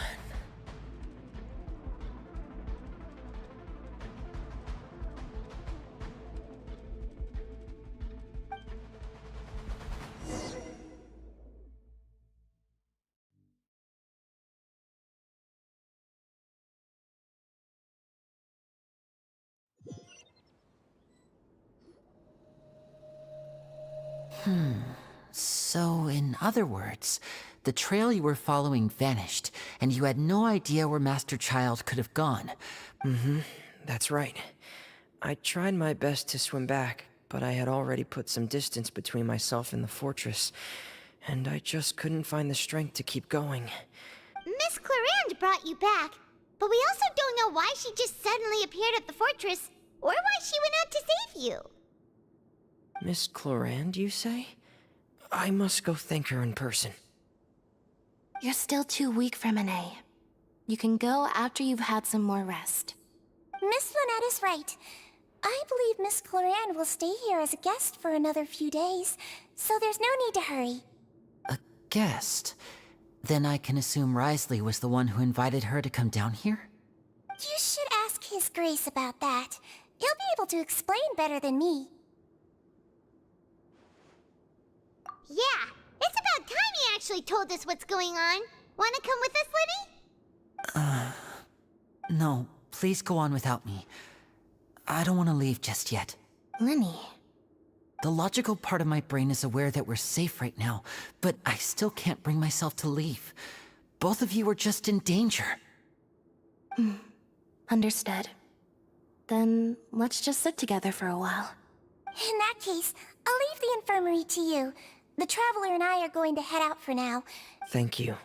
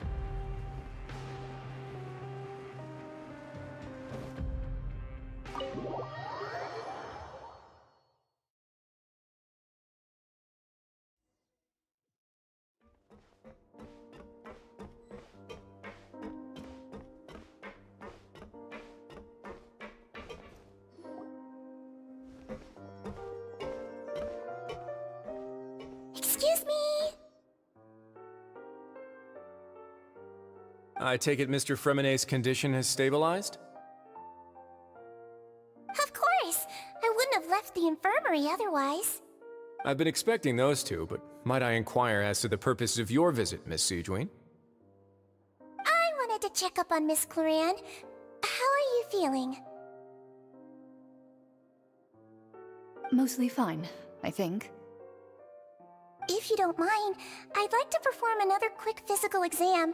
It'll just take a few minutes. All right. Thank you for looking out for me. I'll take my leave for now, then. Well, want to explain yourself, Risley? Of course, but I'm not partial to the word choice of explain. Where should I begin? How about you start by asking me any questions you have? You can start with whichever one you'd like to get answered the most. Then Paimon will begin. Did you know about Lenny's goals from the very beginning? No. I just knew they were Fatui operatives sent to the fortress by the Knave. As for their specific goals, I only figured those out as you made progress on your investigation. You managed to monitor and stay ahead of them even though you didn't know what they were trying to do? They came here with ulterior motives. I'm quite adept at discerning what that kind of behavior signals. Initially, I thought their goal was just to investigate Child's disappearance. Linny suggested that I had deliberately let him escape, but in truth, I didn't really do anything special to help or hinder him while he was here. Everything he did, from finding helpers to leaving this place, he did on his own. Of course, it's inevitable that the Knave would make a big deal out of her fellow Harbinger's unexplained disappearance. I'm also quite curious about where that Harbinger went, so I figured I might as well let the Fatui do their own investigative work. All I care. So you were hoping Lenny's group would just do your work for you! You make it sound like that's a bad thing. Unfortunately, things didn't go as planned. I assume that Fremenay has told you already, the ratio of primordial seawater around the fortress of Meripede is on the rise. The Forbidden Zone has always been Linny's target, and you got roped into that investigation after running into him. I began to intervene out of concern for your safety, and also to prevent the fortress from becoming entangled in more irksome matters. Are the rumors true? That you're also a former criminal? Now, why would you put it like that? Isn't staying here all day and serving as the manager of the fortress a kind of sentence unto itself? Another form of prison? Oh, right! Paimon wanted to ask, who invited Cloran down here? Me, of course. I paid her good mora to come down to the fortress for some field work. As a champion duelist, Miss Cloran could be considered to be an independent party. I needed to find an exceptionally capable person to help me get through the impending crisis. And saving Fremenay was part of that crisis? You can think of it like that, yes. Credit where credit is due, that boy is quite adept at diving. Had conditions not been as hostile as they were, he probably would have found the missing Harbinger already. That's not something you should be asking after. Neuvillette only asked you to investigate Child's whereabouts. All I need to prove to you is that the Forbidden Zone had nothing to do with the Harbinger's disappearance. That should be clear now that you've spoken to Fremenay. But we've already uncovered that there's something wrong with the infirmary, and we've answered a bunch of questions that you threw at us. Isn't it about time that you answer our last question in return? You make a compelling case. Do you really want to know the answer that badly? Yeah, Paimon really wants to know! Even if the truth may not be pleasant? Follow me.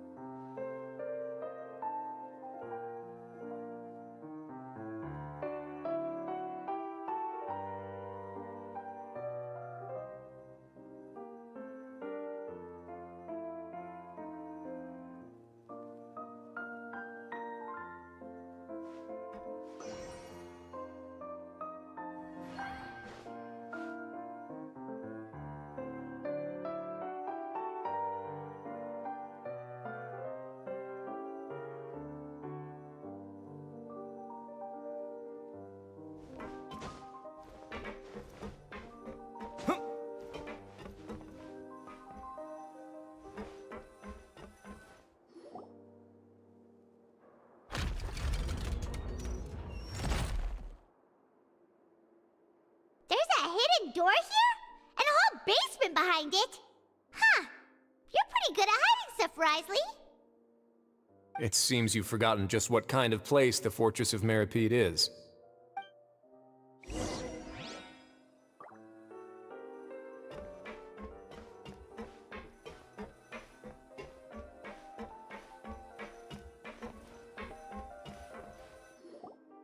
Stand on the central plate. Wait, is there a secret mechanism or... Whoa!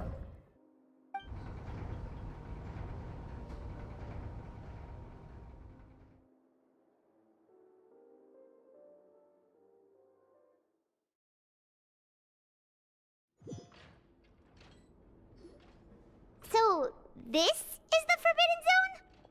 Honestly, for a place so well hidden, Paimon sure doesn't see anything special. What a huge door! There are 3 such isolation gates in total. Generally speaking, I'm the only one who's allowed to go inside. Hence the name Forbidden Zone. Am I correct to assume you're going to run on back and tell your little Fatui friends everything? Well, Paimon wasn't thinking of keeping anything from them. Well, I'd advise you wait until you've seen the whole truth of this place for yourself before deciding whether or not to tell them.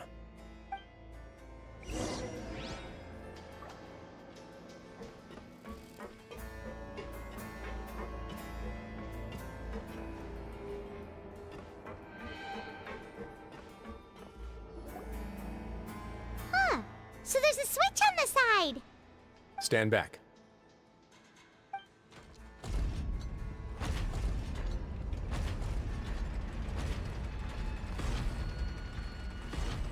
Whoa! They all just went up one by one! Go on, have a look.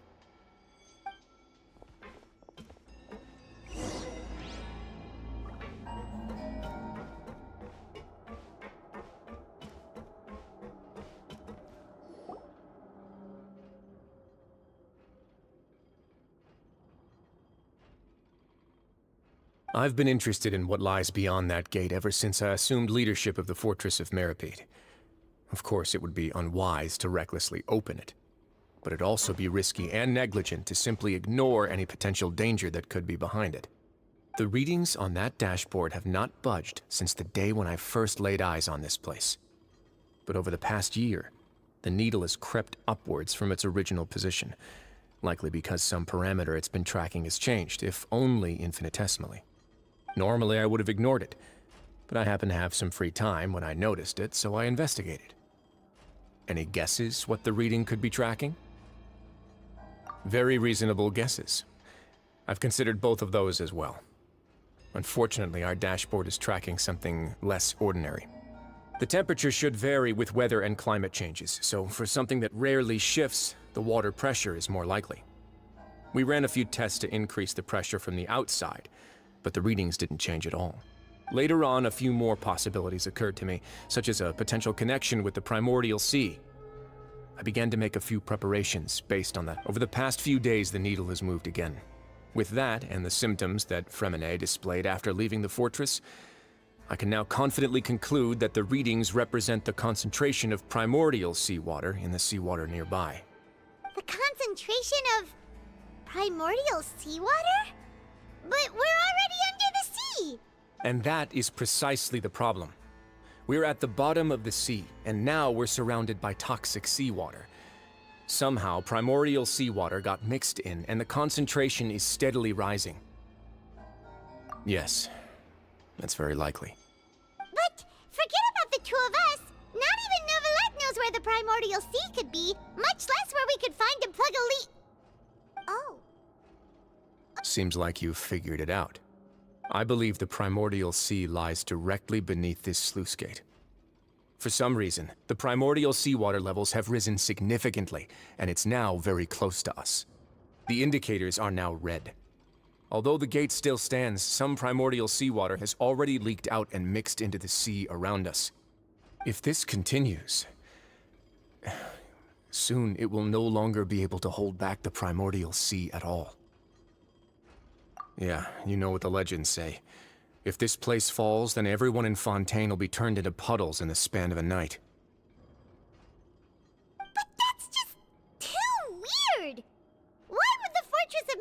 be built right above a sluice gate for the primordial sea! Your expression tells me you think this might be part of a vast, complicated conspiracy. To be honest, you might find the actual answer may be exceedingly boring. It's just that the secret of the Forbidden Zone had been long forgotten by the nation before I rediscovered it with my research. There's no single founder of the Fortress of Meripede in any traditional sense. What we know about its history has been left to us by the people who used to live here. When the previous Hydro Archon Egeria ruled the land, all convicted criminals from Fontaine were exiled. The people drove the criminals away like a wolf pack chasing away the banished. The criminals received no sympathy of any kind from the people. They were exiled to the desolate seaside, where they experienced only pain, struggle, and the bone-chilling cold. Some of them began to repent, and prayed to the Hydro Archon, asking if there was still anything they could do. The Hydro Archon took pity on them, and said, "You may go guard my secret, deep underneath the waves." And so, leaning on the power of the Hydro Archon, they gathered underneath the sea and began to build a fortress. They became a community down there in the deeps, and over the years helped it to grow. As the number of exiles increased, more and more people joined the community. When the first group of exiles died, they left the yet unfinished fortress to their successors. The Hydro Archon continued to lend her support, allowing the fortress and what it stood for to continue growing ever larger. Before long, this dark underwater fortress became the sinner's only home. And with that, the people here stopped referring to the fortress as a prison. They saw themselves as repenting sinners who would regain their freedom once they had sufficiently redeemed themselves. But as time went on, people also realized that the fortress was a lonely place.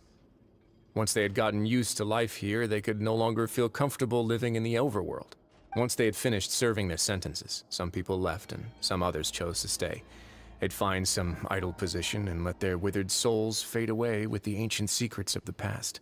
After many, many centuries, few people still remember the reason for the fortress's founding. Now they just see it as an integral pillar of Fontainian society, as the place where criminals deserve to be sent.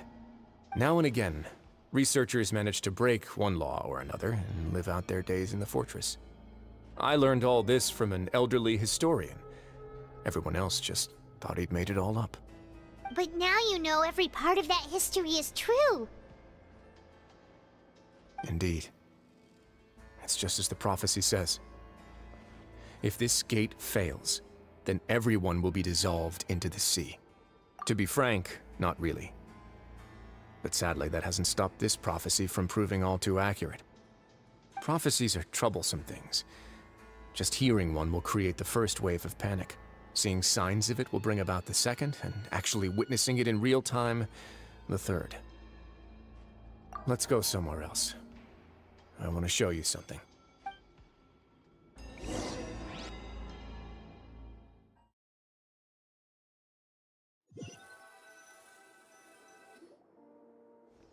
This is it. Your Grace, perfect timing. The results from our last round of experiments have... Wait, Jurier, he's not alone! Huh? Lorvine and Jurier? No need to panic, you two. I've already told them about our plan. What? After you warned us not to tell a single soul about any of this? I'm skeptical as well. Are you sure they are trustworthy? The results speak for themselves, don't they? These two may already know more than you could ever imagine. All right then, if Your Grace insists. They seem harmless enough, so I'll trust them for now. Well, how about some reintroductions? This is Jurier, one of the highest-ranked researchers from the Fontaine Research Institute. He used to work under Edwin. I trust that you've heard of Edwin? Good. Saves me a bit of time explaining. Edwin's main areas of research were archaeum and gravimeters.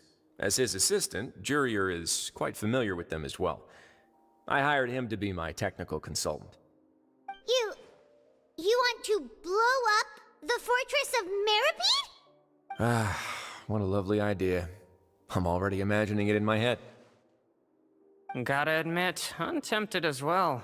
Guys, focus! Focus!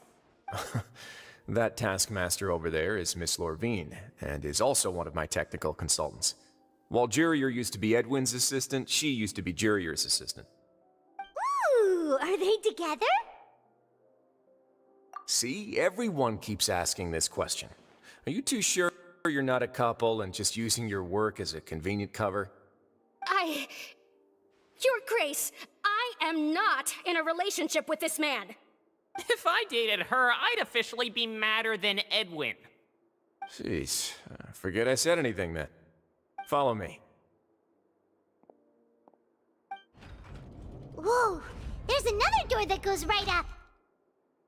Your constant amazement makes it seem like the fortress can do anything. But Paimon really thinks everything's super cool.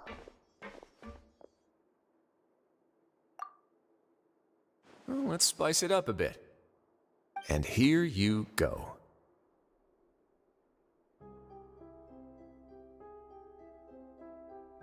What a huge ship! This is also a production zone that Paimon's never seen before. What's going on? How much do you know about Fontainian history? Not much at all. Well, then maybe you haven't heard the story of ancient Lemuria. To give you a quick rundown, Fontaine used to be ruled by the Lemurian dynasty. According to legend, the Lemurian king Remus came to this land after being inspired by divine revelation and found the seer Sibila, who had taken on the form of a golden bee. Taking the golden bee with him and riding on a huge ship, the Fortuna, he created his nation above the surging waves. He called his nation Lemuria and used the Fortuna to incessantly search for new tribes and islands, calling on them to join his empire. There's a ship in this story too?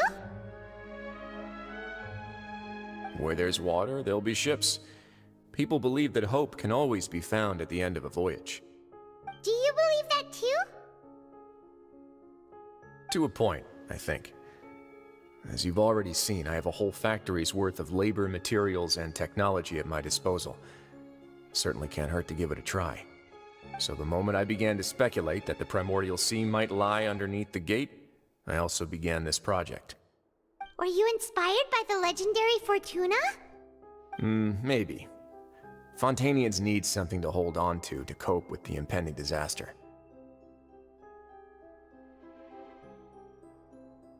Were the workers to find out the truth behind this ship, riots would destroy the fortress faster than any catastrophe. As the fortress's administrator, I'd never make such a reckless call. Alright, that's enough talking for now. I'll need another 3 cups of tea to soothe my throat. Do you have any other questions?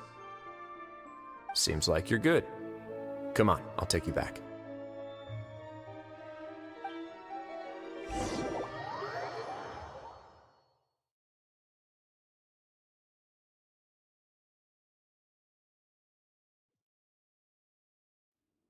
I'll leave you here for now. Oh, thank you so much. No worries. But don't forget, it's up to you whether or not you want to share what you just saw. What you do from here on out will likely affect those 3 as well.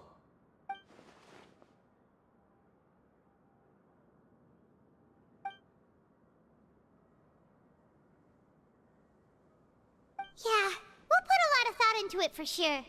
Great. I look forward to what happens next.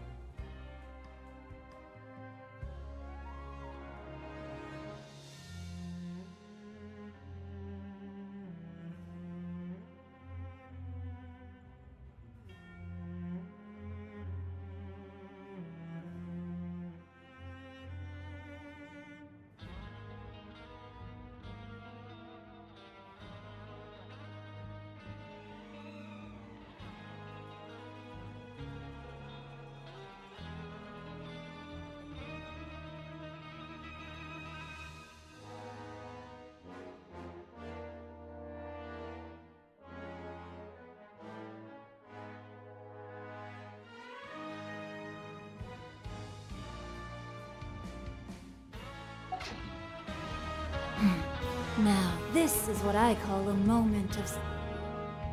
We're back! Welcome back. Do you want a cup of tea? How can you be so much like Risley, always drinking tea? Huh. Actually, now that you mention it, I just remembered something now. While I was sedated, I could still barely hear two people talking next to me. They were discussing everything, from the leaves to the water and even the teacups themselves. Must have been Risley and Sijwin. Yeah, I heard one male voice and one female, so it should have been the two of them. They really were just talking about brewing tea.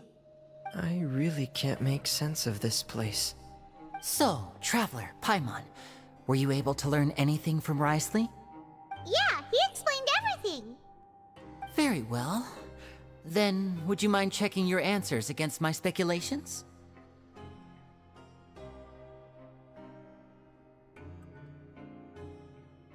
Yeah, I took the time to rest, so I'm feeling a lot more relaxed now.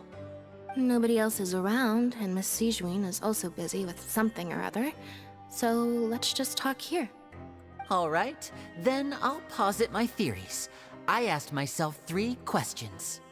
Firstly, why was Fremine affected by the primordial seawater? It was because he dove into the sea. My theory is, the long-lost primordial sea is probably very close to the fortress of Meripede.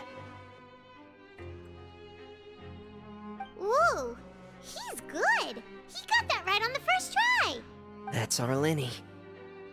Secondly, Risley's attitude changed dramatically during the course of our stay here. He ignored us completely at first, then suddenly roadblocked us. Why? I spent quite a long time thinking about this. If he has been monitoring the Fatui since the very beginning, he probably ignored us at first because he was hoping we could find Master Child for him. What's more, the Fortress of Meripede is not part of Fontaine's court system, nor does it report to Udex Nervulet. Risley is basically the king of a no-man's land. As long as the fortress doesn't do anything about Master Child's disappearance, Father can use it to pressure the Fontaine authorities.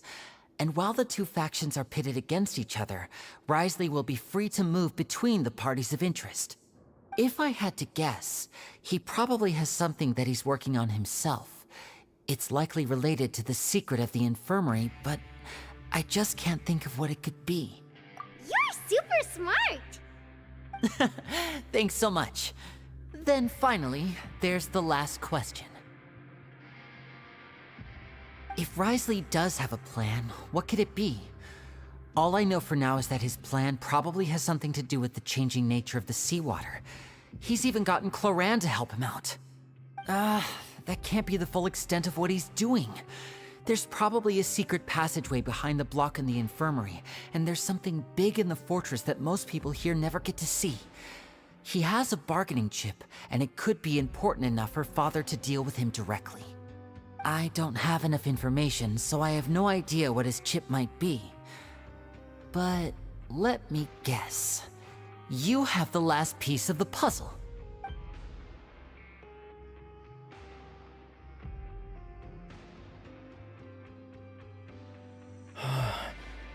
I can't believe it. The sea will engulf everyone. Just like the prophecy said. Could Risley have wanted to meet Father to figure out a way to deal with this crisis? If you remember, I once mentioned that Father sees the House of the Hearth as her base of operations, and she truly wants to resolve the crisis. But how could Risley have known that? Or perhaps he didn't know, and just wanted to bring Father over to his side? Which could be why he said he just wanted to negotiate. Yeah, that makes sense to me. I understand your concerns as well, Traveler. I'll figure out a way to pass this on to our father. No matter what, we're on your side. The two of you have already aided us far too much. We probably wouldn't be standing here right now if not for you. If you ever need anything else going forward, please come to the House of the Hearth at any time. Though you may not share the sentiment, after all that we've gone through together, the three of us basically see you as family now. You have my gratitude. Thank you for protecting Linny when it really mattered. And thank you for sharing the secrets of the fortress with us. We didn't think you were going to do it. Why are you being so formal all of a sudden?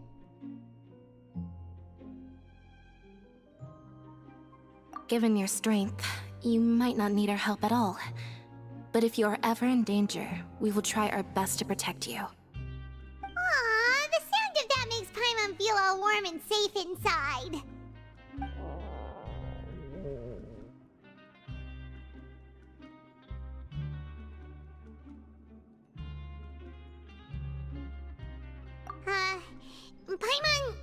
Paimon's hungry. Oh, you've done so much already. Go get some food. Alright, then we'll catch you guys another time.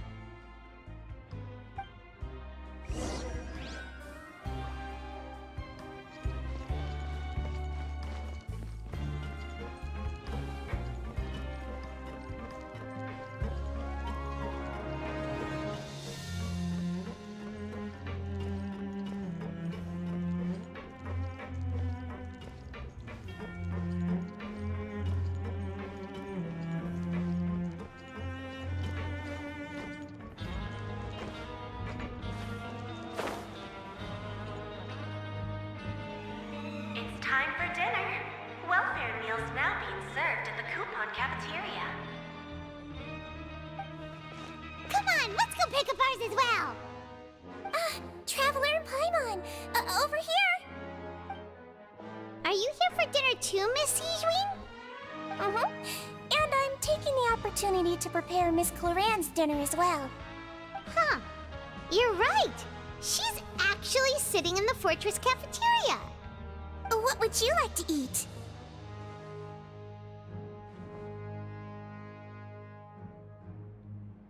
Yep, you can. I've already talked to our chef, Mr. Wolsey. It's all on me today, so you can get whatever you'd like. Me too! Don't forget Paimon! No problem.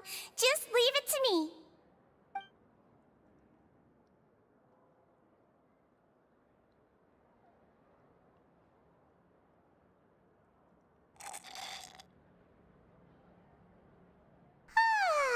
So delicious.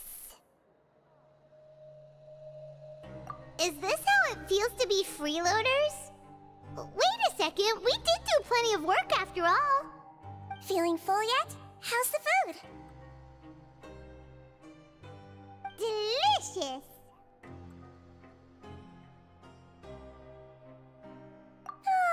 I'm so glad to see you all so happy. Oh, see, the expression on your face just now? The muscle here just moved, which suggests that you're feeling quite relaxed at the moment. Sijwin, do you do this to help your patients or to better understand human beings? A bit of both, I suppose. I'm a Melazine, which means I'm very different from human beings. I must know what you're thinking if I want to take good care of you. You're really good at taking care of people. Even though you're so short, you still talk and act like an older sister. Really? You're reminded of an older sister? That's great to hear.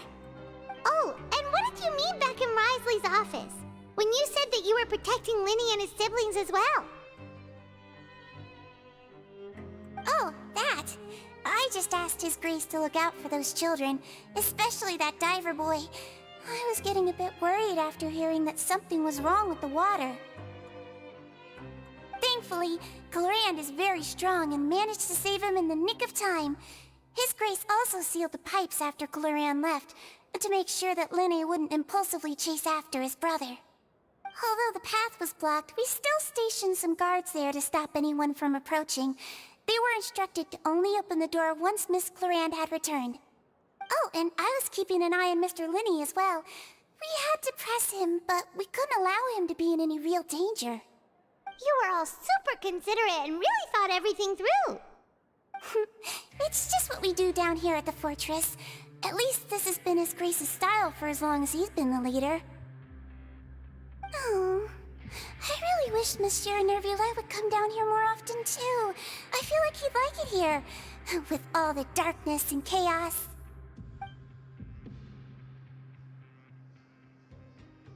Get a good night's rest, you two.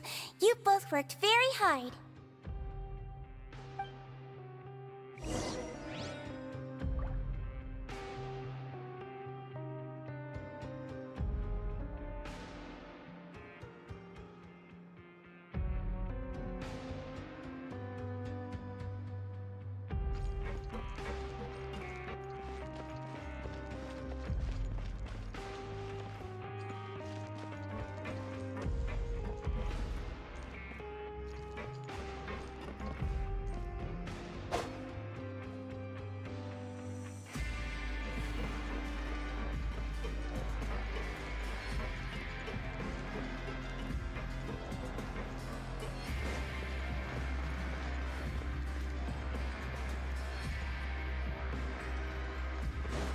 Body and mind.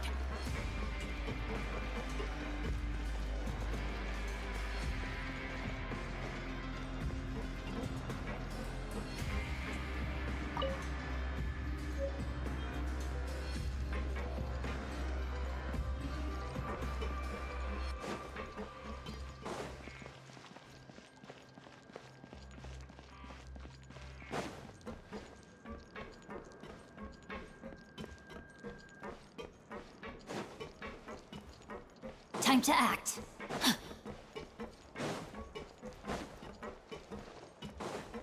Body and mind.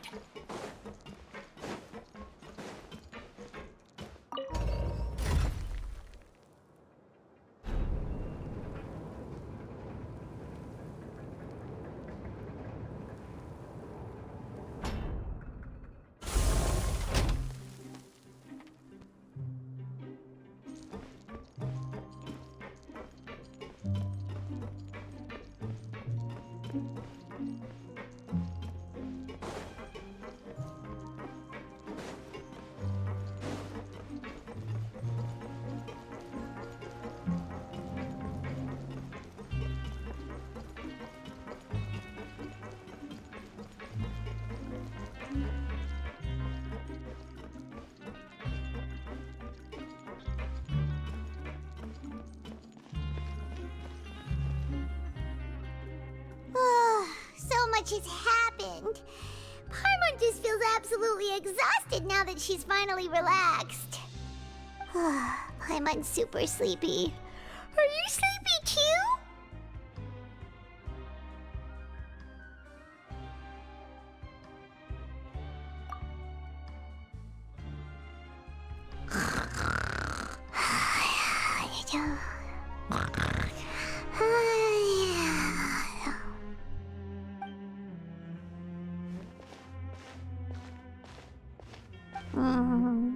Delicious. Paimon wants seconds for free.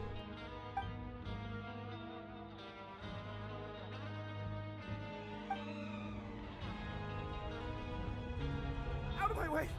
Get out of my way! What happened? Why is everyone running? No idea, but something must have happened. Stop asking! Who's yelling? Paimon still wants to sleep.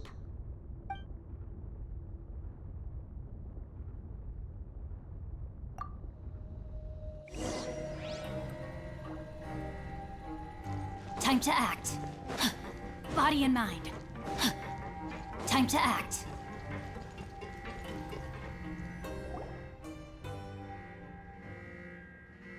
What happened? Why is everyone running around? Hey! What are you doing? No time to explain, mate. Goodbye! Hey, wait! What's wrong with these people? They won't even talk to us. They're here! Yeah! There you are! Oh, thank goodness! Quisto and Laveroon, do you know what happened here? We came here especially to inform you. Something seems to have gone terribly wrong just now. Laveroon was saying you two are new here and you don't have many friends, so you might slip through the cracks. Haven't you heard all the stories like that? An evacuation is successfully completed. You... Wait, weren't you the one who brought that up? Why is it suddenly my idea? Hey, shut up! Okay, whatever. The point is, you should come with us. Yeah, he said to get as far away as possible. Upwards? Oh no, it can't be that thing! Whoa, wait, what? What? Hey, where are you going? We have to go find the Duke! You two just go and get out! Go on without us! Hey, hey! Be careful! Attention! Please evacuate upwards and outwards, upwards and outwards. If you're already at the topmost layer, then try to move as far outwards as possible.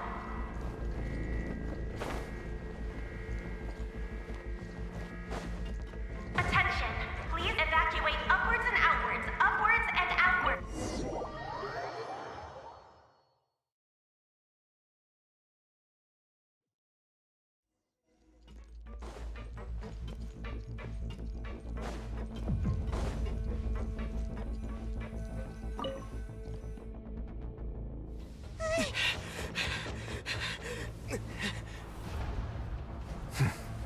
They're here. Just like I said. We have it!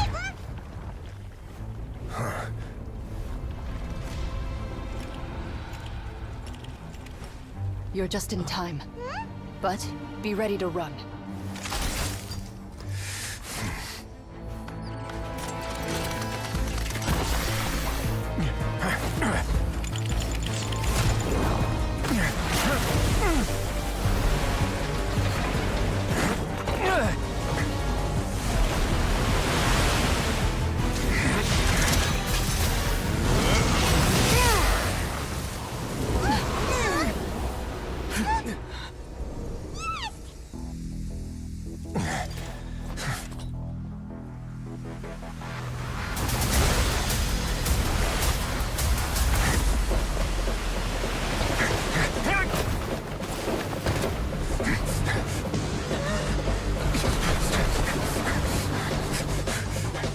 Three, two, one.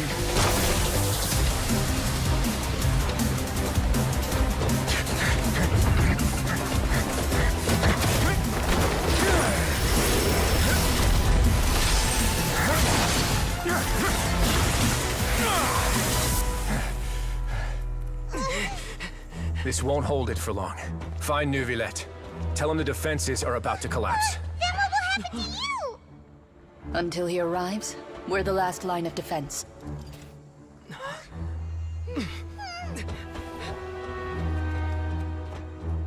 The gate. How long do you think it'll hold? That depends on us.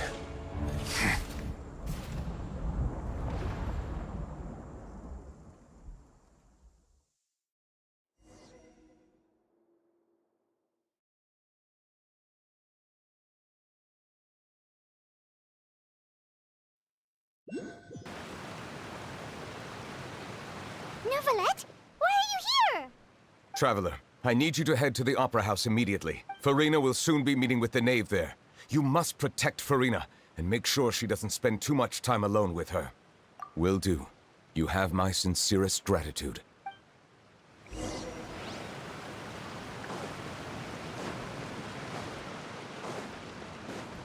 Body and mind.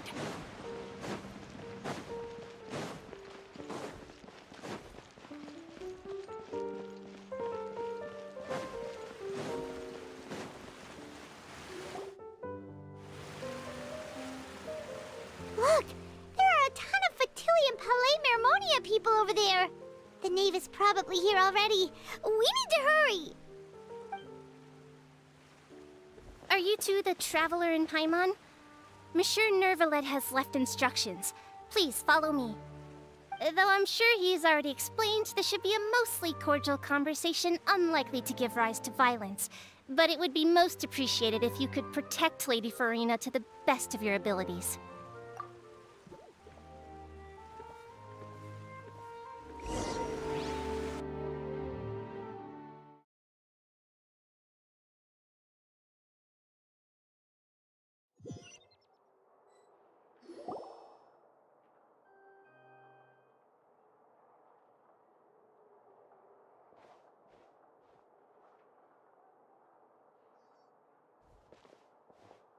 Oh, so you two are the honored guests Miss Farina mentioned. Of course, of course. How could they not attend a meeting such as this? I must always have 2 or more guests at my dessert table. Otherwise, the occasion would be too lonely and unbecoming of my station. It is my pleasure to make your acquaintance, traveler. I have heard much of your accomplishments. I am the Knave, one of the 11 Fatui Harbingers.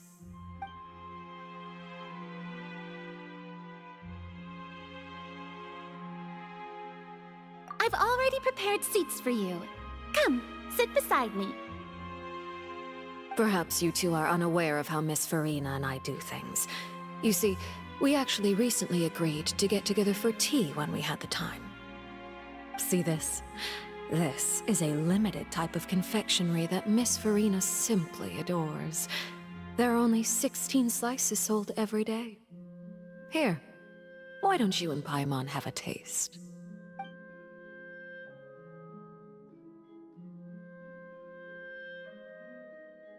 Traveler, what do you think of this cake? That's good to hear. So what Child said was on the mark after all. You do share a taste in desserts with Farina and I.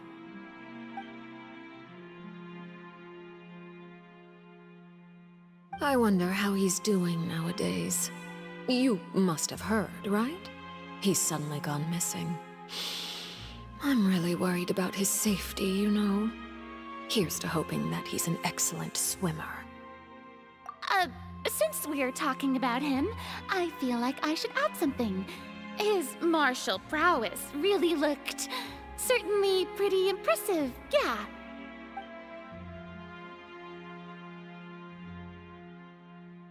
Oh, so you're also familiar with his aptitude for fighting, Miss Farina. Oh, right. I almost forgot. Child was subdued by Udex Nuvillette right in front of you. Against ordinary people, my colleague would never be on the back foot. But alas, he just never imagined he'd run into such a person.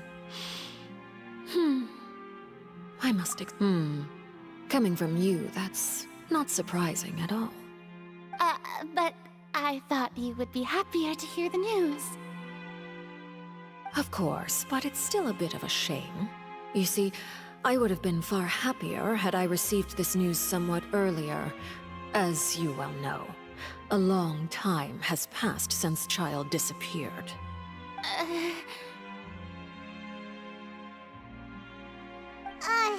Well, in any case, there's no need to worry. We know for sure that Child is still alive. Oh, and just how do you know that? Because we found evidence that proved he left the Fortress of Mirapede. And where did he go after leaving the fortress? Well... The Fortress of Mirapede lies deep beneath the waves. Unless he pranced right out of the main gate, he must have had to swim for it. Do you have any proof that he surfaced safely?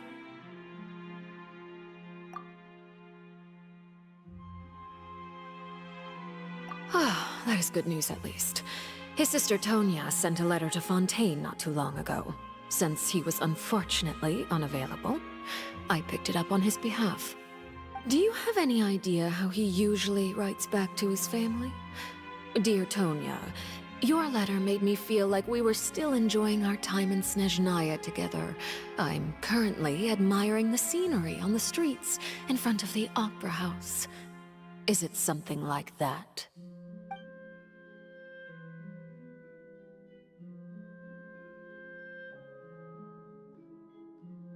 All letters tend to follow the same few formats anyway, right?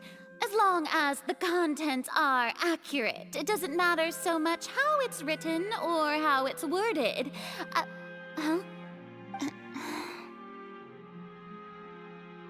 Hold on. The water in the teacup is shaking. I suppose this is also a sign of things to come, Miss Farina. Huh? I don't quite understand what you're trying to say. Have we entered into the next stage of the prophecy?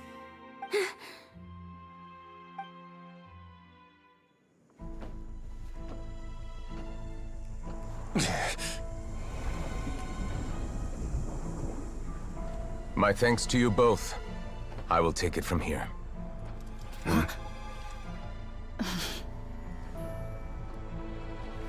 Sure you don't need a hand?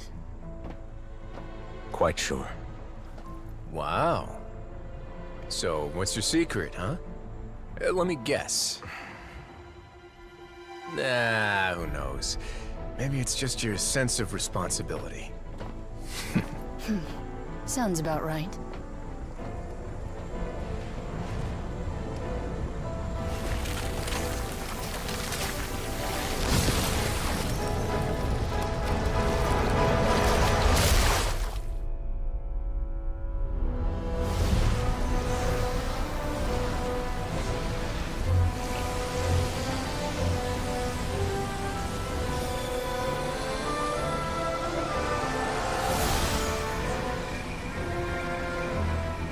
Day may come when the prophecy is fulfilled, and the waters burst forth. But it is not this day! This ancient power could easily obliterate an entire race.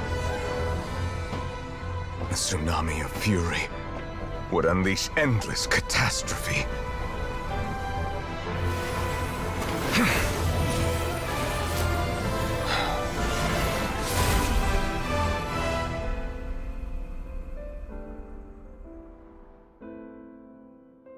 This sentence is too severe. Forgive me for overruling it.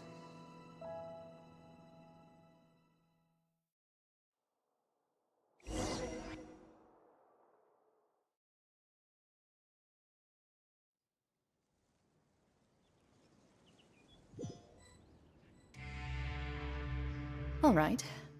Seems like the problem inside has been suppressed. Let me guess, we're safe for now. Indeed. But only for now. I win this bet. You owe me a present. Very well. It was indeed just as you said. You made a bet? We made a bet on the size of your entourage. Cloran thought you wouldn't come down by yourself.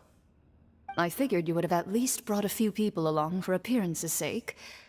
It appears I underestimated just how confidential the mission was. Shouldn't you have gotten used to confidential missions by now? That's just how the courts operate. So what gift must the loser give? Tea? He already has tons of tea in his office. I'm thinking about a set of legal codices. That wouldn't happen to be a dig at my lack of legal awareness, would it? Well, I'm sure His Grace doesn't consider the fortress to be outside the law. I was under the impression the residents of a place like this would be uninterested in the legal codices. That was obviously a joke.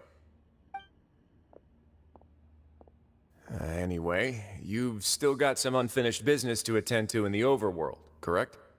No need to stay here if you have a pressing matter. We all know you can't leave Palais Mermonia for long. Thank you. I hope everything went smoothly with the Fatui Harbinger.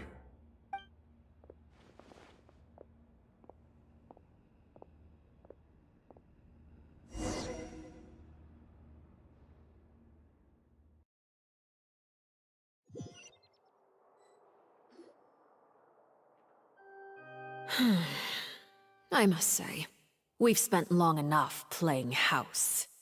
Miss Farina, as the Hydro Archon, I am sure you understand the exact meaning of the phenomenon we just witnessed.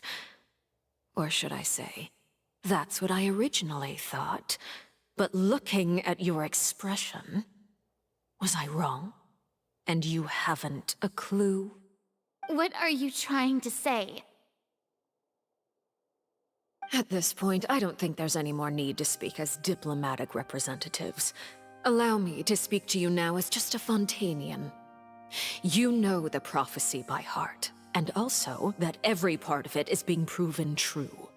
Yet, here you are relaxing, drinking tea, and eating desserts as if it's all nothing more than a few stray bugs in your garden. Do you really think that's acceptable? The prophecy's hanging above our necks like a guillotine. Every faction is looking for a way to either avert the disaster or save their own. Even the orphans of the House of the Hearth have devoted everything to saving their homeland. But you? It beggars belief just how nonchalant and carefree you have been. From the very beginning, you, the god Focalor, you have utterly failed to take action. You're wrong. I've never ignored the prophecy, nor have I just been passing the time in self-indulgence. Retract your accusation and stop doubting the wisdom of the gods with such absurd conjectures! I am not alone in my doubts, you know. All the children of Fontaine may be harboring the exact same thoughts right now. Oh, great Hydro Archon. How are you going to save them? Save us? How are the people you've sworn to protect supposed to survive in a land that will soon disappear beneath the waves? I have my ways, and I've been working on them for all this time. Even if you look down upon me, you have no right to judge me. Fontaine will be saved. Even if I still cannot see the true future right now, as long as I continue on as I am, I will be able to hold my head up high!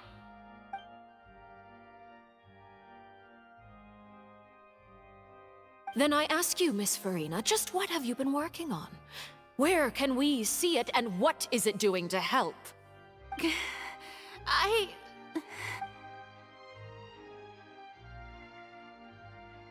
My machinations are just like the prophecy itself.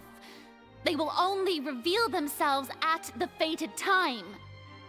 I see. As a god, the proof of your labor always lies beyond prying mortal eyes. Allow me to be so bold as to ask another way. Would it be possible for you to tell us the parts of your plan that are not confidential? Such as your emergency response plan for the impending disaster? An emergency response plan? Oh, that look in your eyes. Have you not even prepared one of those? The emergency response plan is also strictly confidential. Then allow me to jog your memory. Miss Farina, what is the purpose of your Oratrice Mécanique d'Analyse Cardinal? And what do you plan to do with the massive amounts of indemnitium that has accumulated over the years? The Oratrice? It's just like it appears to be. So you also have no idea. If I'm not mistaken, someone's using it to prepare for something. But unfortunately, it would seem that someone is not you, Miss Farina. I first caught wind of this when Linny tried to investigate the Oratrice in the Opera House. You see, even just getting close to the core contaminated him with an extremely large amount of indemnitium. But even if that had nothing to do with you, then what could you possibly be working on, oh great Hydro Archon? Oh, right. I almost forgot. Udex Nouvillette is not at the tea party with us today. Miss Farina, I suppose you must have ordered him away to take care of some troublesome business. Yes, that's exactly right. Please keep it a secret for me. Of course I will. Although, I must say, Miss Farina, you seem quite insecure without the Udex by your side. Oh, very well. Let's stop that conversation here. There are still a few slices of cake left, so please, help yourselves, everyone.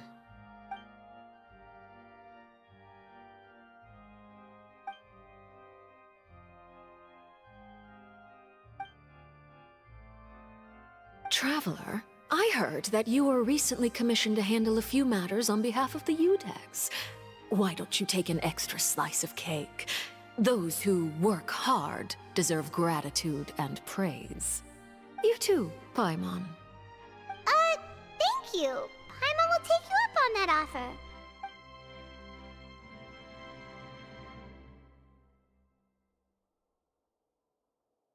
Oh, Paimon's super full. That cake was great. If fits on my tea table, it must be of the highest quality. Yes, and we must thank the knave for bringing these over as well. You're welcome. I'm sure the cake also felt greatly honored to be featured at Miss Farina's table. And I was merely catering to Miss Farina's tastes, seeking a chance to chat over tea. It is getting late. Why don't we call it a day? There are still a few matters that I need to take care of, so I must take my leave now.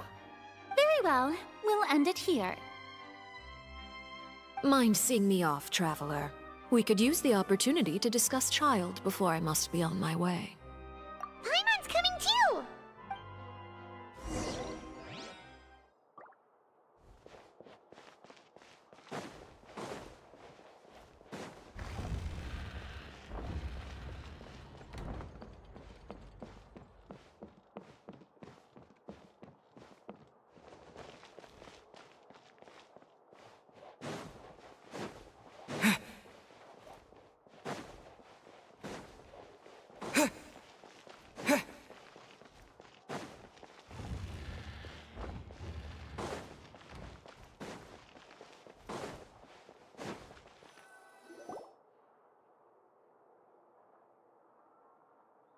I'm glad that you were willing to come with me. Of course, Child was just an excuse. I have no interest in your dealings with him. That's what Paimon thought! You lent your aid to the children of the House of the Hearth. As their father, I would like to express my gratitude. Do I look like an irresponsible father to you? The House of the Hearth is very important to me. You should know that I care deeply about my children. That was all. Formal topics should be discussed in formal settings, and informal topics in informal settings. I know you just returned from the fortress of Meripede. Relax. I have no intention of trying to get anything out of you. Linny, Lynette, and Fremine are still there, and I trust their judgment and abilities. They've all been working very hard and have always done all they can to fight back against anyone who tried to stop them, especially Linny. You mean Wriothesley. He's a tricky one to deal with. It's unfortunate that Linny's so eager to prove himself that he can't learn to rely on others, including me. By the way, and you can just consider this a bit of idle gossip, but what's your impression of Farina? You are outside of our disputes, and the freest person in all of Fontaine, able to move around most easily. Allow me to share my perspective with you. And that's everything that happened during the trial. Master Child was declared guilty and immediately transported to the Fortress of Meripede. Didn't he say he was coming here on vacation? Does he not feel an ounce of shame for all the trouble he has caused?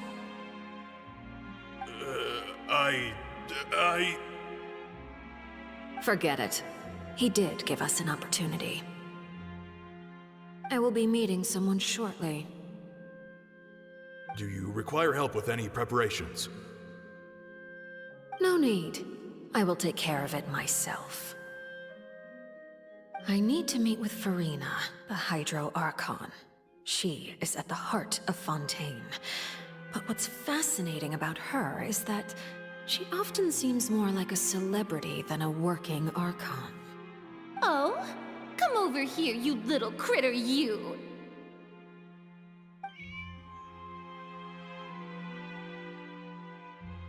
You dare to run from me? Stop right this instant! My goal is just to discover the location of the Gnosis. But I didn't expect the chance to approach Farina to be handed to me on a silver platter. This is so easy, it's actually making me a bit suspicious. Anything left unguarded is usually just bait. But no one will blame someone for taking the bait. After all, from the moment it was attached to the hook, the bait is meant to be sacrificed. It's just as I guessed in the second before I struck. The Hydrognosis is not currently held by the Archon. In fact, This Archon doesn't seem like a god at all. And I sense that she's under some kind of curse. Who are you? And what are you trying to do? Please don't kill me. I'm begging you, please. The fear in her pupils is genuine, so perhaps she's not bait after all. Either way, targeting her has lost all meaning. I left the scene with ease. Nobody came looking for me, and nobody could serve as a witness to my near assassination of Focalor. I suspect even Farina dares not mention this incident to anyone. Not long after, my informants confirmed what I had guessed. After returning to her quarters, Farina quietly cried alone. She was so scared that she could not sleep that night, nor could she even bring herself to eat her cake. There's no doubt that there's something wrong with her. I began to entertain the possibility that she is not the true Hydro Archon. Perhaps Iudex Neuvillette is actually the genuine article. I have to find the Gnosis. If the Neuvillette hypothesis is correct, he is probably in possession of it. Alternatively, it might have been hidden in a place that's hard for ordinary people to access. Yes, Father. My dear children, please speak. News from the fortress of Meripede. Master Child has gone missing. On top of that, the contacts and guards we bribed at the fortress have all gone quiet as well. Probably the handiwork of that Ridesley. I'm afraid so. This is a good opportunity. The value of a Harbinger is much higher than most would imagine. We now have an excuse to exert diplomatic pressure on the Fontaine authorities. Set up a meeting for me. I would like to meet the Hydro Archon and Iudex Neuvillette. Oh, and I have an additional mission for you three. Yes, Father. Tartaglia's disappearance was not a part of my plan, but I can use it to make a breakthrough. With this as my excuse, I can ask for an official audience and continue my investigation of Farina and Iudex Neuvillette. The initiative belongs to the House of the Hearth. My wish to investigate the fortress of Meripede will be a front.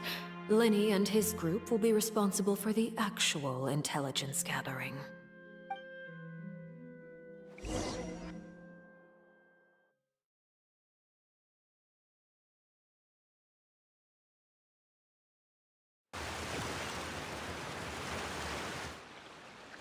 You should know the rest.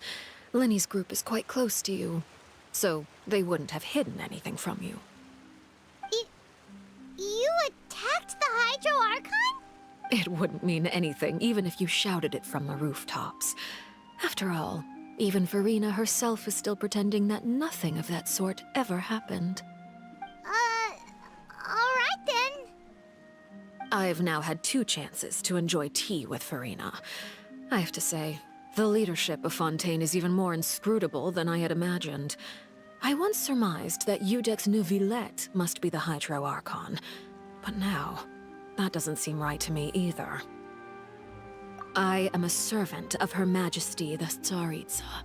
Over my years of service, I've learned how a real Archon conducts and carries themselves. Whether Iudex Neuvillette or Farina, neither fits the bill. It's hard to imagine either of them as the Archon. Of course, that is all just how I feel. Gut feelings often do not require justification. It is, however, quite amusing to me that after all my years working in intelligence gathering, I've come to realize I am at a complete loss regarding the identity of the god of the land of my birth. Don't you think Fontaine is quite intriguing? A catastrophe looms, yet many secrets have yet to rise to the surface. It looks like Fontainians will have no choice but to save themselves. Ultimately, though, one must survive in order to do anything else. Should the need arise, I would be happy to cooperate with you. You don't need to commit to anything right now, of course. I have a feeling that the situation will continue to evolve, And as your name is often connected with noble deeds, I'm sure we will work together someday. He certainly returned quickly.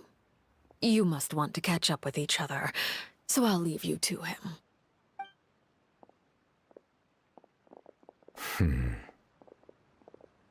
Neuvillette, is it over? For now, yes.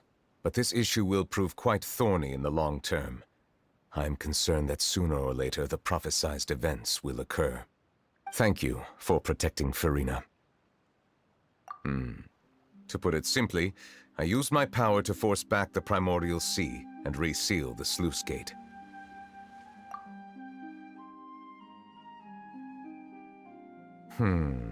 So as expected, the knave has turned up the pressure on Furina. She's trying to feel her out, though I'm still unsure as to her motives. Permission granted.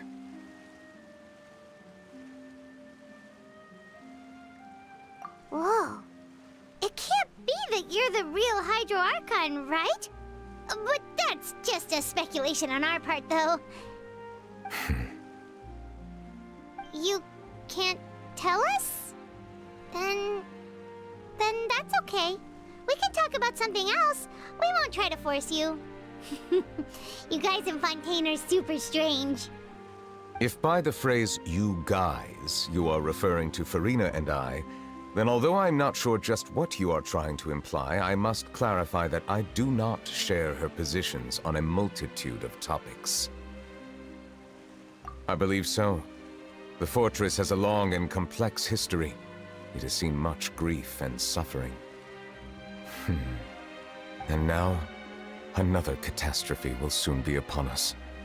I mourn this turn of events. Huh? Why is it raining all of a sudden?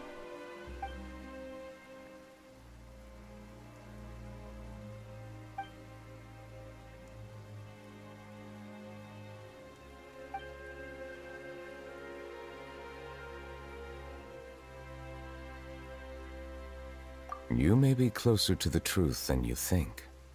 Oh? And what are you thinking? The dragon of... huh? Please do not be so surprised. Furina? Neuvillette, are you listening? My apologies. We were just guessing randomly. We didn't guess right, did we? You're not actually the dragon sovereign of water, right? Well, if you don't want to confirm or deny... You guessed correctly. I sincerely hope you'll be able to keep this a secret for me. Right, of course. We'll definitely help you keep it a secret. There's still something Paimon wants to ask you, though. Please, go ahead. Well, if you are the dragon sovereign of water, and you were able to force back the primordial sea from the fortress, then since Fontaine's prophecy is all about seawater, couldn't you just use your power to solve the crisis? None of the currently living dragon sovereigns in the world, myself included, possess our full dragonhood. They say that when the first usurper arrived on Tivat, they seized a part of the dragon's power. Today, that stolen power is the basis of the Archon's authorities. There are 7 elemental Archons and 7 matching dragon sovereigns. The dragon sovereign of water who lived through that era perished a long time ago. As their successor, I know far less of that part of our ancient history. In any case, I believe I will not be able to do much unless the Archon disappears and returns their elemental authority to me. Given the status quo, however, I would recommend finding another way to deal with the prophecy. Oh, so even you can't solve it. I still have some urgent matters to attend to at my office.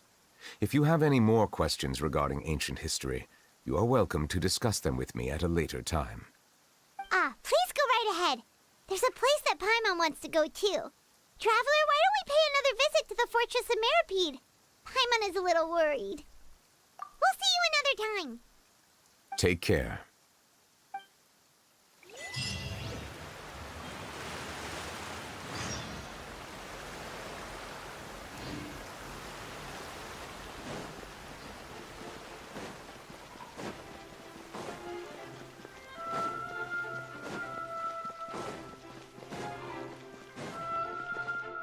Good. The rain has stopped.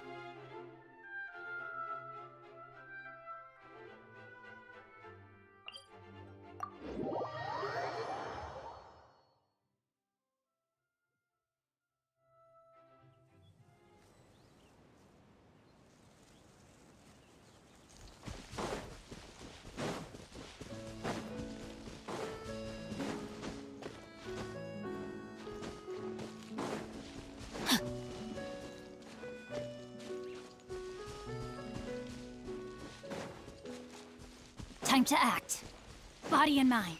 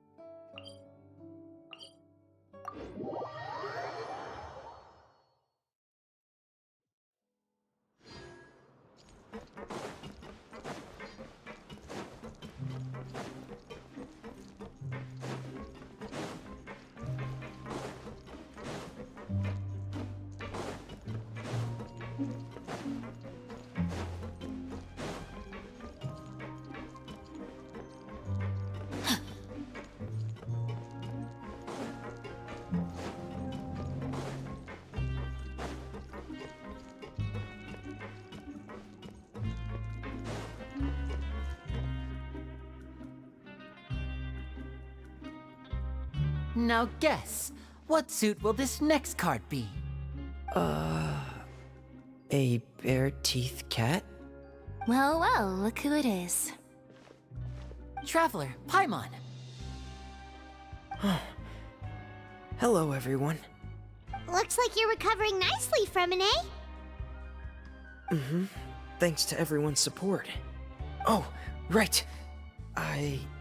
I managed to work up the courage to thank Miss Clorant in person. Whoa, how did she react? She told me that it was nothing. It was as if saving a life wasn't a big deal to her at all. She also told me not to worry about it. She didn't want to stress you out, that's all. She's right, and it's best not to dwell on it. Yeah. Okay, but check this out. We went back to the Opera House and we met the knave. You met Father? Did she say anything to you? She said a few things that were, a bit hard to understand. And also that she's looking forward to working with us in the future. Her attitude towards you is even better than what we'd imagined. That's fantastic. You should believe her. She has her own way of doing things, and she'll do everything in her power to help those she considers close, which now might also include you. Mm-hmm. Father is very capable, and also trustworthy. Oh, Paimon just remembered that she thought Linny was a bit too proud as well. She said that you should learn how to rely on others sometimes. Got it. That does sound like something that father would say. Hey! Are you going to stay here for the next few days? Looks like it, yeah. Excellent. I will host a tea party. For real? Then Paimon wants another serving of cake. Another implies that you were already served some delicious cake while you were up there. How lovely. Well, next time, you're going to have tea and snacks with us.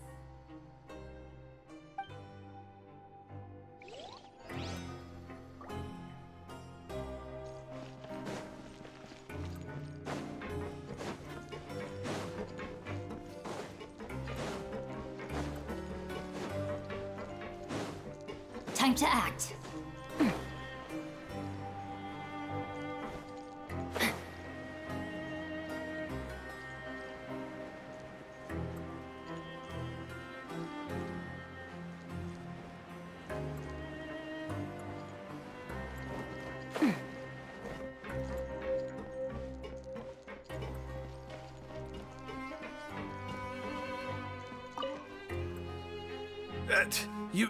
You guys are back? Crystal! Macaroon! You guys didn't get caught and thrown back down here, right? Huh? No, not at all. And here I thought you'd managed to escape from jail during all the commotion.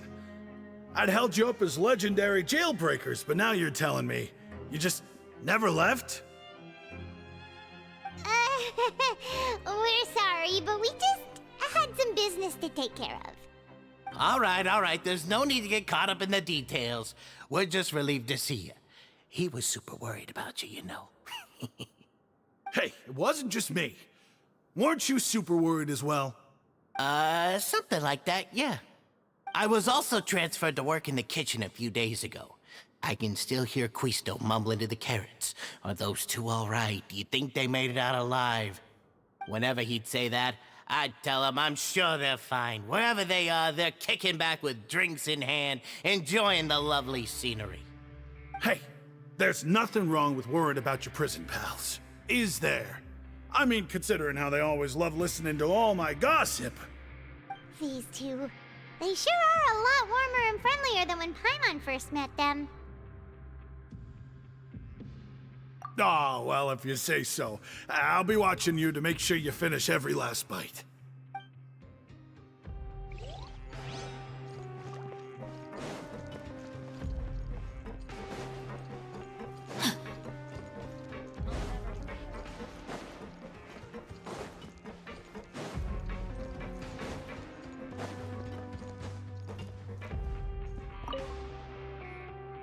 Sijuin! Traveler, Paimon, you're back! Are you still doing alright? Did either of you get hurt? We're fine, but what about you guys? It was such a huge mess. How bad was it? A few people sustained superficial injuries, but that's about the extent of the damage. Monsieur Nervulette paid us a visit. It was all thanks to him that we managed to suppress the crisis for the time being. Of course, we must also thank you for the help you provided. How did Nervulette know that he was needed here? Well, Monsieur Nervulette has strong resonance with the hydro element. When the water level rises, he can feel the waves produced. I ran into the bombshell bros while bandaging the injuries of the wounded. They were mumbling the whole time about how you just ran down without a word. I'm so relieved to see that you're both all right. If you're not too pressed for time, please stay with us a few more days. Just let me know if you get a craving for any particular dish, so I can have Mr. Walsey get your meals prepared. Oh, and please feel free to visit the infirmary for a break at any time. I'd like to take the opportunity to spend some more time observing your facial muscles as well. Your happy smiles are quite contagious, you know. They're so memorable, and I've missed them immensely while you were gone.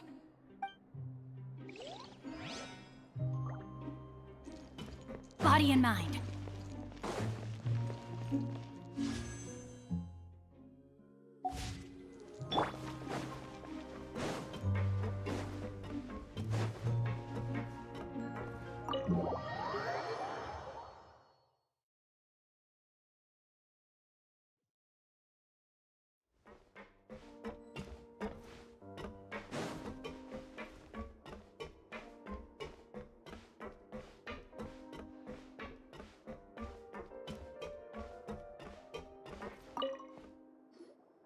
Couturier?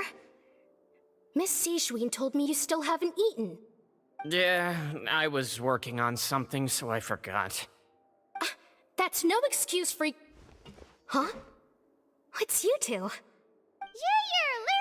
we're back! Hello there. It's been quite the mess here recently. How have you been? And you? Are you still taking the secret passageway from the infirmary to work on the ship? Yep. That is still top secret, though. So don't say a word to anyone. It can be a bit annoying when there are lots of people in the infirmary, but I still prefer taking that route over the one from the Duke's office. I mean, the infirmary does make it easier for you to slack off. Oh yeah? Then why are you also here so much? You two really are just using your jobs as a cover for your relationship, aren't you? Not at all!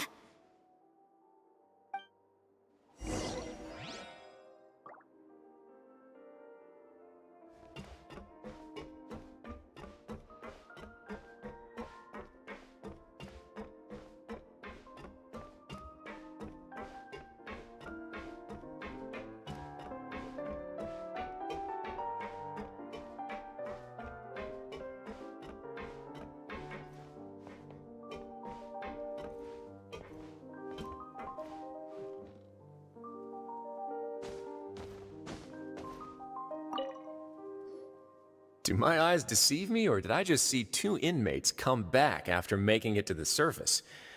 Some strange winds blowing of late. We wanted to see how the fortress is doing. Is everything still alright? We're fine, for the most part. Neuvillette came down and took care of the worst of it. If that's the case, why don't you just ask him to stay here? Oh, yeah, what a brilliant plan. Let's go convince the Udex himself to exchange the courts of Fontaine for a puddle of water in the middle of nowhere. He came here in a hurry and left without even stopping for a cup of tea. He did remember to take Miss Sijwin's gift with him, though. He sure sounds super busy. Miss Cloran has left as well. She also took her gift from Miss Sijwin. Were the gifts milkshakes? Neuvillette got the milkshake. Clorand received lipstick instead. Those aren't even remotely alike. Well, it's Neuvillette's own fault for making Sijwin worried about his health by working so much. But besides that, our head nurse is still pretty fond of picking out beauty products for the ladies. Oh, and I have some gifts here for you as well. Are these from Sijwin too? Nope, they're from yours truly. You've already wrapped up your work at the fortress, so you can return to the surface at any time. You haven't yet served your full prison term, however, so you may continue to use your cell until your term is up. For real? Then we could stay here for a really long time? You may access the cafeteria for free. Hooray! Just remember to come complete your paperwork once it's time for your release.